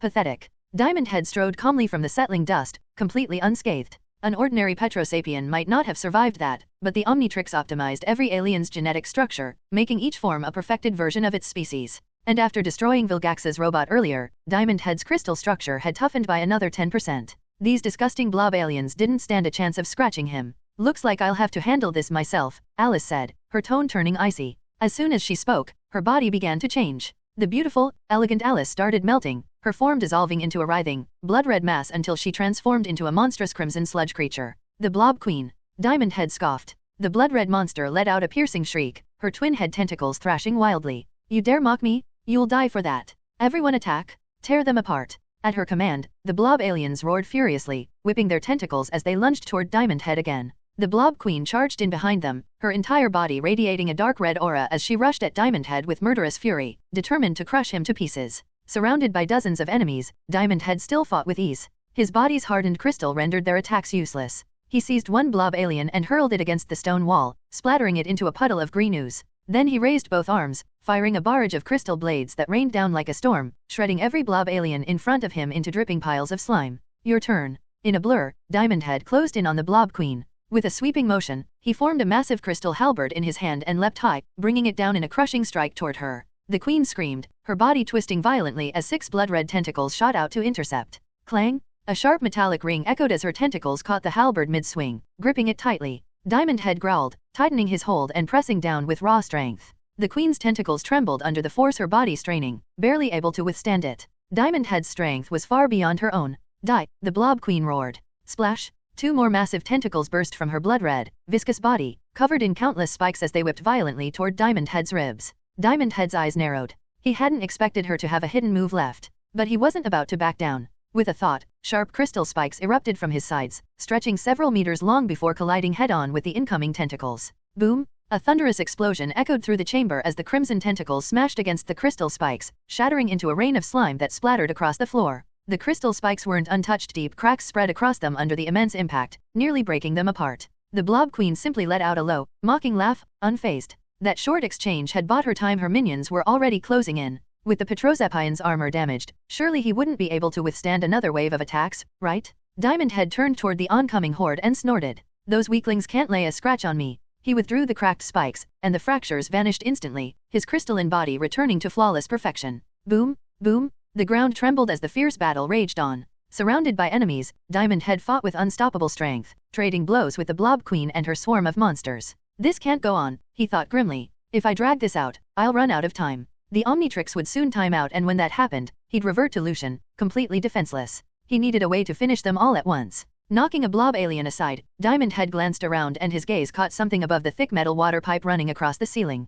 Droplets slid from its surface, dripping steadily to the ground. His eyes gleamed. He lifted his arm and fired a volley of crystal shards toward the pipe, aiming to burst it open. But the Blob Queen bellowed, unleashing a storm of tentacles that wrapped around the shards midair and hurled them to the ground. Don't even think about it, she shrieked. Pin him down. Don't give him a chance to breathe. Once again, the battlefield erupted in chaos. Not far away, Gwen loosed several aqua arrows in rapid succession, cutting down the blob aliens surrounding her. Seeing Diamond Head besieged on all sides, she clasped her hands together and began to chant an ancient spell. Spirit of mist, power of the demon, cloud their eyes, protect my form. Inside the cave, thick mist began to spread, blanketing everything in a hazy fog that quickly reduced visibility to almost nothing. Gwen continued chanting her spell, hoping that the mist spirit spell would work against the blob aliens. The mist spirit spell was an introductory spell from the water magic grimoire. It created a dense fog to obscure enemies' vision and surround them in vapor, mainly used for escape, disruption, or surprise attacks. If they're afraid of water, then they should fear mist too, Gwen thought to herself. Sure enough, the moment the blob aliens touched the fog, they let out piercing shrieks. Their tentacles twisted violently as they lost control of their bodies. Thick green slime began corroding their flesh. The mist in the air was pure poison to them. Dozens of blob aliens stopped their assault on Diamond Head, collapsing to the ground with agonized screams. They pounded the floor and crashed into the cavern walls, splattering sticky slime everywhere. As Gwen continued chanting, the mist grew denser, eating away at their bodies even faster. Soon, it would wipe out every last one of them. The Blob Queen glared with blood-red eyes, her skin stinging as if countless ants were gnawing at her. But her strength far surpassed that of her underlings. Unlike them, the mist only burned her skin, it couldn't inflict any real damage. Yet Diamond Head was still standing. If she lost her footing here, he would destroy her completely. Looks like your end has come. With that, Diamond Head swung his spiked fist, aiming straight for the Blob Queen's head. She roared in rage, her crimson tentacles morphing into gleaming blades that shot forward, slashing toward his punch. Crack! Diamond Head's crystal fist smashed through the crimson blades instantly, but the Blob Queen used the recoil to hurl herself backward, widening the distance between them. Her form flickered, reappearing before several blob aliens. Then, without hesitation, she opened her blood-stained jaws and swallowed them whole. In seconds, her body expanded, and her aura flared even stronger than before. Try this. Diamond Head lifted his arm, summoning a crystal spear. With a powerful throw, he sent it hurtling upward like a roaring blue dragon, targeting the water pipe above.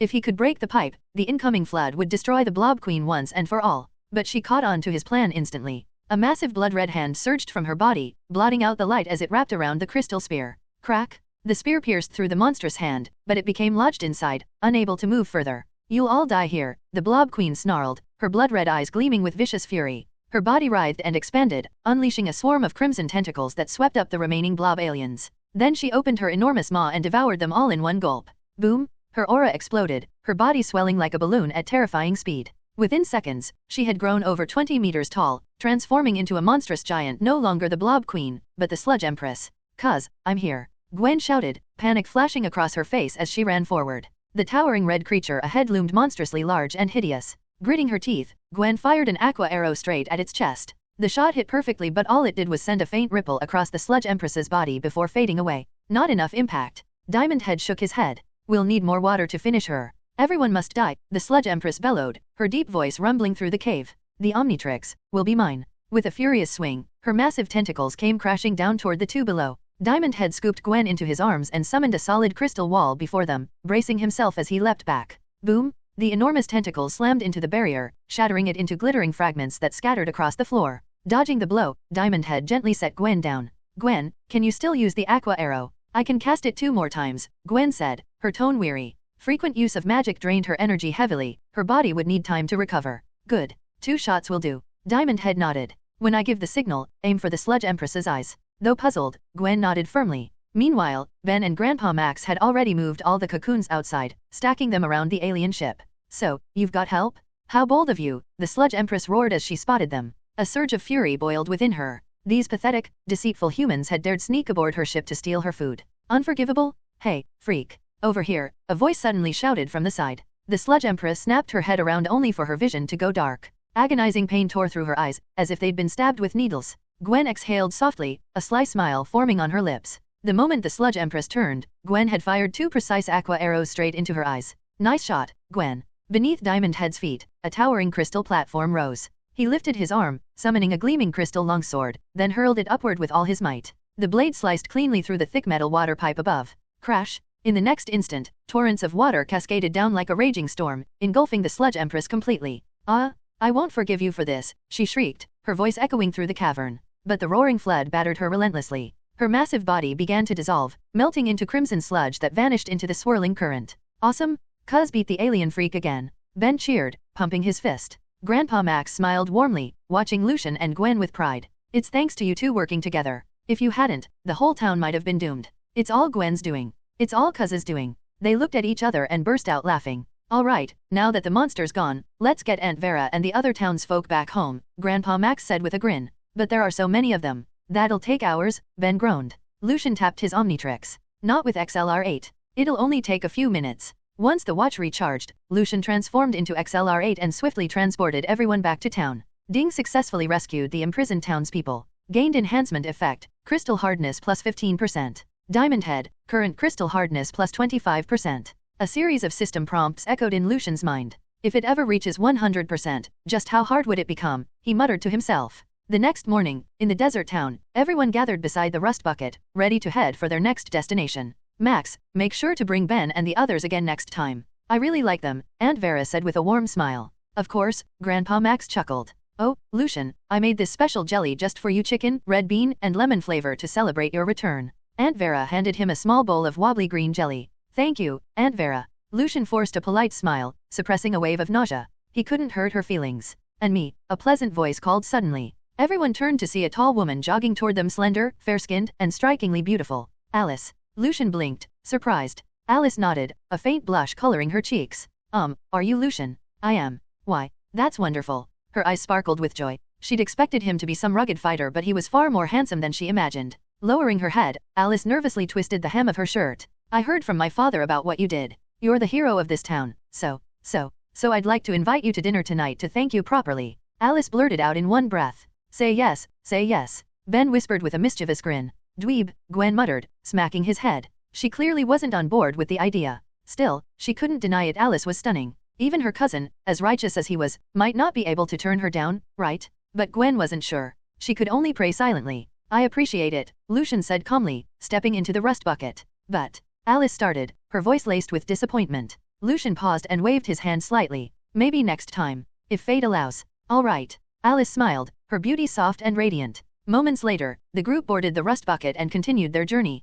That night, a cold wind swept through the town, rustling the trees in the courtyard. Inside the mayor's house, Alice's bedroom. On the frosty crystal desk sat a white designer handbag. Suddenly, a blood-red slug slowly crawled out from within. The vast and silent universe stretched endlessly, cold and lifeless, like a beast lurking in the dark, waiting to devour everything. Countless stars shimmered faintly, as if the cosmos itself were breathing alive and eternal. Beyond Earth's orbit, a massive, fully armed battleship hovered quietly above the blue planet. Inside, a brutal test was underway. Hundreds of spider-like robots swarmed across the arena, their eyes glowing crimson. Black gun barrels extended from beneath their heads, all aimed at the two figures standing at the center. ZZZZT? Blazing red lasers burst from the robots' muzzles, scorching through the air with terrifying heat as they streaked toward their targets. At the arena's core, a sand-colored crab-like alien gave a cold snort and swung its thick claws, effortlessly deflecting several beams. Then, opening its claws wide, it fired a powerful laser between them. The beam's energy was immense. Within moments, the surrounding spider robots exploded into fragments, scattering across the ground.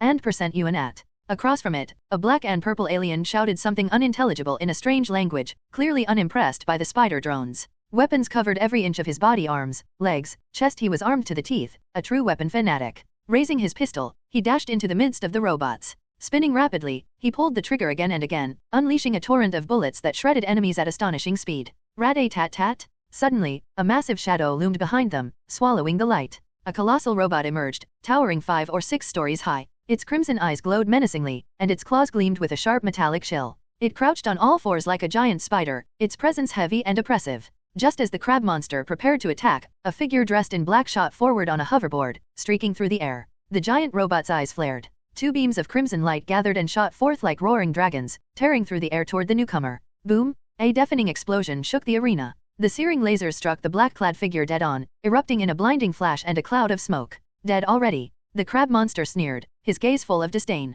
Trying to compete with him? Once they reached Earth, he'd make sure to get rid of these rivals first. Whoosh! The next instant, the black-clad figure burst out of the smoke, cutting through the air on his hoverboard with unshaken resolve. He clenched his fist, drove it straight through the giant robot's chest, then landed lightly on the ground in one smooth motion. The colossal robot froze, completely still. A moment later, a blazing light erupted from its chest. The explosion consumed it instantly, leaving nothing but twisted metal and fire. Not bad, the crab monster clicked his claws. @ UN @ %, the other alien muttered again, words still indecipherable. After dispatching the enemy, the black-clad figure turned toward a nearby screen. On the bright display sat an alien resembling an octopus, tentacles hanging from its mouth, its twisted face radiating menace and cruelty. Did you pass the assessment? The black-clad figure asked slowly, his true features hidden behind the mask. All 3 of you have passed, Vilgax said, his eyes narrowing slightly as a cold gleam flashed within them. Then we'll head to Earth immediately to help you reclaim the Omnitrix, Crab replied respectfully, placing one claw over his chest.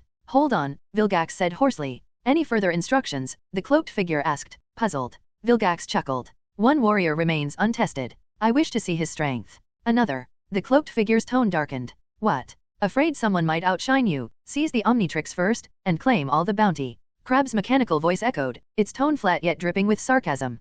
Watch your tone, or you'll regret it. The cloaked figure snorted coldly, showing no regard for his opponent. Just as the crab alien was about to retort, Vilgax cut him off. Shut up, both of you. Vilgax's forehead veins bulged, his tentacles twitching. I don't care how you do it, whoever retrieves the Omnitrix for me gets the bounty, otherwise, none of you escape. If you fail the mission, you're useless to me. If you doubt me, try it. Anyone who dares provoke Vilgax will find no refuge in this entire universe. Vilgax's terrifying roar echoed through every corner of the ship. Yes, yes. Crab bowed his head, not daring to defy. Just then, the hatch above opened, and a tall, slender figure emerged slowly. The black-clad figure gripped his hoverboard tightly, his gaze fixed intently upward. The newcomer wore black armor etched with molten, lava-like crimson patterns. Every movement radiated a faint aura of death, like a prehistoric beast lying in wait, ready to strike its prey at any moment. With a thunderous boom, fiery red flames erupted from the figure's body, releasing an overwhelming surge of power. In an instant, he leapt forward and crashed down onto the arena floor.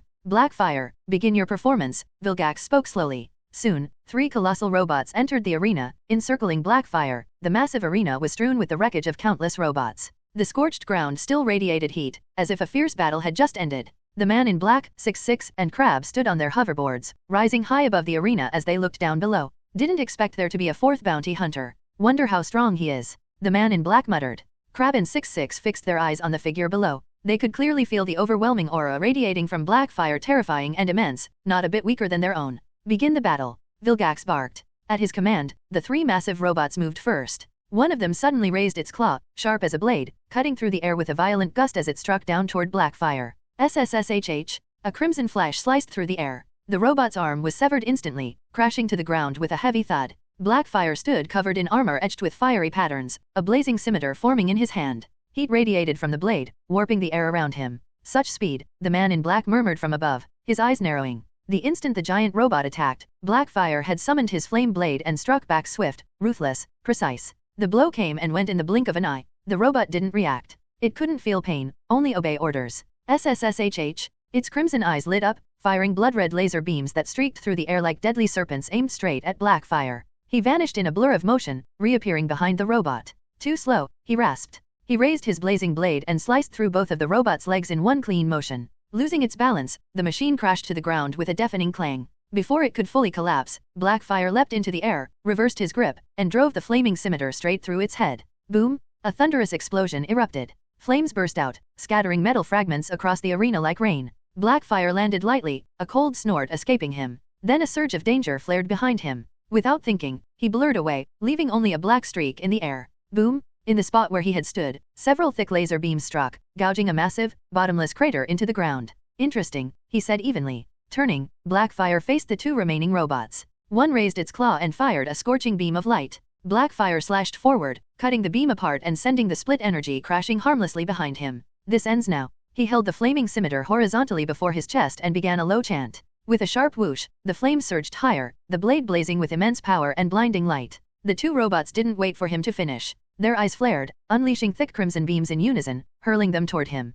4 massive lasers converged, filling the air with red light. Slash! Blackfire shouted, swinging his flaming scimitar with full force. A blazing arc erupted from the blade, radiating a heat so fierce it made the air tremble, sizzle. The razor-sharp, searing blade of flame instantly sliced through the 4 laser beams, shattering them into a sky-filling red light that dissipated helplessly into the air. Without losing momentum, it then decapitated 2 colossal robots in one fell swoop. Their massive bodies stiffened before crashing down with a thunderous roar, triggering violent explosions that sent flames flying everywhere. Blackfire stood imposing at the arena's center, radiating a fierce aura as he basked in the blazing light. At that moment, the overhead screen lit up again, revealing Vilgax's face. Impressive, truly impressive. With you here, I'm certain we can reclaim the Omnitrix. Appreciation flashed in Vilgax's eyes. He was thoroughly satisfied with Blackfire's performance. Blackfire gave a slight nod in response. All 4 of you are accepted. Whoever retrieves the Omnitrix first and delivers it to me will claim the bounty. Vilgax narrowed his eyes slightly, his tone shifting. But if anyone dares to keep it for themselves, don't blame me for being ruthless. Understood. The group bowed in unison. Soon, the Universe spacecraft's hatch opened, launching 4 metallic spheres directly toward Earth. A desolate silver mine region. This location lay in the wilderness, utterly uninhabited. Surrounding it were abandoned excavation machinery and numerous dilapidated houses, covered in thick layers of dust and tangled spider webs. The vast expanse was desolate and weathered, rarely visited by humans. Countless mining tunnels crisscrossed the mountains in a chaotic pattern. At this moment, an old, beat-up car sat parked here. Grandpa Max held a wrench, bent over and working diligently to fix the rust bucket's malfunction. Grandpa, let me do it. I can fix this rust bucket right away if I transform into gray matter, Lucian said, reaching to grab the wrench from Grandpa Max. No need. This minor issue will be fixed in no time. Grandpa paused, then continued, Lucian. I actually think it's necessary to reduce the frequency of your transformations. With such a powerful weapon, who knows what trouble it might attract. Lucian nodded and chuckled softly. Don't worry, Grandpa. I know my limits. Good. By the way, go check on Ben and the others. Don't let them get into trouble. Grandpa Max, his hair streaked with gray, said with a smile. Lucian nodded and began searching for Ben's figure, only to find him and Gwen walking toward a massive warehouse. For some reason, Lucian felt an ominous foreboding. He immediately quickened his pace to follow, soon entering the warehouse. In the dimly lit warehouse, Gwen held her phone, scrolling through information about the location. The map shows that this place is called Slaterville Station. After silver was discovered here in 1857, it thrived for a while. Once the mines were depleted, it was abandoned. Gwen stared intently at her phone. Ben smirked, teasing. Why does every sentence out of your mouth sound like you're reading from a textbook? What do you know, moron? This is called diligently studying materials, unlike you who only thinks about playing all day. Gwen snorted lightly. Ben, Gwen, we should head back. Lucian caught up from behind, scanning the gloomy surroundings. It's pitch black in here. Who knows what lurks in the dark? Relax. Ben propped his hands behind his head, grinning. With you here, cuz, even the most powerful alien weirdo in the entire universe wouldn't stand a chance. Lucian shook his head slightly. No, at least not yet. His current strength alone wasn't enough to be invincible across the universe. It wasn't that he wasn't strong, it was that the vast universe held far too many terrifying monsters. And it wasn't just this universe, there were countless parallel worlds. At that moment, Ben walked over to a seesaw, sat down directly, and looked utterly content. Cuz, come play too, he teased with a grin. Sure. Lucian smiled. It had been ages since he played on one. Suddenly, the sound of a rope snapping echoed from above. Lucian immediately looked up, his gaze sharpening. A massive rat had climbed onto one of the ropes. Due to age, the rope was brittle as paper. Under the rat's weight, it snapped cleanly, leaving only half hanging. Rip. The next second, the rope snapped clean in two. A massive iron barrel crashed down, hurtling straight toward the seesaw below and Ben Tennyson sitting on it. The sudden scene turned Gwen's face ashen, freezing her in place. Lucian lunged forward in a single stride, simultaneously raising his watch and slamming it down, unleashing a burst of eerie green light. Boom! In the next instant, the massive iron barrel was lifted midair by 4 crimson arms. 4 arms roared furiously, flinging it violently against the hard stone wall, sending sparks flying. Ben stood frozen, staring blankly at the towering figure before him. Ben, are you hurt? 4 arms turned to him. Just as Ben was about to speak, the ground beneath his feet suddenly began to violently tremble. Boom! A sand-colored crab burst from the earth, its legs spinning rapidly. Massive in size, it bore 2 razor-sharp claws and golden eyes that radiated a terrifying killing intent. Lowering its head to examine the radar in its grasp, it spoke coldly. Found you, Omnitrix. What a huge crab. Ben couldn't help but exclaim. Gwen, quick as a flash, grabbed Ben off the seesaw and pulled him behind 4 arms. Crab ignored them both, staring straight at the towering 4 arms and saying coldly, hand over the Omnitrix, and I'll let you die quickly. Come and get it if you dare. 4 arms snorted,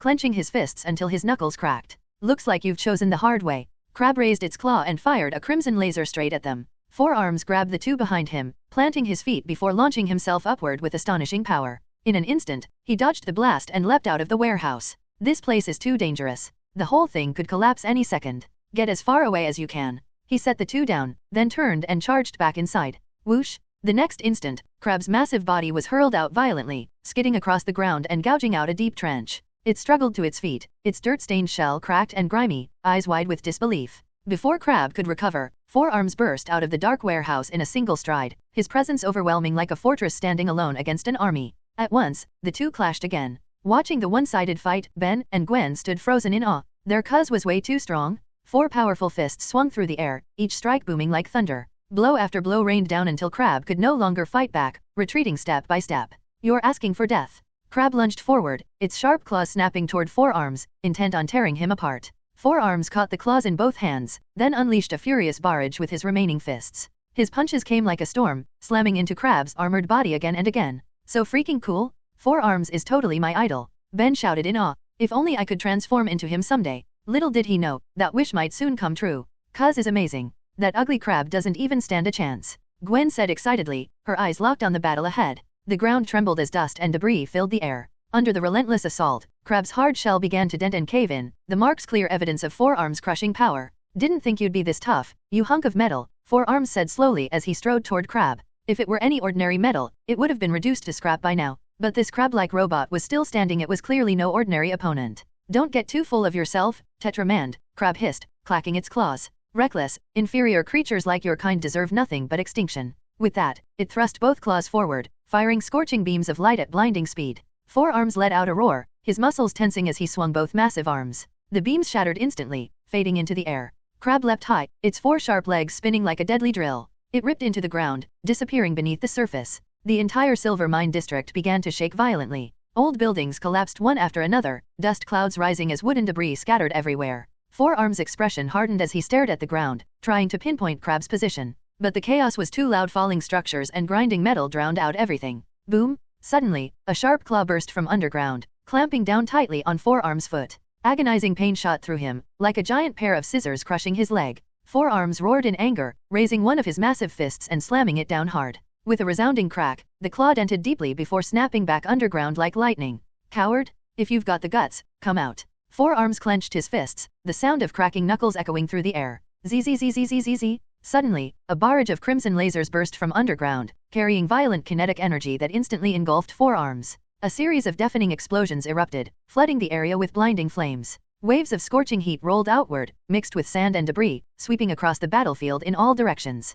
"Cuz!" Ben shouted, staring anxiously at the chaos ahead. Gwen reacted quickly, conjuring a transparent bubble that enveloped both of them just in time to shield them from the heat and smoke. "Cuz is so strong, he'll be fine," Gwen murmured softly, though worry flickered in her eyes. Just then, a familiar voice called from behind. "Ben, Gwen, what happened over there? And, where's Lucian?" Grandpa Max came running up, panting heavily. He had been fixing the rust bucket when the sudden blast echoed from the direction Lucian had gone. Alarmed, he dropped everything and rushed straight toward the noise. "Grandpa, this big crab thing showed up. It tried to grab Cuz's watch." Gwen quickly explained what had happened. Grandpa Max's expression grew serious, deep lines of thought furrowing his brow. As the smoke and dust slowly cleared, the scene of the battlefield came into view. Four Arms stood tall and unshaken, his massive frame radiating power like an unyielding war god amid the devastation. His blood-red skin was slightly charred, yet unbroken proof of his sheer resilience and strength. Stab! A sharp crab claw suddenly shot out from the ground, lunging straight for his leg. "Cuz, watch out!" Ben yelled. Snap!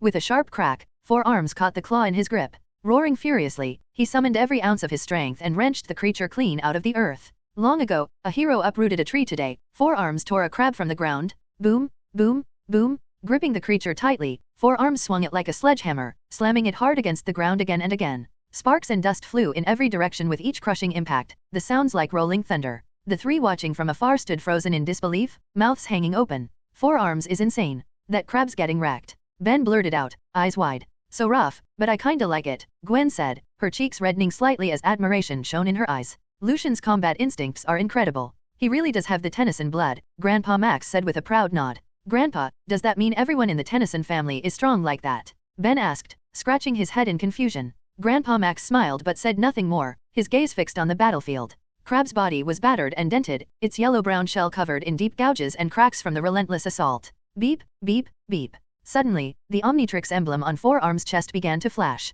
"This stupid watch." He grabbed Crab by the claw and swung it with all his might, hurling it into a nearby building. The old structure collapsed instantly, wood and beams crashing down in a cloud of dust, burying Crab completely beneath the wreckage. Its fate unknown. Boom! A blinding red light burst from Four Arms, reverting Lucian to his human form. "Grandpa, we have to get out of here." Lucian glanced back toward Crab before sprinting their way. "Awesome, cuz, you're amazing." Ben jumped up excitedly. "Yeah, you just saved this idiot's life," Gwen huffed. "All right, that's enough. We need to move, now. Who knows if that crab's still alive?" Without wasting a second, Grandpa Max led them all back into the rust bucket and sped off into the distance. The rust bucket raced down the desert highway like a wild stallion, moving faster and faster. Grandpa Max gripped the steering wheel tightly, the accelerator nearly pressed to the floor. Amid the constant roar of the engine, Ben scratched his head. "Grandpa, why are you driving so fast? That crab got smashed into scrap metal by Cuz. There's no way it's catching up."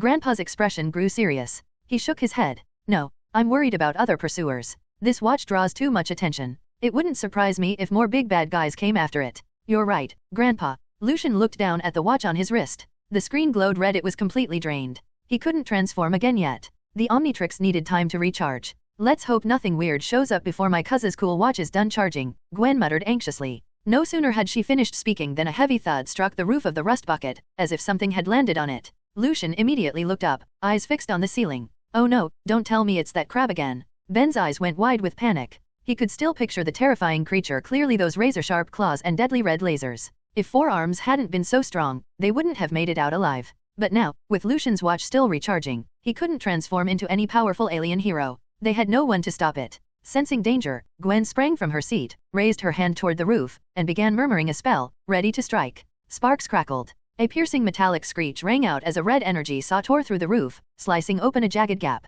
Two black claws thrust through, ripping the hole wider until a grotesque face came into view. A dark helmet lined with purple stripes. A lean, wiry frame, encased in black and purple armor packed with weapons, radiating a suffocating killing intent. "What is that thing?" Ben shouted, panic rising. Compared to the crab, this creature didn't seem any weaker. 6'6". Lucian recognized it instantly. A notorious bounty hunter armed with a deadly array of guns and hidden weapons. One careless move in battle could mean instant death. UN% at end hashtag. 66 glanced around, quickly spotting the Omnitrix on Lucian's wrist. It lunged forward, claws reaching for it. Lucian darted aside, narrowly dodging its grasp. He looked down at the red-screened Omnitrix and gritted his teeth. Gwen, hit him with water magic and blast him out of here. Got it. Gwen smirked, pointing upward. Sorry, no alien hitchhikers allowed. Whoosh! A powerful jet of water burst from her fingertip, surging with violent energy. It struck 66 head-on, launching him off the roof and sending him tumbling across the highway ahead. Nice work, Gwen. Grandpa Max chuckled, floored the accelerator, and plowed straight through 66's body, speeding off into the distance once more.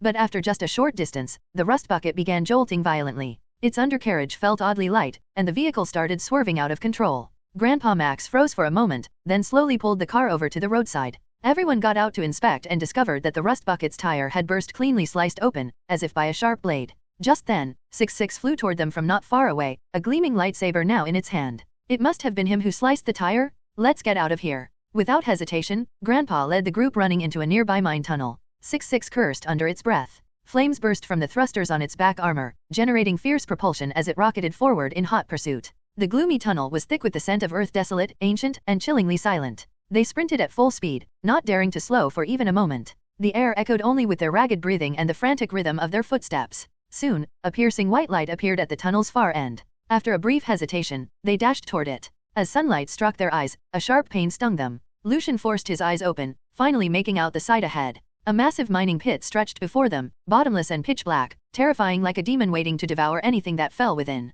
A thick rope spanned the chasm, suspending a small iron cart midway across, likely used by miners to transport ore, providing a narrow path to the other side. So high. Standing at the edge, Ben looked down into the endless abyss and swallowed hard. Golden sunlight poured from above, only to be consumed by the pit's darkness, a clear sign of its incredible depth. If someone fell, they'd never make it out. Whoosh! Suddenly, the roar of an engine echoed from the tunnel behind them, deafening and menacing. Trouble? That guy is catching up. A sharp glint flashed in Lucian's eyes as he looked up at the iron cart. Grandpa, take Ben and the others up there. Get to the other side of the mine. And what about you, Lucian? Grandpa raised an eyebrow. Beep. The Omnitrix emitted a familiar chime as its red screen flickered and turned bright green, glowing brilliantly. Lucian's lips curved into a faint smile. I'm staying behind to deal with those ugly creatures. If you cut the grass, you'd better pull out the roots. 'Cause I'll stay and help you. Gwen's eyes shone with determination. My magic's way stronger now. I even drove that monster back earlier. Me too. Ben glanced around, grabbed a rusty iron rod, and said, I'm staying too. It's just another alien freak, watch me knock him out. Grandpa Max hesitated for a moment, 1,000 thoughts crossing his mind before he finally let out a weary smile. In that case, we'll all stay and help Lucian fight the enemy. A surge of battle spirit rose within Grandpa Max. It had been a long time since he'd felt this alive. Whoosh! A slender figure burst from the tunnel entrance, trailed by blazing flames. And %UN hashtag at. 66 hovered in midair, glaring down at them like a predator. Boom! The ground trembled violently as a rust-colored crab erupted from below, its body scarred and dented. Now let's see where you can run. Crab's eyes burned with fury as it raised its sharp claws, aiming straight for them. Lucian snorted coldly, switched heroes in an instant, and slammed his hand down on the Omnitrix. Thud. A ghostly green light flashed, revealing a towering crystal figure entirely emerald green, like a finely sculpted work of art standing tall before the group. It's Diamond Head. Ben shouted excitedly. Besides 4 arms, this was his favorite alien hero. Crab eyed Diamond Head with contempt. Petrosapien, your power is even weaker than a Tetramands. I suggest you hand over the Omnitrix willingly. Otherwise, don't blame us for being rough. My power may be a bit lower than 4 arms, but you should already know what I'm capable of, Diamond Head said evenly, a faint chill flickering in his eyes. So what? You just turn your body into a weapon. My steel armor isn't afraid of your crystal spikes. You'll never pierce my defense. Crab's tone brimmed with confidence, utterly dismissing Diamond Head as a threat. Then let's find out. Diamond Head raised his arm, transforming it into a cluster of gleaming spikes. The razor-sharp crystals shimmered with a faint green light as he aimed them straight at Crab. UN% and at. Above them, 66 shouted something unintelligible, lifting his blaster and taking aim at Diamond Head, ready to fire. Hold on, Crab said coldly, raising a claw. I want to see how this guy plans to break through my defense. It had fought countless battles, even against Petrosapiens before. Their attacks had always been useless, barely sparking against its armor. Holy crap, did that crab get beaten stupid by 4 arms? It's just standing there letting Diamond Head attack. Ben gawked, eyes wide. Gwen propped her chin thoughtfully. Maybe, it's trying to break Diamond Head's confidence first. That way, it won't have to waste much energy finishing the fight. Don't get it, Ben muttered, shrugging. To him, fighting was simple, you just went in swinging. Who needed tactics?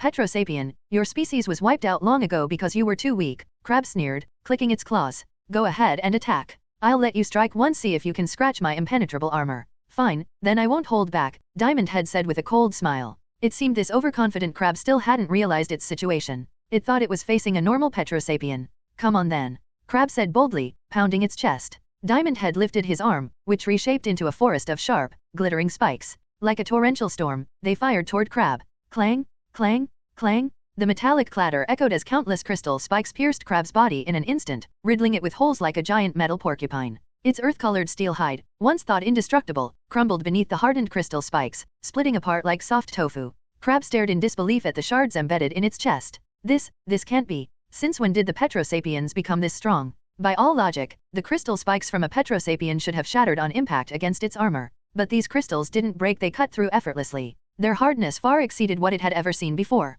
Diamond Head snorted coldly. Of course, the arrogant crab had no idea his crystal body had been system-enhanced. Its hardness increased by 25% beyond its original strength. % at and UN at, % at hashtag UN. 66, seeing the crab riddled with spikes, exploded with rage. He dove beside Crab and started firing wildly, clearly venting his fury at its arrogance. Watching the chaotic scene, Diamond Head couldn't help but laugh. Enough talk, let's take him down together. Crab, growing increasingly irritated, turned all its fury toward Diamond Head. 66 cursed under his breath, raised his blaster, and aimed it at Diamond Head. Pulling the crystal spikes from his chest, Crab revealed a pitted, charred surface full of blackened holes. Despite the damaged components and exposed wiring, it was still capable of fighting. You've angered me, Petrosapien. Crab raised its claws, firing a searing scarlet laser between them. The scorching beam tore through the air, racing straight toward Diamond Head. Diamond Head slammed a palm into the ground, summoning a thick crystal barrier that rose up instantly, blocking the laser with a brilliant flash. With a burst of red flame, 66 ignited his jetpack, rocketing high into the air. Drawing his twin pistols, he squeezed the triggers. Whoosh, whoosh, whoosh. A storm of blood-red energy bullets rained down, filling the sky and bombarding the ground where Diamond Head stood. Diamond Head swept his hand outward, forming a massive crystal slope that shimmered with green light, covering himself completely. Boom, boom, boom. Deafening explosions rocked the area. The violent red energy blasts unleashed immense force, shaking the ground and carving deep craters into it. Grandpa Max quickly led Ben and Gwen out of the danger zone.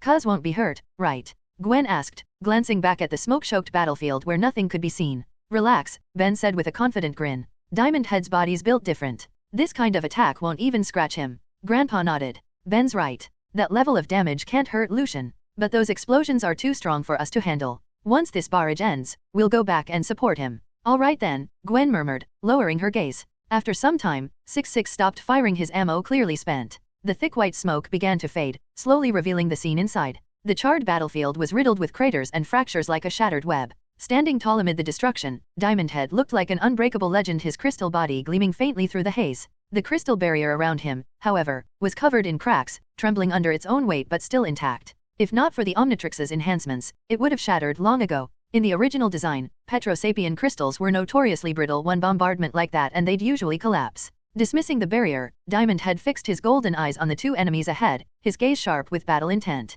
He lifted his arm, reshaping it into a barrage of crystal blades that erupted outward in a thunderous volley, streaking straight towards 66.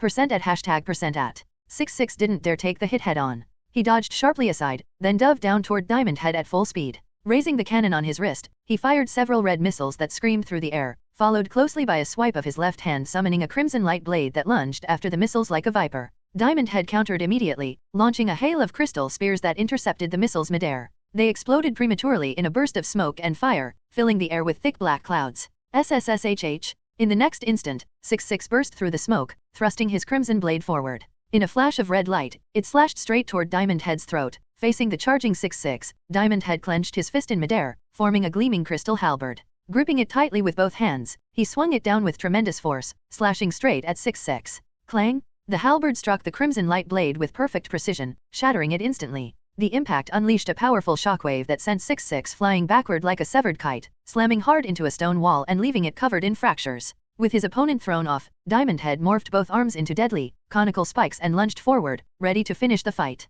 Suddenly, two massive crab claws burst from the ground beneath him, clamping tightly around his legs. "You again, you overgrown crab," Diamond Head growled, his eyes flashing with sharp light before a sly grin spread across his face. "You just signed your own death warrant." He slammed his crystal palm down against the ground. Boom! The earth rumbled violently as massive crystal peaks erupted upward, their surfaces lined with countless razor-sharp spikes. They rose in an instant, glimmering coldly under the light. "Let go of me!" Crab shouted, his body caught on the spikes, thrashing in vain to break free. "You're the first fool who thought attacking Diamond Head underground was a good idea," Diamond Head said, shaking his head. With a sweep of his arm, he conjured a magnificent crystal longsword. It shimmered like a royal blade, radiating majesty and power. "Since you love the underground so much, I'll send you straight to it." Gathering his strength, Diamond Head hurled the sword forward with all his might. The crystalline weapon roared through the air like a raging dragon, speeding straight toward Crab. Boom! A massive cannonball suddenly struck the airborne crystal sword head-on. Though Diamond Head's crystal couldn't be destroyed, the sheer impact veered the sword off its course.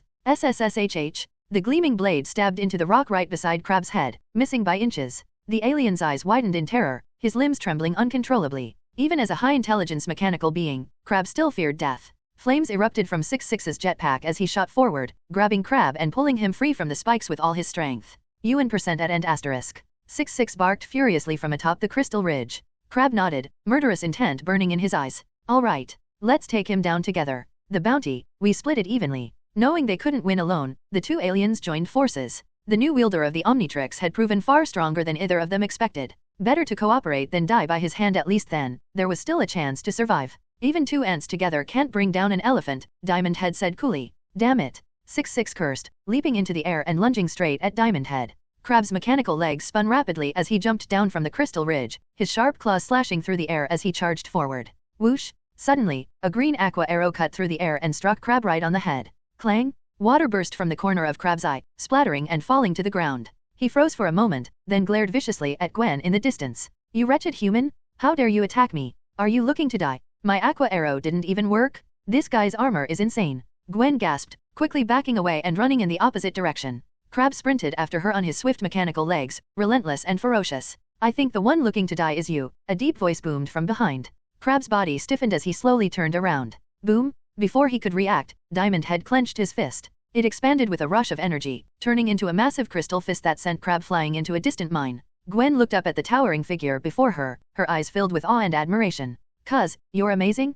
Thanks for saving me again." Diamond Head waved it off, then threw a quick punch behind him, sending the ambushing 6-6 crashing away. At that moment, Ben came running over, gripping an iron rod and catching the scene just in time. "Oh, awesome. Cuz just wrecked those alien creeps again. That was epic," he shouted excitedly. Grandpa Max shook his head with a wry smile. "Looks like Lucian doesn't need our help at all. He can take down both monsters by himself." In his experience, Petrosapiens were never this strong. Lucian's performance defied all expectations. Grandpa Max couldn't make sense of it. Eventually, he stopped trying. Only investigation and research could unravel this mystery. Guesswork alone wouldn't get him anywhere. Phew! At that moment, the heavily injured 6-6 shot up into the sky, glaring down at Diamond Head below. It shouted something in an alien tongue, neither anger nor fear, but rather, contempt and mockery. "Does it have something to rely on?" Diamond Head frowned, uncertainty flashing across his face. Just as he thought that, several poison smoke bombs rolled to his feet. Hiss! Thick white smoke erupted, quickly engulfing Diamond Head. A wave of dizziness hit him hard. He clutched his head and dropped to one knee, struggling to stay conscious. "Cuz! Lucian!" the three nearby shouted, trying to rush into the dense smoke. Whoosh! In the next instant, a black-clad figure on a hoverboard shot into the smoke like lightning. Effortlessly, he grabbed Diamond Head and began carrying him toward the other side of the mine.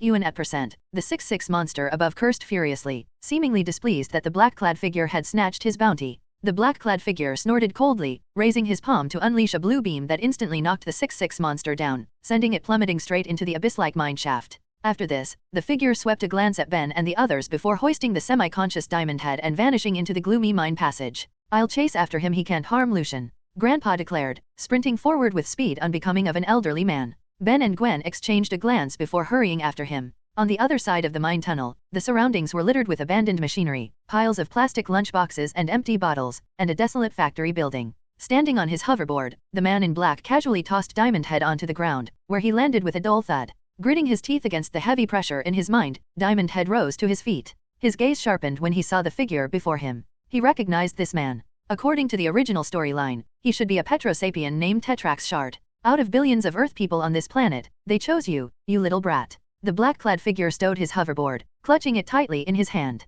"So what if I was chosen?" Diamond Head snorted coldly. "Just now, I single-handedly defeated 6-6 and Crab. Isn't that proof enough of my strength?" "What are you talking about? There was only one 6-6 just now." The black-clad figure seemed surprised, having not noticed Crab's presence. No wonder Crab had long been blasted into the mountains by Diamond Head and was nowhere to be seen. "You didn't come here just to lecture me, did you?" Diamond Head probed indirectly. "Of course not. I'm here to take you back and retrieve the powerful Omnitrix. It doesn't belong to you. Then why did it choose me? Diamond Head countered. That has to do with its inventor. I can't elaborate further. Just come back with me quietly, the man in black said slowly. I'm not going anywhere. Diamond Head shook his head. That's not up to you. Why should I listen to you? The cloaked figure stepped before Diamond Head, pointing at his chest and enunciating each word. Because I am a noble warrior, while you are nothing but a useless moron. Useless. Diamond Head bristled at the insult. Once we deal with 6-6, you're welcome to settle this. Who wins isn't decided yet. As they spoke, Diamond Head gradually regained his composure, the drowsiness lifting.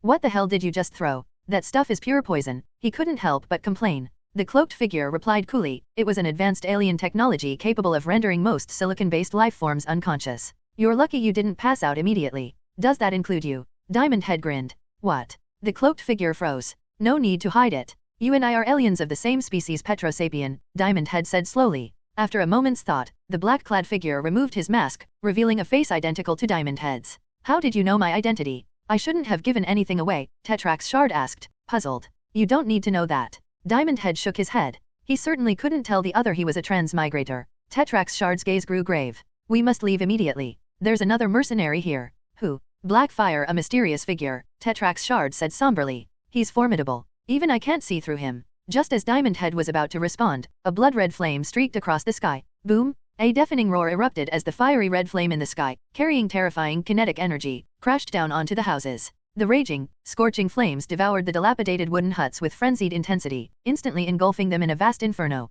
Crackling and popping, rolling waves of searing heat surged forward. Tetrax Shard's gaze grew sharp as he stared at the blazing sea of fire ahead. Damn it! He's here. Who? Blackfire. The fourth bounty hunter assigned to this mission. Tetrax Shard stood upright, his posture tense and ready for combat. Tap tap. From within the crimson inferno emerged a tall, slender figure, radiating a terrifying aura as it slowly advanced toward them. Clad in black armor etched with molten, lava-like patterns, the figure strode calmly through the flames like a messenger from hell, emanating dread with every step. Ding triggered alien hacker mission. Defeat bounty hunter Blackfire to obtain a random alien DNA codex. Note, upon acquiring new genes, no cooldown is required. You may immediately transform into the new hero for combat. Recharging is only necessary afterward. A series of system prompts echoed in Lucian's mind. Hearing this, Diamond Head was already eager to strike, ready to take down the enemy before him. Hand over the Omnitrix, and I'll spare your lives. Blackfire's voice was hoarse, his tone carrying absolute authority. Arrogance comes at a price. If you want the Omnitrix,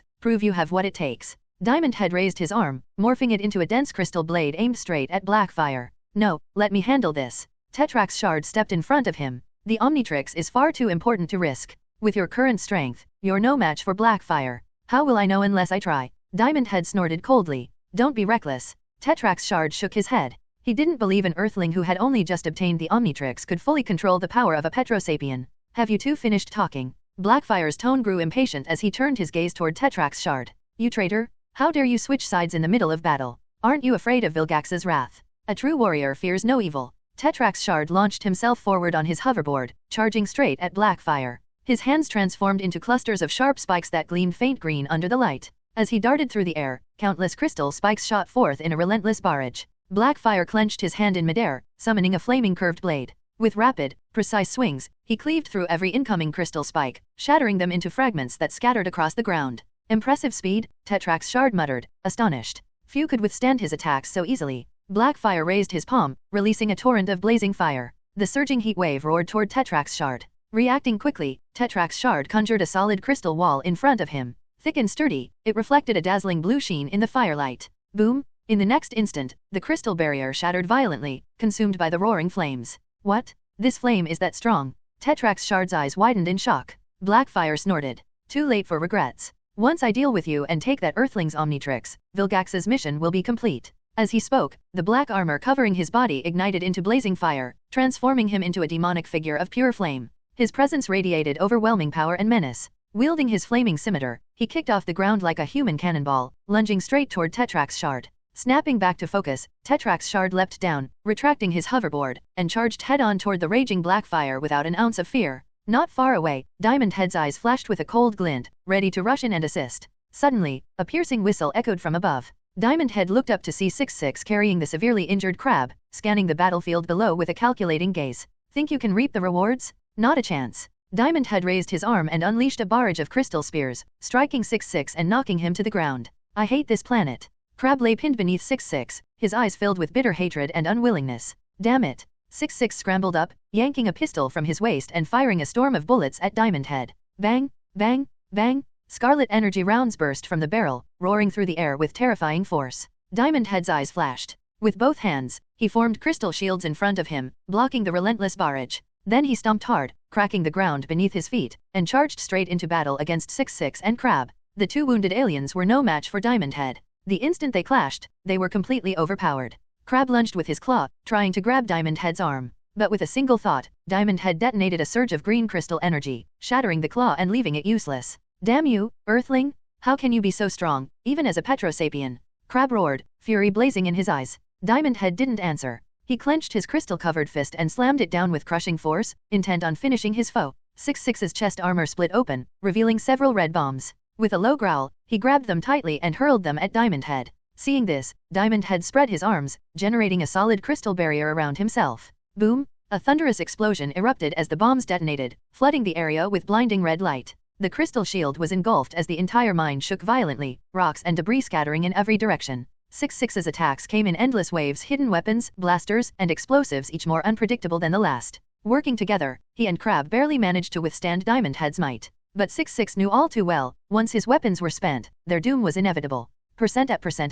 6-6 shouted toward Crab. Crab raised his claw and fired a laser at Diamond Head's position, then shook his head. We can't run. If we let the Omnitrix get away, Vilgax will never forgive us. 6-6 cursed under his breath. Flames burst from his back as he rocketed into the air, raining down another round of attacks on the crystal barrier. A torrent of firepower poured from above, shrouding the area in smoke and dust. Crab, refusing to relent, lifted his remaining claw and fired continuous red beams, desperately trying to take Diamond Head down. Elsewhere, Tetrax Shard, clad in black armor, unleashed his full strength as he clashed head-on with Blackfire, who blazed like a living inferno. Creators THOUGHTS. The barren desert was engulfed in blazing fire. Blood-red light flickered through the inferno as waves of scorching heat swept across the land, distorting the very air. Boom! A crimson and a green figure clashed at blinding speed. From their collision erupted a powerful shockwave, shaking the earth as countless cracks spread out beneath their feet. Blackfire gripped his flaming scimitar, swinging it with ruthless precision. Every strike tore through the air, each one fierce enough to split the sky, aiming to cleave Tetrax Shard in two. Tetrax Shard's expression was grim. His hands morphed into razor-sharp spikes as he fought back with all his strength, engaging Blackfire in a brutal, head-on battle. Dodging a sweep of blazing heat, Tetrax Shard flicked his wrist, launching a barrage of crystal spikes that sliced through the scorching air, flying straight toward his opponent. Blackfire snorted coldly and spun his flame-wreathed blade into a crimson vortex, shredding the crystal spikes with a metallic screech. I didn't expect to find such a powerful fighter among the Petrosapien, Blackfire said evenly. Enough talk. Leave Earth now while you still can. Serving evil will only drag you into an endless abyss, Tetrax Shard replied sharply. He clenched his fist, transforming it into a meteor crystal hammer, and swung it hard at Blackfire. You're no match for me, Blackfire rasped. He raised his flaming curved blade, a terrifying aura erupting from him. The weapon pulsed with blood-red light, surging forward like death itself. Die! Blackfire roared, bringing the blade down in a savage arc. Facing the terrifying onslaught, Tetrax Shard didn't back down. One hand held a sharp crystal spike, the other his meteor crystal hammer, as he charged forward to meet Blackfire head-on.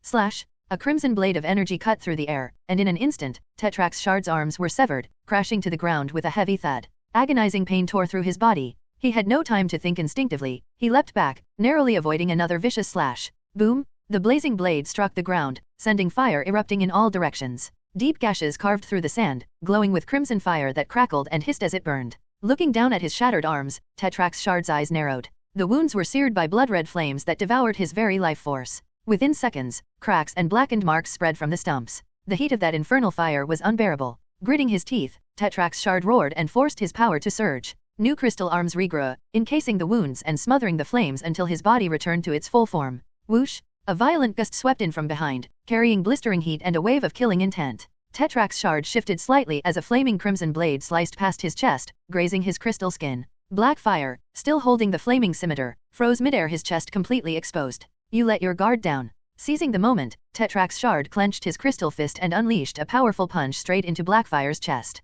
Boom! Blackfire shot backward like a broken kite, crashing hard into the scorching sand and tumbling through the dust. Seeing his enemy fall, Tetrax Shard didn't hesitate. His hands reshaped into twin crystal spikes, his figure flickering as he rushed forward. He raised both hands, their edges gleaming coldly, and drove them toward Blackfire's chest with lethal force, leaving no room for escape. Slash! Suddenly, a crimson flash streaked across his vision. Tetrax Shard felt his legs go weightless, his balance vanished. His body jerked back uncontrollably, crashing onto the burning sand and kicking up a storm of smoke and dust. You think that last strike could hurt me? Blackfire rose to his feet, twirling the flaming scimitar in his hand. A sharp, familiar pain shot through Tetrax Shard's legs. He looked down in horror to see his severed limbs. The strike had been impossibly fast. Petrosapien, farewell, no farewell forever. Blackfire reversed his grip on the scimitar and thrust it toward Tetrax Shard's head. The crimson blade rapidly filled Tetrax Shard's vision. If it landed, he wouldn't survive. At that critical moment, a clear, determined female voice rang out. Gather air into water, condense water into dragon, turn dragon into soul slay. Gwen pressed her palms together, chanting the incantation in rapid succession. From the air, a ferocious water dragon materialized, coiling and writhing with power. Its claws tore through the mist, its body surrounded by surging waves of condensed water energy. In that desperate instant, Gwen broke through her long-standing limits, unleashing an intermediate-level water magic spell. Water Dragon Soul, she shouted, commanding the dragon to strike. Splash! The azure dragon, horned and fanged, roared as it surged forward, carrying a torrent of violent energy straight into Blackfire's midsection. Caught off guard, Blackfire, who had been about to finish off Tetrax Shard, was blasted backward, engulfed by the raging water and hurled into a cluster of buildings that collapsed with a thunderous crash. Awesome. Ben grinned. Nice work, Gwen. Grandpa Max gripped the pistol left behind by 6-6, aiming toward the wreckage. This guy's dangerous. Stay alert. Sure enough, the next moment, the collapsed buildings erupted with a deafening boom, flames bursting out and burning blood red, illuminating the night with a searing glare. Thanks, Earthlings, Tetrax Shard said, his tone calm but firm. But you should leave before you get caught in the fight. By now, he had already regenerated his legs. Clenching his crystal fists, he stared into the blazing inferno ahead. Boom! From within the firestorm, a blood-red fireball shot out, radiating deadly heat as it hurtled straight toward the stunned Gwen. Tetrax Shard moved instantly, forming a crystal shield in front of her. The fireball struck with a violent explosion. The shield shattered, scattering fragments of green crystal across the ground. Go! Tetrax Shard barked, turning back toward the enemy as he re-engaged Blackfire. Enraged, Blackfire swung his flaming scimitar with furious precision, his strikes fierce and unrelenting, each one cutting through the air with lethal speed. An opening. Tetrax Shard's eyes flashed. With perfect timing, he thrust his crystal palm forward, striking Blackfire's wrist and knocking the weapon clean from his hand. The blazing scimitar fell to the ground with a dull metallic clang. Tetrax Shard slammed his foot down, summoning a crystal cage around Blackfire's legs, locking him in place. His hands morphed into sharp spikes, unleashing a rapid barrage of strikes. Bang! Bang! Bang! The crystal spikes hammered against Blackfire's helmet, shattering into bursts of emerald fragments. Under the relentless assault, Blackfire's fury exploded. A surge of wild flames erupted from his armor, staining the air crimson as waves of heat radiated outward. With a roar, he shattered the crystal cage. His hands blazed with blood-red fire as he slashed through the air, severing one of Tetrax Shard's arms in an instant. Then, faster than lightning, his flaming hand shot out, grabbing Tetrax Shard by the throat and lifting him effortlessly into the air. Behind the blackened helmet, two glowing crimson eyes burned with murderous intent. The game's over, Petrosapien. Your kind is destined for extinction. Tetrax Shard clenched his jaw, his gaze unwavering. Even facing death, he refused to yield. Thud. Suddenly, a rusty iron rod struck Blackfire square in the back with a loud clang. Blackfire slowly turned, his eyes narrowing as he spotted a human boy awkwardly waving at him. Sorry to interrupt. I'll, get going now, Ben said with a nervous laugh, inching backward. Blackfire raised his free hand, unleashing a column of blood-red flame that roared toward them like a fiery dragon. Oh, man. I'm toast, Ben muttered, his face draining of color. Gwen began chanting another spell, but it was too late. Just before the pillar of fire struck, Grandpa Max pulled the trigger on 6-6's discarded blaster. A red beam burst forth, striking Blackfire squarely and sending him staggering backward. The fireball veered off course, slamming into the mine shaft beside Ben and vanishing into the darkness below. No one hurts my grandson, Grandpa Max said calmly, blowing the smoke from the blaster's barrel. Blackfire retrieved his flaming scimitar from the ground, roaring in fury. Flames gushed from his armor's eye sockets. You dare defy me, pitiful earthlings? You're playing with fire. He swung the weapon with explosive force, unleashing a massive arc of crimson flame that tore through the air toward them. Water Dragon Soul. Gwen summoned another fierce water dragon, its roar shaking the ground as it surged forward to meet the blade of fire. Sizzle. The water dragon, though powerful, was cleaved in half on impact, dissolving into a burst of steam that vanished into the night.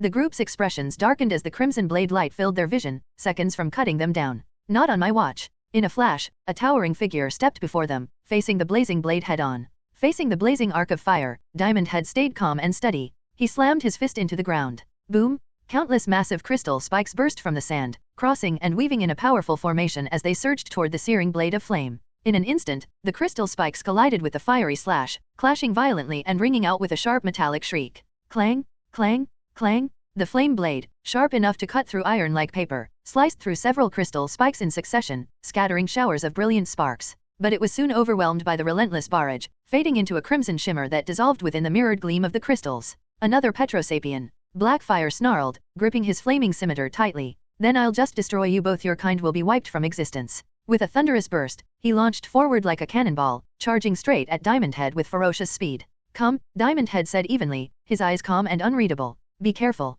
Tetrax Shard shouted, preparing to rush in, but Diamond Head stopped him. He turned slightly and pointed toward the nearby 6-6 and Crab. You take care of them. Those two are nearly finished, it shouldn't be hard to bring them down. As for Blackfire, he's mine. Determination gleamed in Diamond Head's gaze. Tetrax Shard hesitated for a moment, then nodded. There was something about Diamond Head, an undeniable confidence that made him believe in his words. Understood. Without hesitation, Tetrax Shard sprinted toward 6-6 and Crab to stop them from interfering. Once he was gone, Diamond Head turned to Ben and the others, motioning for them to move to safety. Then he stood alone, facing the raging inferno that was Blackfire. Wreathed in blood-red flames, Blackfire gripped his scimitar tightly, his aura twisting like a monstrous fire serpent ready to devour its prey. You've got guts, kid, challenging me alone. Didn't you see what happened to that Petrosapien just now? Blackfire roared. I saw, Diamond Head replied coldly. So what? He raised his hand, forming a crystal spear from thin air and hurling it forward with immense force. Blackfire's eyes widened. He didn't dare take the attack lightly, his blade swung instantly, striking the crystal spear head-on.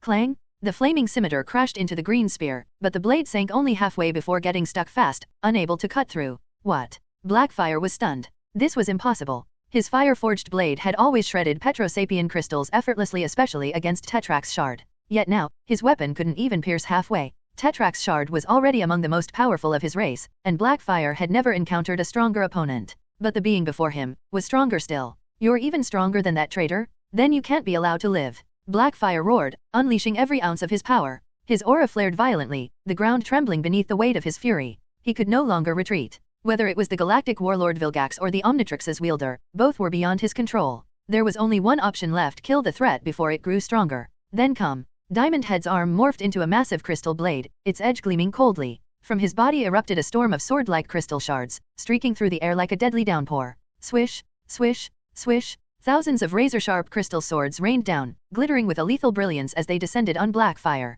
So cool! Ben shouted, jumping up excitedly. It was the first time he'd ever seen something like this. Gwen's eyes sparkled as she nodded, admiration softening her voice. Yeah, my cousin isn't just handsome, he's awesome when he fights. Grandpa Max chuckled. Of course. What did you expect? Look who his grandfather is. At that moment, Blackfire halted his advance and spun his flaming scimitar at high speed, forming a blood-red vortex to block the incoming storm of crystal blades. Clang, clang, clang. Metallic clashes rang through the air as the crystal swords struck the fiery vortex. Each impact sent waves of brutal force reverberating through Blackfire's arms. He gritted his teeth and held on, but the relentless pressure forced him to stumble backward. The crystal blades were too strong, unfazed by his flames. He could only deflect them slightly, unable to absorb the full impact. Finally, the onslaught proved too much. A barrage of crystal blades struck his chest, hurling him backward at blinding speed. He crashed into the ground, rolling helplessly across the sand. Seeing the opening, Diamond Head charged forward. The crystal blades had hit their mark, but Blackfire's armor was extremely tough. The blades had only pierced a few centimeters.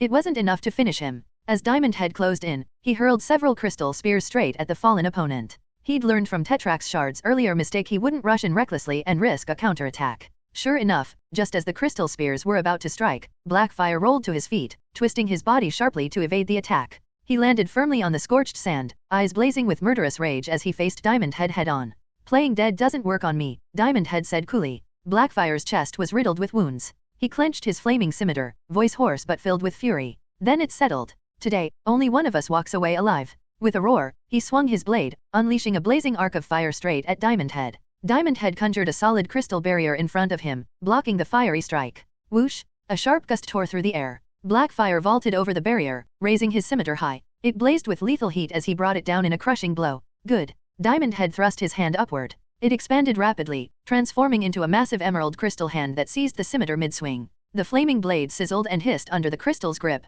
heat distorting the air around it. It's over. Diamond Head swung his arm, smashing the captured weapon and Blackfire along with it into the rocky ground with explosive force. He kicked the scimitar aside, then raised his hand again, forming a crystalline vest that locked tightly around Blackfire's body, pinning him to the ground. You Blackfire struggled desperately, pulling at the crystal restraint, but it wouldn't budge. As crimson light flared in his palm, ready to release a surge of flame, Diamond Head acted first. A crystal halberd materialized in his grip, and he drove it down hard into Blackfire's chest. Crack, crack. A harsh grinding echoed as the halberd pierced through the armor, pressing deeper until it sank into Blackfire's body. Blackfire's eyes widened in shock. He thrashed violently, but the crystal bindings held him fast, giving him no chance to escape. Then, with a final, decisive thrust, Diamond Head drove the halberd through his heart. Blackfire's pupils shrank. His body went still, then limp, the flames around him flickering out. Moments later, he was motionless. Bounty Hunter Blackfire deceased. Ding Blackfire successfully eliminated. Random Hero Gene Chest obtained. Stored in inventory, accessible anytime. A series of system chimes echoed in Lucian's mind. Staring at the corpse before him, Diamond Head's expression remained calm. Without a word, he willed the chest open. Ding, congratulations, host, on acquiring a new hero. Beep, beep, beep. A crimson glow burst from Diamond Head's body before fading away, revealing Lucian standing where he was. For a moment, he looked dazed. The new hero's power was undeniable, but in the original story, this one almost never won a fight. Staring at the holographic projection on the Omnitrix, Lucian fell into thought, unsure if this was good or bad news. Forget it, he sighed softly. Let's hope you can show your full potential with me. Before long, Tetrax Shard's battle had also come to an end. 6-6 and Crab were completely out of ammunition, beaten into the dirt by Diamond Head. Against the seasoned Tetrax Shard, they didn't stand a chance and were quickly subdued. Tetrax pulled out a spatial cube and sealed the two inside, intending to deliver them to an alien prison. The fight's finally over, Gwen exhaled, wiping sweat from her forehead. Casting Water Dragon Soul multiple times had drained much of her mana. It would take a while to recover. Oh man, that was awesome. Cuz totally wrecked that knife-wielding freak. Ben shouted, still buzzing with excitement at the sight of Diamond Head's battle. Grandpa Max smiled. Lucian's gotten a lot stronger lately. Handling regular aliens shouldn't be a problem for him anymore. No way, Grandpa. I think no alien's a match for Cuz now, Ben said confidently. Grandpa chuckled but didn't comment. Just then, Tetrax Shard walked up to Lucian. You're a warrior worthy of respect. The Omnitrix should be in your hands, he said sincerely. Really? Aren't you worried someone might try to steal it? Lucian asked. With its new owner here, I have nothing to worry about, Tetrax replied, glancing up at the sky. Still, don't let your guard down. The universe is full of beings who covet the Omnitrix. You must be prepared for what's to come. Lucian smiled. Don't worry. I won't let anyone take my little watch. After a brief pause, Tetrax handed over the hoverboard. Take this. You might need it one day. Lucian froze for a moment before his eyes lit up with excitement. His heart raced as he held the sleek, metallic board. Tetrax's hoverboard? Back when he'd watched the original show, he'd always dreamed of owning one flying freely through the sky, fast and untouchable. What kid wouldn't want something that cool? Thanks, Lucian said sincerely. Tetrax waved a hand. Protect the Omnitrix. That's the best thanks you can give me. A red light flared around his body, swirling faster and faster until he vanished into the air. Looking around at the battle-scarred mine, Grandpa Max sighed with a weary smile and turned to the others. All right, kids. You've had a long day. How about Grandpa takes you somewhere fun to relax? His voice was warm, his tone gentle. Ben's eyes lit up instantly. Yes, Grandpa, you're the best. Where are we going? Gwen tilted her head in curiosity. Yeah, where exactly? That's a secret. Grandpa Max grinned mischievously, a playful glint in his eyes. For some reason, Lucian felt a twinge of unease. Something told him this next trip was going to be memorable. Traffic crawled along the highway, a wall of steel shimmering under the relentless sun, stretching endlessly into the distance. It was probably the holiday rush. Horns blared, curses flew, and the air was thick with impatience. The rust bucket was jammed in the middle of it all, moving a few meters at a time. Sweat rolled down Grandpa Max's forehead as he gripped the steering wheel, a helpless smile tugging at his lips. At this pace, we'll get there sometime next century, he muttered wryly. Next to him, Ben had his face pressed flat against the window, making silly faces at a kid in the neighboring car, laughing like it was the best game in the world. Gwen stood with her hands on her hips, watching him in disbelief. Keep that up and your face might freeze that way. Then again, that might actually be an improvement. Relax, nerd. I'm not gonna end up like some people, Ben shot back, then resumed his contest. The kid across the way wasn't backing down. He pulled out a bag of dried sweet potatoes, stuffed them into his mouth, chewed furiously, then stuck out a yellow-stained tongue at Ben looking disgustingly grotesque. Ben grimaced. Ugh, that's nasty. Meanwhile, Lucian sat quietly, earbuds in, listening to a new English track and enjoying the rare peace. Grandpa Max's expression suddenly changed. Up ahead, something was wrong. An argument had broken out. Just a few cars ahead, 7 or 8 burly men had jumped out of a van. They yanked open the door of the car in front and dragged out 2 women, who looked terrified and frail. A heated confrontation erupted immediately, drawing the attention of nearby drivers. One woman, on the verge of tears, pointed to the back of her car. You're the one who didn't keep your distance. You hit us first, and now you're trying to blame us. Bullshit? You slammed your brakes and made me hit you, snarled a greasy man, his face wobbling with rage. In traffic like this, everyone's crawling? Why would I even brake that hard? The younger woman shot back, her eyes red as she tried to stand her ground. The men exchanged sinister grins and surrounded them, cracking their knuckles. I'm warning you, pay for our repairs and damages, or things are gonna get ugly. Bitches think they can mouth off, one sneered. No cash? Then maybe you can pay another way. Another added with a disgusting grin. The men looked like thugs straight out of a nightmare, huge, broad, and radiating menace. The two women stood frozen, trembling, their faces pale. One of them fumbled for her phone, but before she could dial, several of the men lunged forward and tore it from her hands. You still think you can call the cops? The tattooed man narrowed his eyes, a cold smirk on his face. We're being generous, handling this privately. Push your luck, and we'll show you what real pain feels like. Hey, buddy, called a nearby driver, a cigarette dangling from his lips as he leaned out his window. That's enough. I saw what happened. You were in the wrong. Don't make this worse, let the girls go. Son of a bitch. The tattooed man roared and stormed over with his crew. They grabbed the middle-aged man and yanked him from his car. Who the hell do you think you're talking to? Keep mouthing off and I'll bury you right here. Years of street life had hardened the thug. He feared no one, especially not some ordinary-looking man. You're out of line, the driver growled, pulling out his phone to call for help. But before he could press a button, they snatched it away. The group surrounded him and began to beat him mercilessly. Fists and boots flew, each strike landing hard. Blood spattered the ground, but the man refused to beg, gritting his teeth and enduring every blow. He cursed himself for not calling sooner. The two women watched in horror, shaking uncontrollably. No one dared step in. Other drivers locked their doors, watching from behind glass, pretending not to see.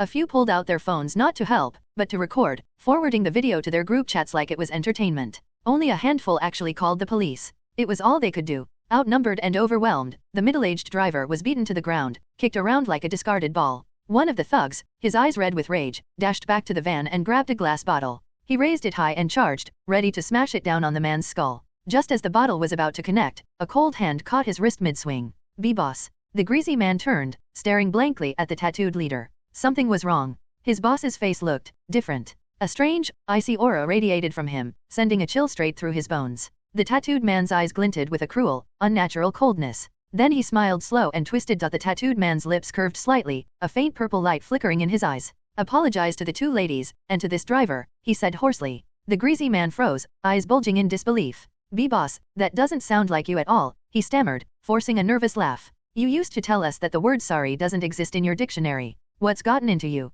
The other thugs looked equally confused, their wide, frog-like eyes fixed on the tattooed man as if he'd lost his mind. Enough talk, the tattooed man snapped, his tone turning sharp and deadly. His gaze swept coldly over his men. Are you defying me now? Say one more word and I'll cripple every one of you. The words hit like a thunderclap. The men immediately cowered, trembling and shaking their heads. No, we wouldn't dare. Boss, we were wrong. We'll never do it again. We'll turn over a new leaf, swear it. Hearing their frantic pleas, the tattooed man's expression eased slightly. Hand over all the cash you've got, he ordered. It'll go toward their car repairs and medical bills. He extended his hand, palm open. The greasy man's face twisted in misery. Fighting back tears, he dug into his pockets and pulled out a few crumpled bills, his hand shaking as he passed them over. Seriously? That's it? Barely a few dozen bucks, the tattooed man muttered, twitching with frustration. The rest fared no better. They patted themselves down, emptying their pockets of loose change and small bills barely enough to buy lunch. 8 grown men together couldn't scrape up more than 500 yuan. The tattooed man sighed and shrugged.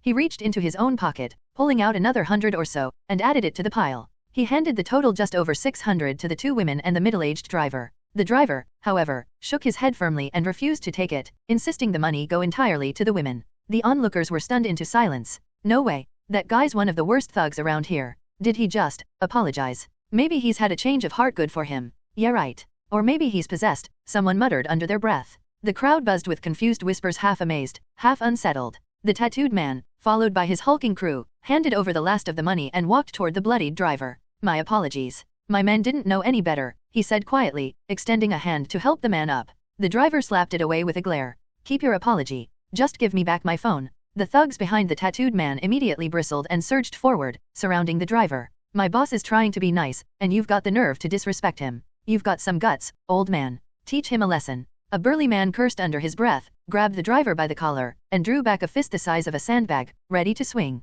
Stop. The tattooed man cracked his neck, a sinister smile curling across his face. Give him back his phone. But the greasy man hesitated, unsure of what to say. Now, the tattooed man's low growl cut through the air, his eyes flashing with a deadly chill. The greasy man froze. Every hair on his body stood on end as cold sweat trickled down his back. He stumbled forward and, trembling, handed the phone back to the middle-aged driver. He panted heavily, nearly scared to death by his own boss. Deep down, he had the bone-deep certainty that if he'd disobeyed just now, he would have been killed on the spot. Not far away, everyone in the rust bucket was watching the bizarre scene unfold. What's up with Lucian? Could this be a side effect of the transformation? Grandpa Max frowned, staring at the tattooed man's cold, predatory expression. Ben scratched his head. Maybe, he's just trying to scare them. I doubt it. Who knows what's gotten into him? Gwen muttered, worry clouding her face. Even her usual enthusiasm for gaming was gone. The highway remained completely jammed. The driver, now with his phone back, quickly climbed into his car, rolled up the windows, and started shouting into the receiver, probably cursing someone out.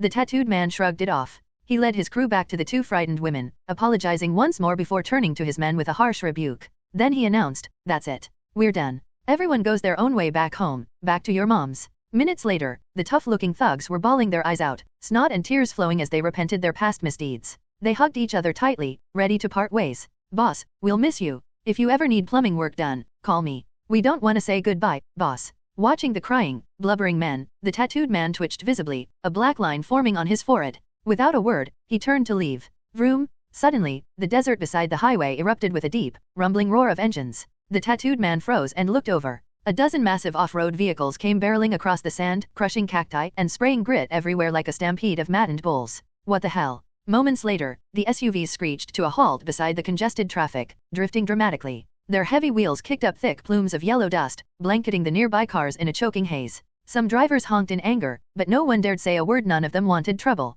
More than 30 burly men jumped from the vehicles, encircling the group with hostile glares. The greasy man and his crew froze, stunned speechless. "Boss, we're here," shouted the leader of the newcomers, calling out to the middle-aged driver. "Boss." The greasy man's eyes widened. "Oh, hell, we picked a fight with a big shot." The middle-aged driver wiped the blood from his forehead, his expression darkening. "Beat them. Beat them hard? Back in my street days, I never took crap like this," he barked. "Yes, sir," the leader roared, rallying his men to attack. The thugs paled instantly, clutching their heads and pleading for mercy. "You heard our boss? Not even God himself can save you now," the leader shouted, swinging his arm. "Go, beat them into paste." "Stop." The tattooed man's gravelly voice cut through the chaos. "Oh, who the hell are you supposed to be?" The leader sneered. "You rough up our boss, then try to play the hero? Spare me, fake bastard. Boys, tear him apart. Give him some extra attention while you're at it." Whoosh! The moment the words left his mouth, the mob erupted. Over 30 men charged forward, fists flying as they surged toward the tattooed man and his crew. "Boss, what do we do?" the greasy man whimpered, his face wrinkling in panic. The tattooed man stood still, his back to them, silent. "Be boss." The greasy man stumbled around to face him, then froze in horror. The skin around the tattooed man's eyes had split into jagged black cracks. His irises glowed an ominous violet, radiating a suffocating aura of murderous rage. "Do it." His voice was ice cold. The greasy man shook his head frantically. "Bro, we need to run. There's too many of them, we can't win this." 9 men against 30? Unless they were elite soldiers, that was suicide. But what happened next left the greasy man completely dumbstruck. The tattooed man clenched his fists, the blue dragon inked on his arm twisting to life. With a violent push of his legs, he launched himself straight into the crowd like a bullet. Barehanded, 1 man against 30. "Arrogant fool," the leader bellowed. "Brothers, take him down." "Yes, sir." Dozens of burly men, muscles bulging and eyes wild, roared like beasts and charged. In the blink of an eye, the tattooed man's lean frame disappeared into the mob. His eyes glowed a fierce violet, his grin dark and twisted. A wave of chilling energy poured from his body as his fists flew in every direction, striking anyone who came near.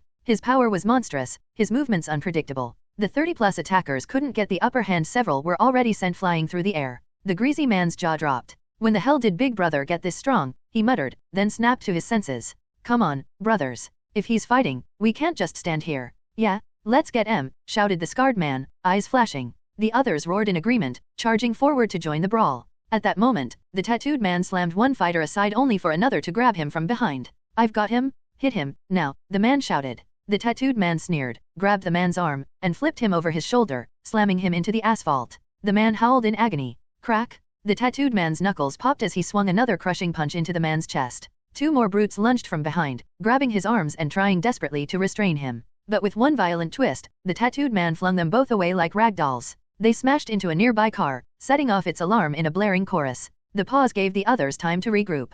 More men surged from all sides, surrounding him again like a tidal wave of muscle. Any ordinary person would have been overwhelmed long ago, but the tattooed man was anything but ordinary. A dozen of them tackled him, locking onto his body, trying to pin him down and pummel him. "Let me go." The tighter they held, the more feral he became. He let out a guttural roar, exploding with raw power, throwing everyone around him to the ground. His clothes were torn to shreds, but he didn't care. He dove back into the fray like a wild beast. Seeing their boss fight like a demon, his men's morale skyrocketed. Fueled by adrenaline, they threw themselves into the chaos, fists flying in a frenzy. Inside his car, the middle-aged driver watched in shock, his mouth hanging open. What the hell is that thing? Boom! A deafening crash echoed as the tattooed man grabbed a terrified brute like a child's toy and slammed him onto the roof of a car. The man's eyes rolled back, and he collapsed, unconscious. The tattooed man climbed onto the car roof, his violet eyes burning as he looked down on the trembling crowd. You can't beat me, heh, he said with a chilling grin. The leader gritted his teeth, rage flooding his face. If you've got the guts, come down here.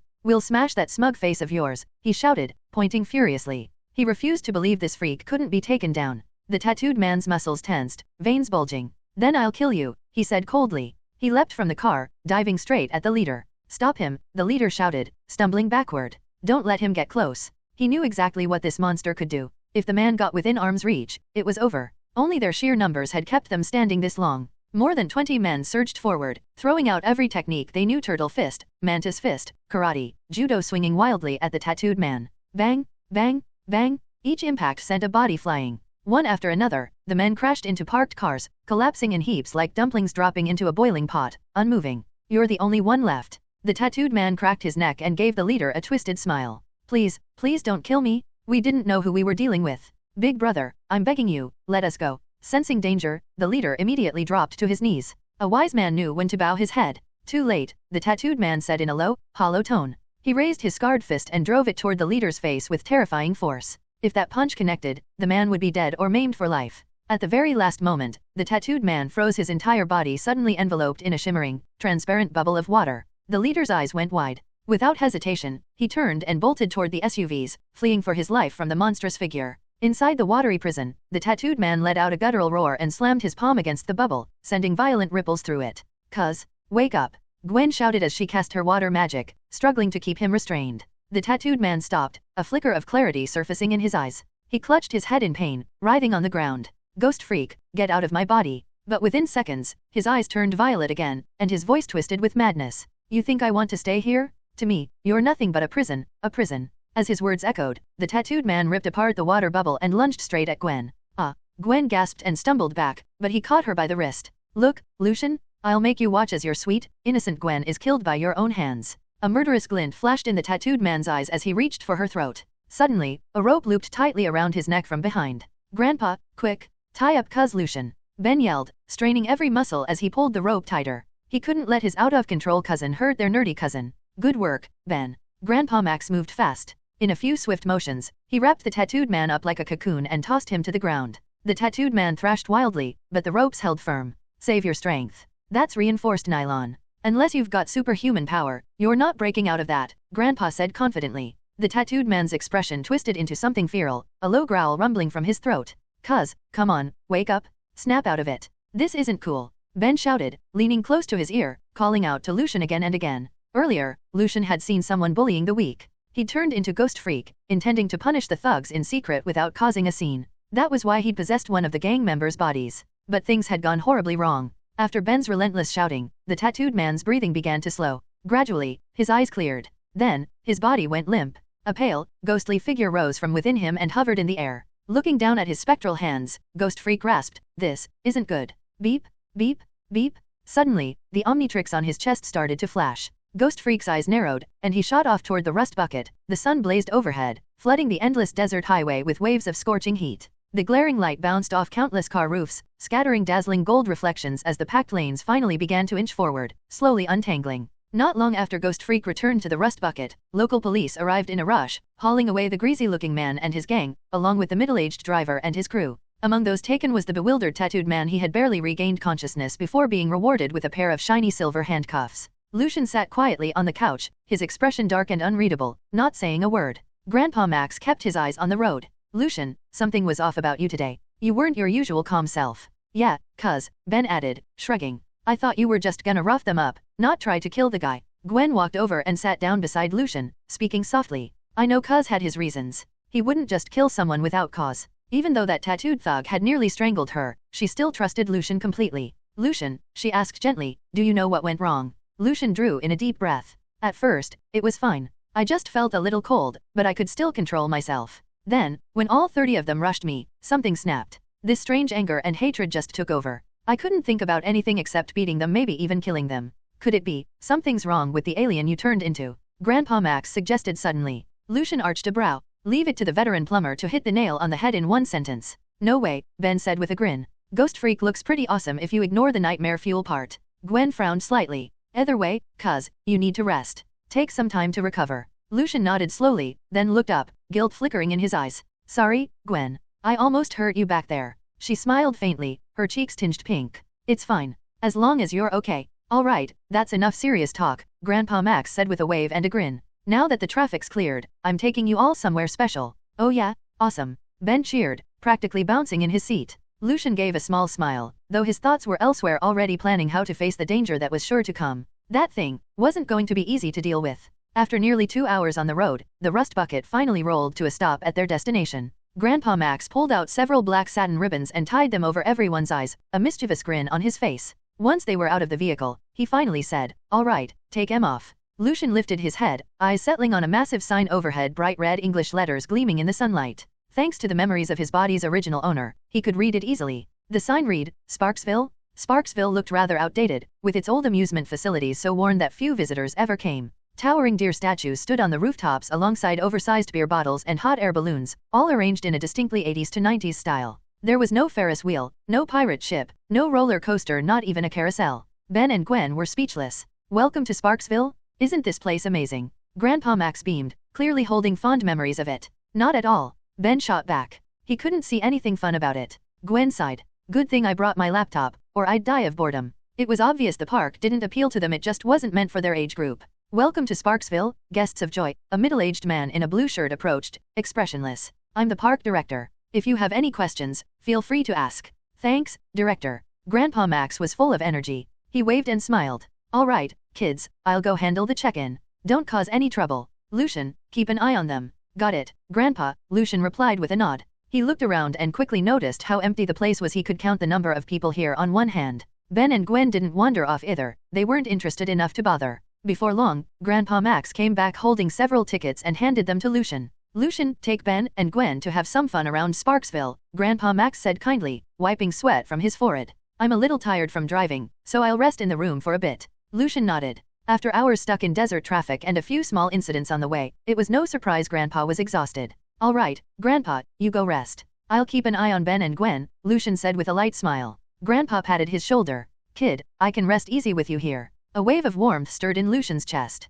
He smiled, saying nothing more. After escorting Grandpa Max back to his room, Lucian led Ben and Gwen to the ticket gate. Seeing the deserted counter, Ben rolled his eyes. Ugh, this place is dead. We've been played. All right, Ben. I can tell Grandpa really likes it here. Let's just humor him for a bit, Lucian said, pressing the bell on the counter. Next time, I'll take you to the arcade. Deal. Awesome? You're the best, cuz. Ben cheered. Soon, a middle-aged man stepped out and stood behind the counter. Ben scratched his head. Wait, aren't you the park director? The director took the tickets from Lucian, expressionless, tore them to pieces, and said calmly, Kid, I'm sure you understand the meaning of those who can do more. Lucian's mouth twitched slightly. It was obvious there weren't enough visitors to justify hiring a separate ticket clerk. But there was no need to call him out. He simply led Ben and Gwen into the park. And so, their tour of Sparksville began. They took photos with the deer statue, marveled at houses built from giant playing cards, and drifted through a dim space-themed chamber, gazing up at models of the 9 planets. What broke the illusion was Lucian spotting a staff member holding a light nearby, trying to make the starry wallpaper and planet models look more realistic, adding to the cosmic atmosphere. Lucian shrugged. He had to admit the place was really boring. Before long, the park director appeared again. He led them to a wooden cabin and said, Once you pass through this door, you will see the strangest and wildest attraction in the Sparksville. Remember, follow the rules, he added. Lucian nodded and led Ben and Gwen inside. It was pitch black inside, he couldn't see a thing. Oh man, I'd rather go home and play hide and seek. Ben groaned. No sooner had he spoken than the darkness was flooded with lights, bright, colorful, and dazzling. Gwen looked around and read aloud. Do not touch it. Do not photograph it. Do not use batteries or any electronic devices near it. Click. A sharp sound echoed as the room's lights flicked on, driving away the darkness. Before them stood a massive wooden crate. Painted across it in red English letters were the words, This is it. Moments later, the crate creaked open on its own, revealing what was inside, a giant rubber ball. Ben stared for a while before blurting out, This isn't cool at all. What's so weird or crazy about a rubber ball? I don't get it. I'm with you, Gwen said, nodding. She couldn't understand why Grandpa liked this place either. Lucian looked at the motionless rubber ball.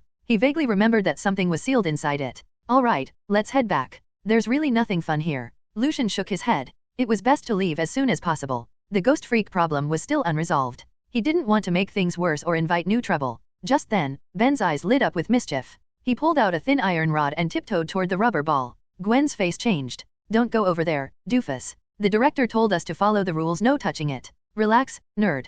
Don't you want to know what's inside? With that, Ben raised the rod and tapped the ball. Thud. In the next instant, a large hand grabbed the rod and hurled it away. We're leaving, Lucian said evenly. He was the one who had thrown it. Cuz. Ben stared at him for a moment, then nodded. Lucian led Ben and Gwen out of the eerie wooden cabin. They had no idea that not long after they left, 2 teenage delinquents slipped inside. Mike, there's nothing fun here. Let's just go, said a blonde boy, glancing around. Mike, with his dyed red hair, grinned. No way. Grandpa told me there's some awesome amusement set up here. When they got back, Lucian found Grandpa already asleep. Ben and Gwen, worn out from the day, soon drifted off too. Lucian sat on the sofa, lost in thought. Ghost Freak was showing signs of losing control. Its escape was only a matter of time, and once it did, the first thing it would try was taking over Lucian's body. After all, the Omnitrix was on his wrist. No matter how long he thought, he couldn't find a better plan. The only solution was to defeat the rampaging Ghost Freak and force it back into the watch. With that thought, Lucian sank into the soft sofa and slowly drifted to sleep.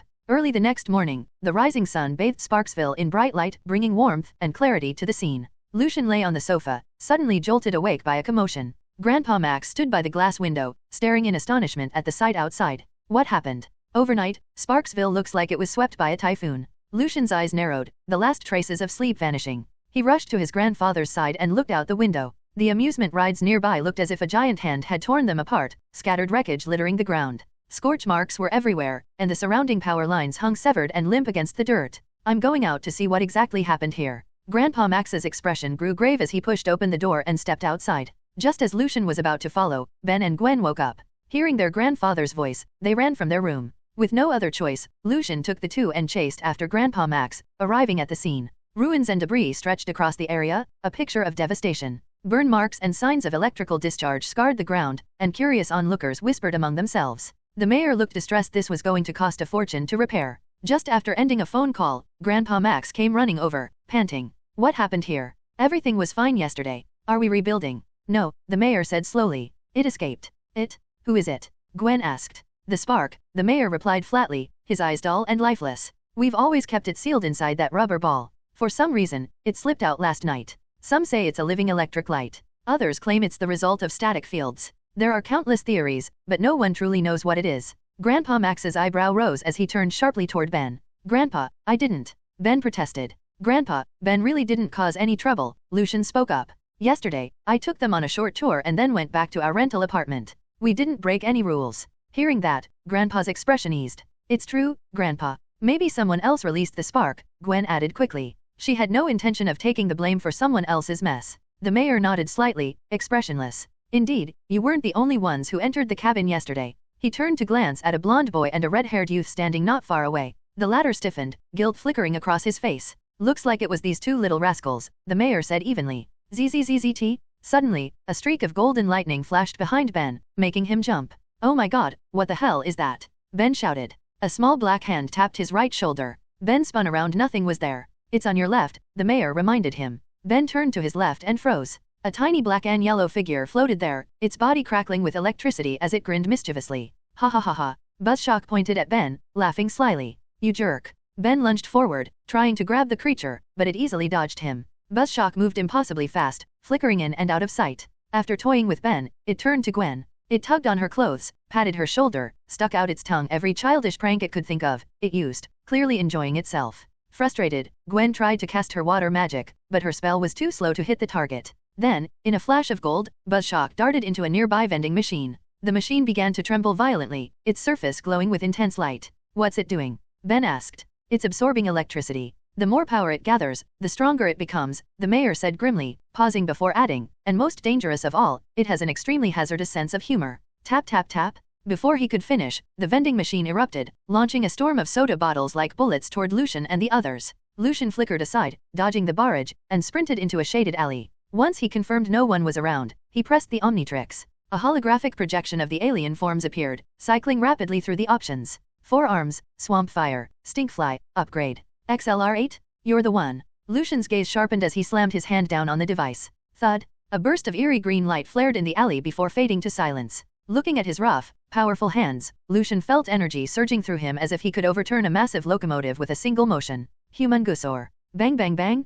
Countless beverage bottles erupted from the machine like a deadly machine gun, firing at full throttle. They merged into a terrifying storm of steel, howling as they tore through the air toward the crowd. Tourists around them panicked, screaming as they scattered in every direction. Ha ha ha ha. The vending machine glanced left and right, then burst into shrill laughter. It bounced and hopped wildly, speeding after Ben. Oh my god, this can't be real. Ben felt his scalp tingle as adrenaline surged through him. Mustering every ounce of strength, he bolted in the opposite direction. Clank, clank, clank. Buzzshock controlled the massive vending machine, bouncing along like a crazed parasite clinging to Ben's back. A barrage of glass bottles shot from the machine, cutting through the air toward him. Feeling the gust of wind behind him, Ben leapt forward just in time to avoid being hit. With a series of sharp cracks, the bottles smashed into the ground, shattering instantly. Countless shards of glass glittered as they scattered and drifted down like fragments of crystal. Why are you always chasing me? Ben yelled. You little freak. What's your problem? This annoying electric gremlin was even worse than his ditzy cousin? Ha ha ha ha. Buzzshock's laughter echoed from within the machine, persistent and piercing, as if locked onto Ben like a curse.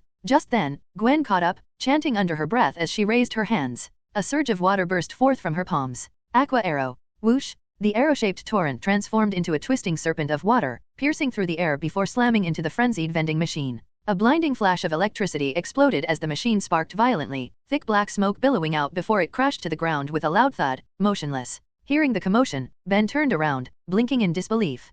Saved. But before he could relax, a streak of golden lightning shot from the wrecked machine, instantly diving into a nearby mechanical Tyrannosaurus Rex. Roar. The T-Rex's eyes flared with golden light. It stumped forward, the ground cracking beneath its weight as it charged ferociously at Gwen. Despite the monstrous sight, Gwen stayed calm. She began another incantation, summoning a surge of blue energy beside her. Water Dragon Soul, she called out. A massive azure dragon burst forth with a thunderous roar, coiling through the air before charging head-on at the rampaging T-Rex. Just as the dragon reached its target, the mechanical beast swung its tail in a brutal counterattack. The impact shattered the dragon into a misty spray that slowly dispersed into the air. Roar. The mechanical T-Rex bellowed and charged again, each step shaking the earth. Its massive jaws opened wide, revealing rows of gleaming, razor-sharp fangs as it lunged straight for the frozen Gwen. Her pupils contracted. Terror flooded her chest like a rising tide, freezing her where she stood. Don't you touch my cousin. A deep, powerful voice thundered from the side. Crack. Just as the T-Rex's jaws were about to snap shut, a massive brown hand clamped tightly around its neck, stopping it cold.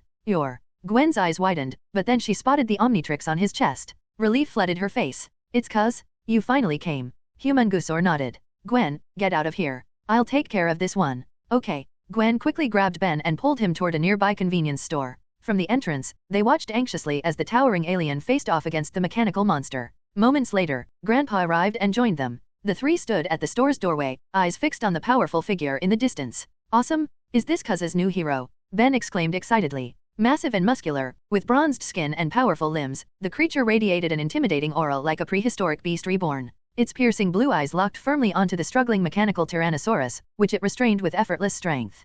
Humongousaur let out a cold snort and hurled the mechanical T-Rex with tremendous force. It slammed into a stone wall, shattering into heaps of metal fragments that sparked with blinding flashes of electricity. Cuz's strength is incredible. He took down that mechanical T-Rex in one hit, Gwen said in awe. Her water dragon soul hadn't even managed to scratch it before being torn apart, yet Humongousaur had crushed it with a single move. The difference in power was staggering. Grandpa Max stroked his chin thoughtfully. Looks like a strength-type alien. Judging by its power, it's probably on par with 4 arms. What if they fought each other? Ben grinned mischievously. That's impossible, dweeb. Gwen smacked Ben on the head. The Omnitrix is with cuz unless someone out there can transform without it. Or another Omnitrix shows up, Ben muttered. Rolling his eyes at her, Ben turned his attention back to the battlefield. Amid the ruins, golden sparks crackled and danced across the broken metal parts before converging into a small black and yellow figure. Buzzshock extended its tiny finger toward Humongousaur and laughed mockingly, as if to say, you can't even touch me. Ding, alien hacker mission triggered. Capture Buzzshock.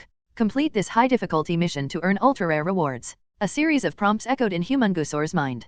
Catching Buzzshock with Humongousaur, that's not going to be easy, he muttered. He sighed, frustrated. He had meant to transform into XLR8, but somehow ended up like this instead. This stupid watch.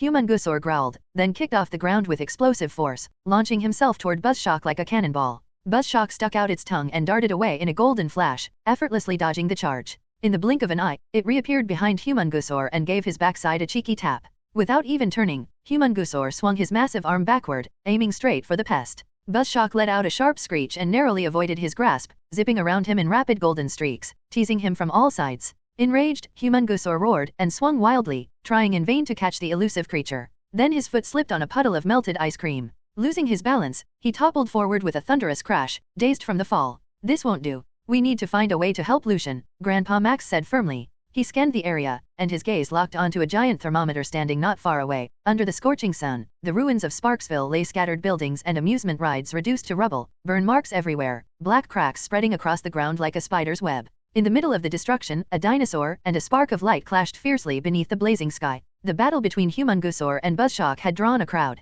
"Oh my god, what kind of monster is that? It's actually fighting that light. Looks like a dinosaur, right? Could that be the legendary humanoid T-Rex? Let's hope it can capture that light. I wouldn't count on it. That big guy looks strong, but he keeps getting tossed around by that thing. Totally useless." A blonde girl licked her ice cream and sighed. The mayor, dressed in a blue shirt, sat calmly on a nearby bench, watching Humongousaur chase Buzzshock. "Strange things happen every year," he murmured, "but this year's been something else." Meanwhile, Humongousaur was panting heavily as he pursued Buzzshock. "This thing really knows how to run," he muttered, stopping for a moment to catch his breath. But Buzzshock wasn't about to let him rest. It spun around midair, laughing mockingly as it slapped its rear, stuck out its tongue, and even flipped him off. That was the last straw. Seeing the smug expression on that glowing face, Humongousaur clenched his fists, roared furiously, and charged forward with terrifying speed. Yet again, Buzzshock darted aside with lightning agility, appearing behind Humongousaur and bursting into taunting laughter. Suddenly, a massive hand shot out like a thunderbolt, snatching the little creature out of the air. "Gotcha," Humongousaur growled, lips curling into a smirk, his deep voice rumbling like thunder. Buzzshock chuckled wickedly, its body blazing with golden electricity. In an instant, a torrent of energy exploded outward, dazzlingly bright. The surge sent Humongousaur flying backward, crashing into a vending machine with tremendous force. Bottles burst and shattered, spraying soda in every direction. Humongousaur slumped on the ground, head hanging. A cracked soda bottle rolled off his brow, cola running down his rough face. His physical defense was exceptional, but against electricity, he was almost helpless. "The humiliated Humongousaur, lives up to the name," Lucian muttered dryly. Forcing himself up again, the giant alien grabbed a nearby rock and hurled it at Buzzshock. With a sharp crack, the little spark turned into a streak of golden lightning and vanished. A moment later, it reappeared directly in front of him, laughing mockingly, refusing to let up. "Damn it!" Humongousaur roared and charged, his iron fists clenched tight. Buzzshock flashed to his ankle, grabbing hold of a steel cable lying on the ground. Humongousaur's legs tangled instantly. Losing his balance, he stumbled forward and crashed face-first into the dirt. Buzzshock zipped onto his back, stomping its tiny feet like it was dancing on his spine, its laughter ringing loud and grating. "I've had enough." With a furious roll, Humongousaur sent Buzzshock flying. The little spark hovered a short distance away, shrieking with laughter. Just as Humongousaur prepared to attack again, the Omnitrix on his chest flashed red. A bright light engulfed him, and in the next moment, Lucian stood where the alien had been. Brushing dust from his clothes, Lucian sighed.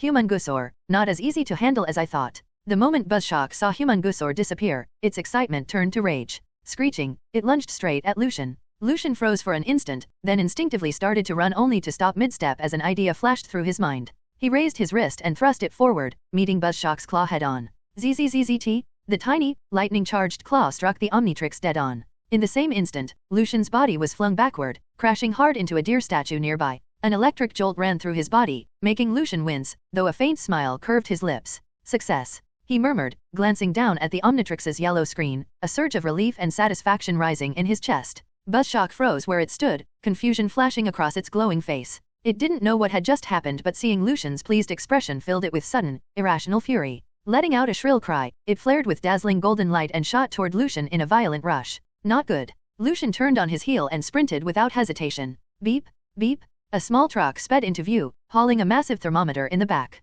Lucian's eyes narrowed as he spotted Grandpa Max at the wheel, with Ben and Gwen sitting beside him. In moments, the truck screeched to a stop beside him. "Get in. Grandpa's about to give it an unforgettable lesson in electronics." Grandpa Max grinned, a sharp glint in his eyes. Lucian nodded, leaping into the passenger seat. Behind them, Buzzshock, glowing furiously, gave chase with reckless speed, its energy crackling through the air. Then, without warning, the truck dropped the huge thermometer from its bed. It hit the ground hard, standing upright as if planted there. Buzzshock, unable to react in time, slammed straight into it. Golden sparks flared wildly, but it couldn't break free. Ben jumped out of the truck first, eyes bright with excitement. Nice. Let's see how Sparky gets out of this one. Haha, that was my idea. Gwen said proudly, hands on her hips. Using the giant thermometer as a lightning rod, the sparks got nowhere to run now. Lucian raised an eyebrow. Except, isn't Earth itself one giant conductor? ZZZZT. Before the words had even faded, a powerful electric hum erupted from below. The nearby phone booth, power poles, and soda machines all began to crackle and glow with arcs of golden light.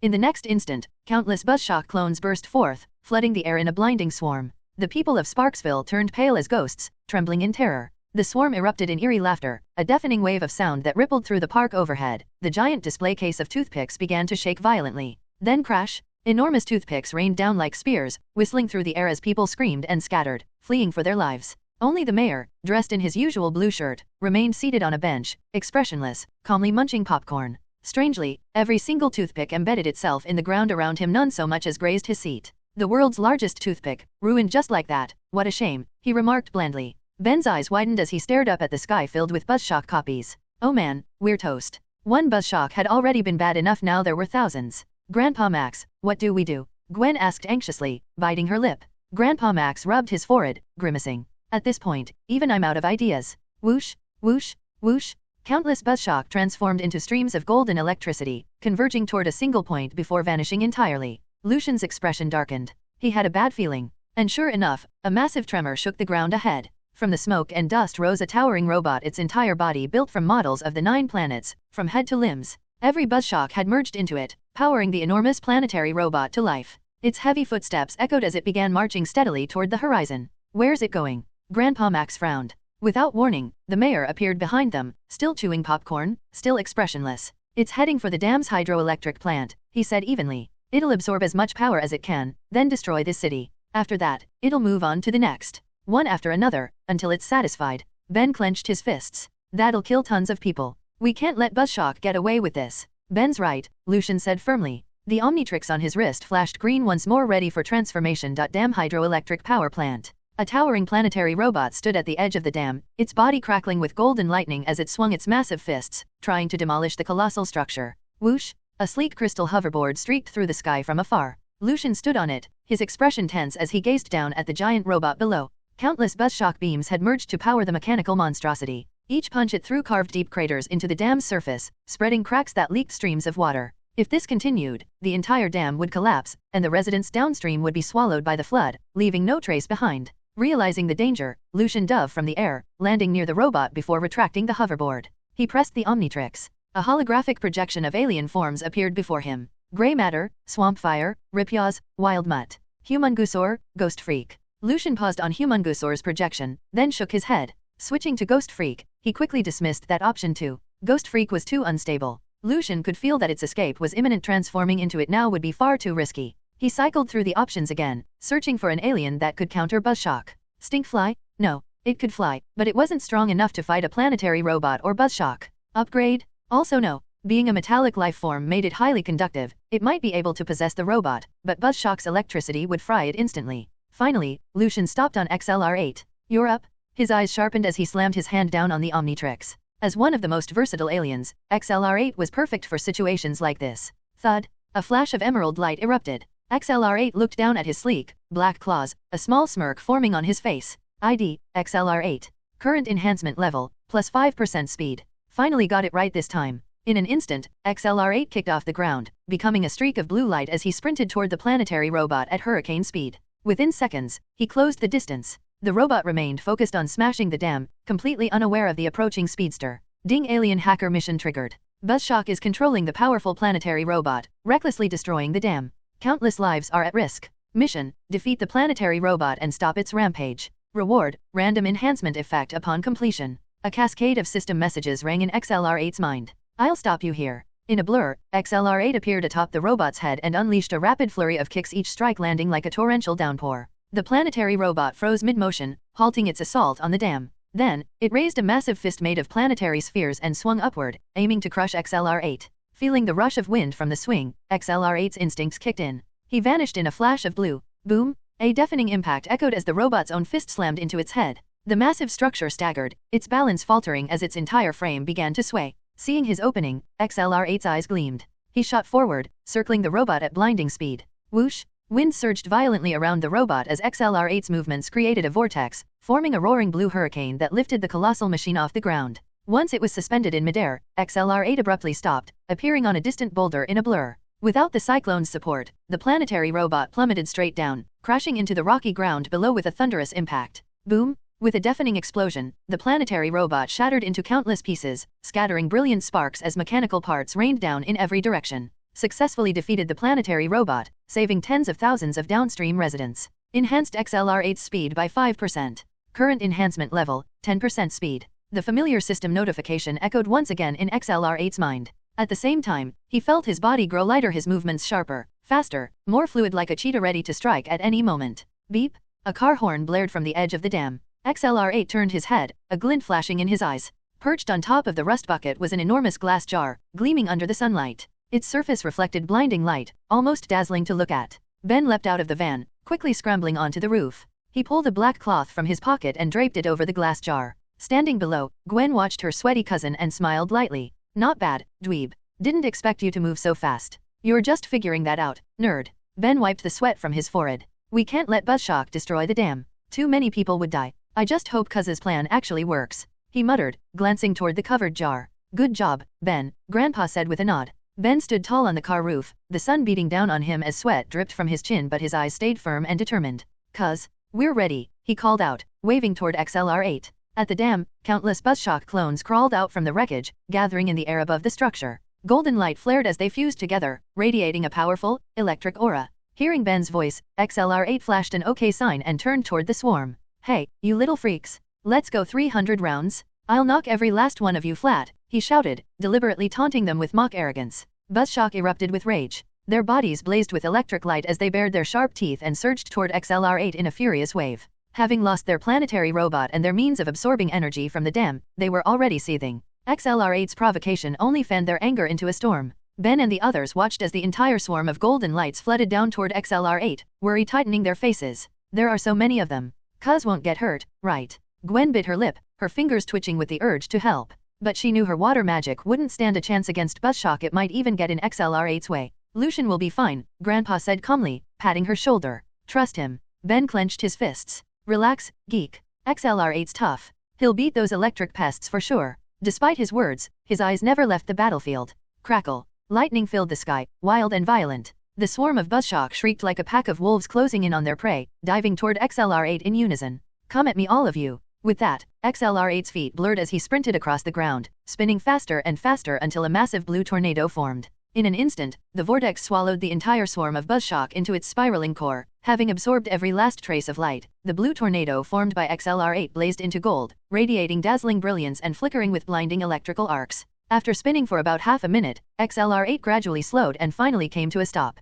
Countless Buzzshock clones drifted down from the sky, tumbling to the ground like scattered sparks. Their eyes were dazed, tiny tongues hanging out as golden stars spun around their heads, both ridiculous and oddly cute. XLR-8 scanned the area. The little creatures lay everywhere, packed densely across the ground, at least a few hundred by rough count. Seeing this, he instantly became a streak of blue light, reaching the rust bucket in just a few seconds. All done. Time to get them into the glass jar. XLR-8 jumped onto the van roof and hauled down the oversized glass container. These little pests are covered in electricity. With glass as an insulator, they won't be able to get out. Before anyone could answer, XLR-8 shot off again like a gust of wind, racing back toward the dam. Swish, swish, swish. A rapid blue blur spiraled around the scattered Buzzshock, sweeping them up like a raging storm and flinging them one after another into the jar. XLR-8's speed was unmatched. A few Buzzshock began to stir awake, but before they could even blink, a black claw had already grabbed them and tossed them inside. From the moment the sparks fell unconscious, to XLR-8 fetching the rust bucket and returning with the jar, to capturing every last Buzzshock, the entire process took less than 10 seconds.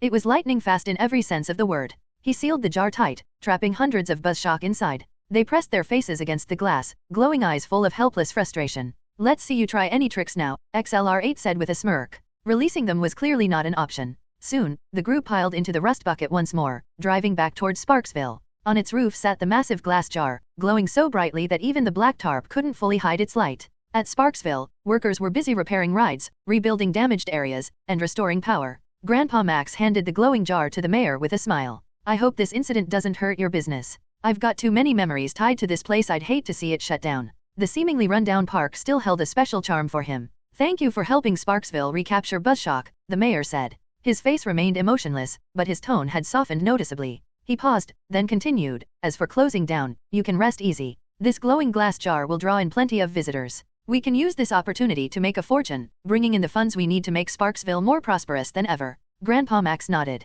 That's good to hear. Of course, the mayor added calmly, as long as everyone follows the rules. After a short rest, the group set out again, continuing their long, sweltering summer road trip. Ben lounged on the sofa, munching on a bag of sumo slammers. Hey, cuz, I saw Sparky grab you earlier. You okay? What? That little lightning pest dared to touch my cousin. Gwen snapped, clearly annoyed. Lucian shook his head with a faint smile. It's fine. Just a grab, nothing serious, and honestly, I let it happen on purpose. Ding successfully captured Buzzshock.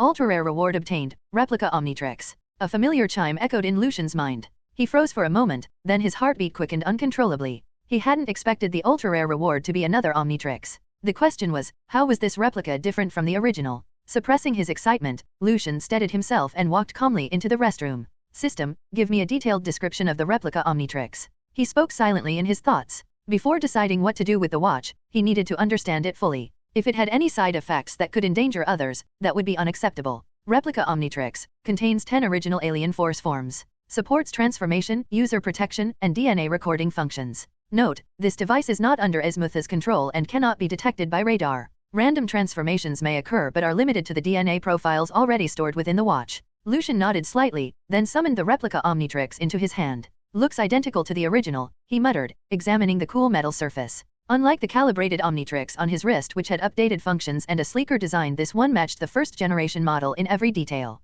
For instance, his own used 3D holographic projections to select aliens, while the original used flat 2D icons. In that case, Lucian decided firmly, I'll give this one to Ben. Since it wasn't under Esmutha's control and couldn't be tracked by radar, there'd be no risk of alien criminals like Vilgax finding its user. After weighing the pros and cons, Lucian pushed open the bathroom door and stepped out. He walked straight up to Ben. Ben, there's something I need to tell you. Ben had been deeply focused on his sumo slammers game. Hearing his cousin's serious tone, he immediately yanked off his headphones and turned toward him, attentive and expectant. To Ben, his cuz was the ultimate hero, someone who beat down alien monsters and always stood up for what was right. Gwen glanced over too, curiosity glinting in her eyes as she studied her handsome cousin. Lucian pulled the replica watch from behind his back and held it out to Ben. Cuz, isn't this the watch you had before? Ben's eyes widened in disbelief. Oh my gosh, I must be dreaming, Gwen gasped. Lucian cleared his throat and said slowly, actually, I didn't just find one watch that day, I found two. Now I'm giving this one to you. But why? Ben hesitated, unable to finish his question.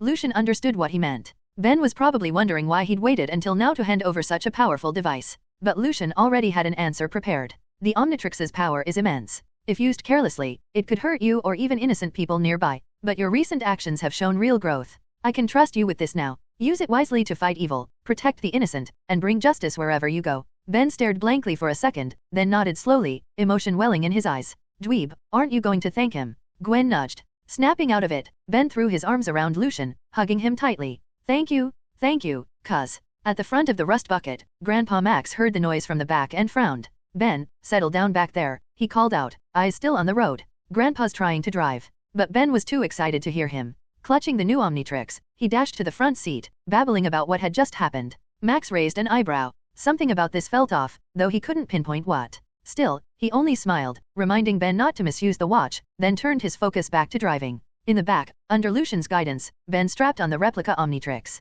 Cuz, what do I do next? He asked eagerly. Lucian pointed at the device and said evenly, over the next few days, I'll teach you how to use it and how to master the abilities of each alien hero. Whoosh! At the last second, a streak of blue lightning slashed across the lake. Water exploded into waves as XLR-8 shot through, scooping Ben up and darting toward shore with blinding speed. Roar! Having missed its prey, the monster bellowed in rage. It slammed its colossal tentacles into the lake, sending wave after wave crashing outward. Sheets of water rained down from above like a torrential storm. XLR-8 skidded to a stop on the shore, gently setting Ben down. See cuz, you finally came. Ben gasped, dripping wet as he threw his arms around XLR-8. Thank goodness you showed up. I was almost lunch for that thing. XLR-8 flicked Ben's forehead and rasped, you idiot. Swimming this early instead of sleeping, are you trying to die? If Gwen hadn't warned me, you'd be fish food by now. I was wrong, cuz. Ben hung his head, looking like a scolded child. Ben. Grandpa Max's voice called from behind. He rushed over, face lined with worry. Ben, Lucian, Gwen said there's a giant monster in the lake. Are you both all right? Grandpa Max, his gray hair catching the light, looked them over anxiously. Grandpa, that thing in the lake, it was huge. It almost Ben began, but XLR8 cut him off. Enough, XLR8 said sharply, turning toward the lake. Get back to the rust bucket. The monster's coming up.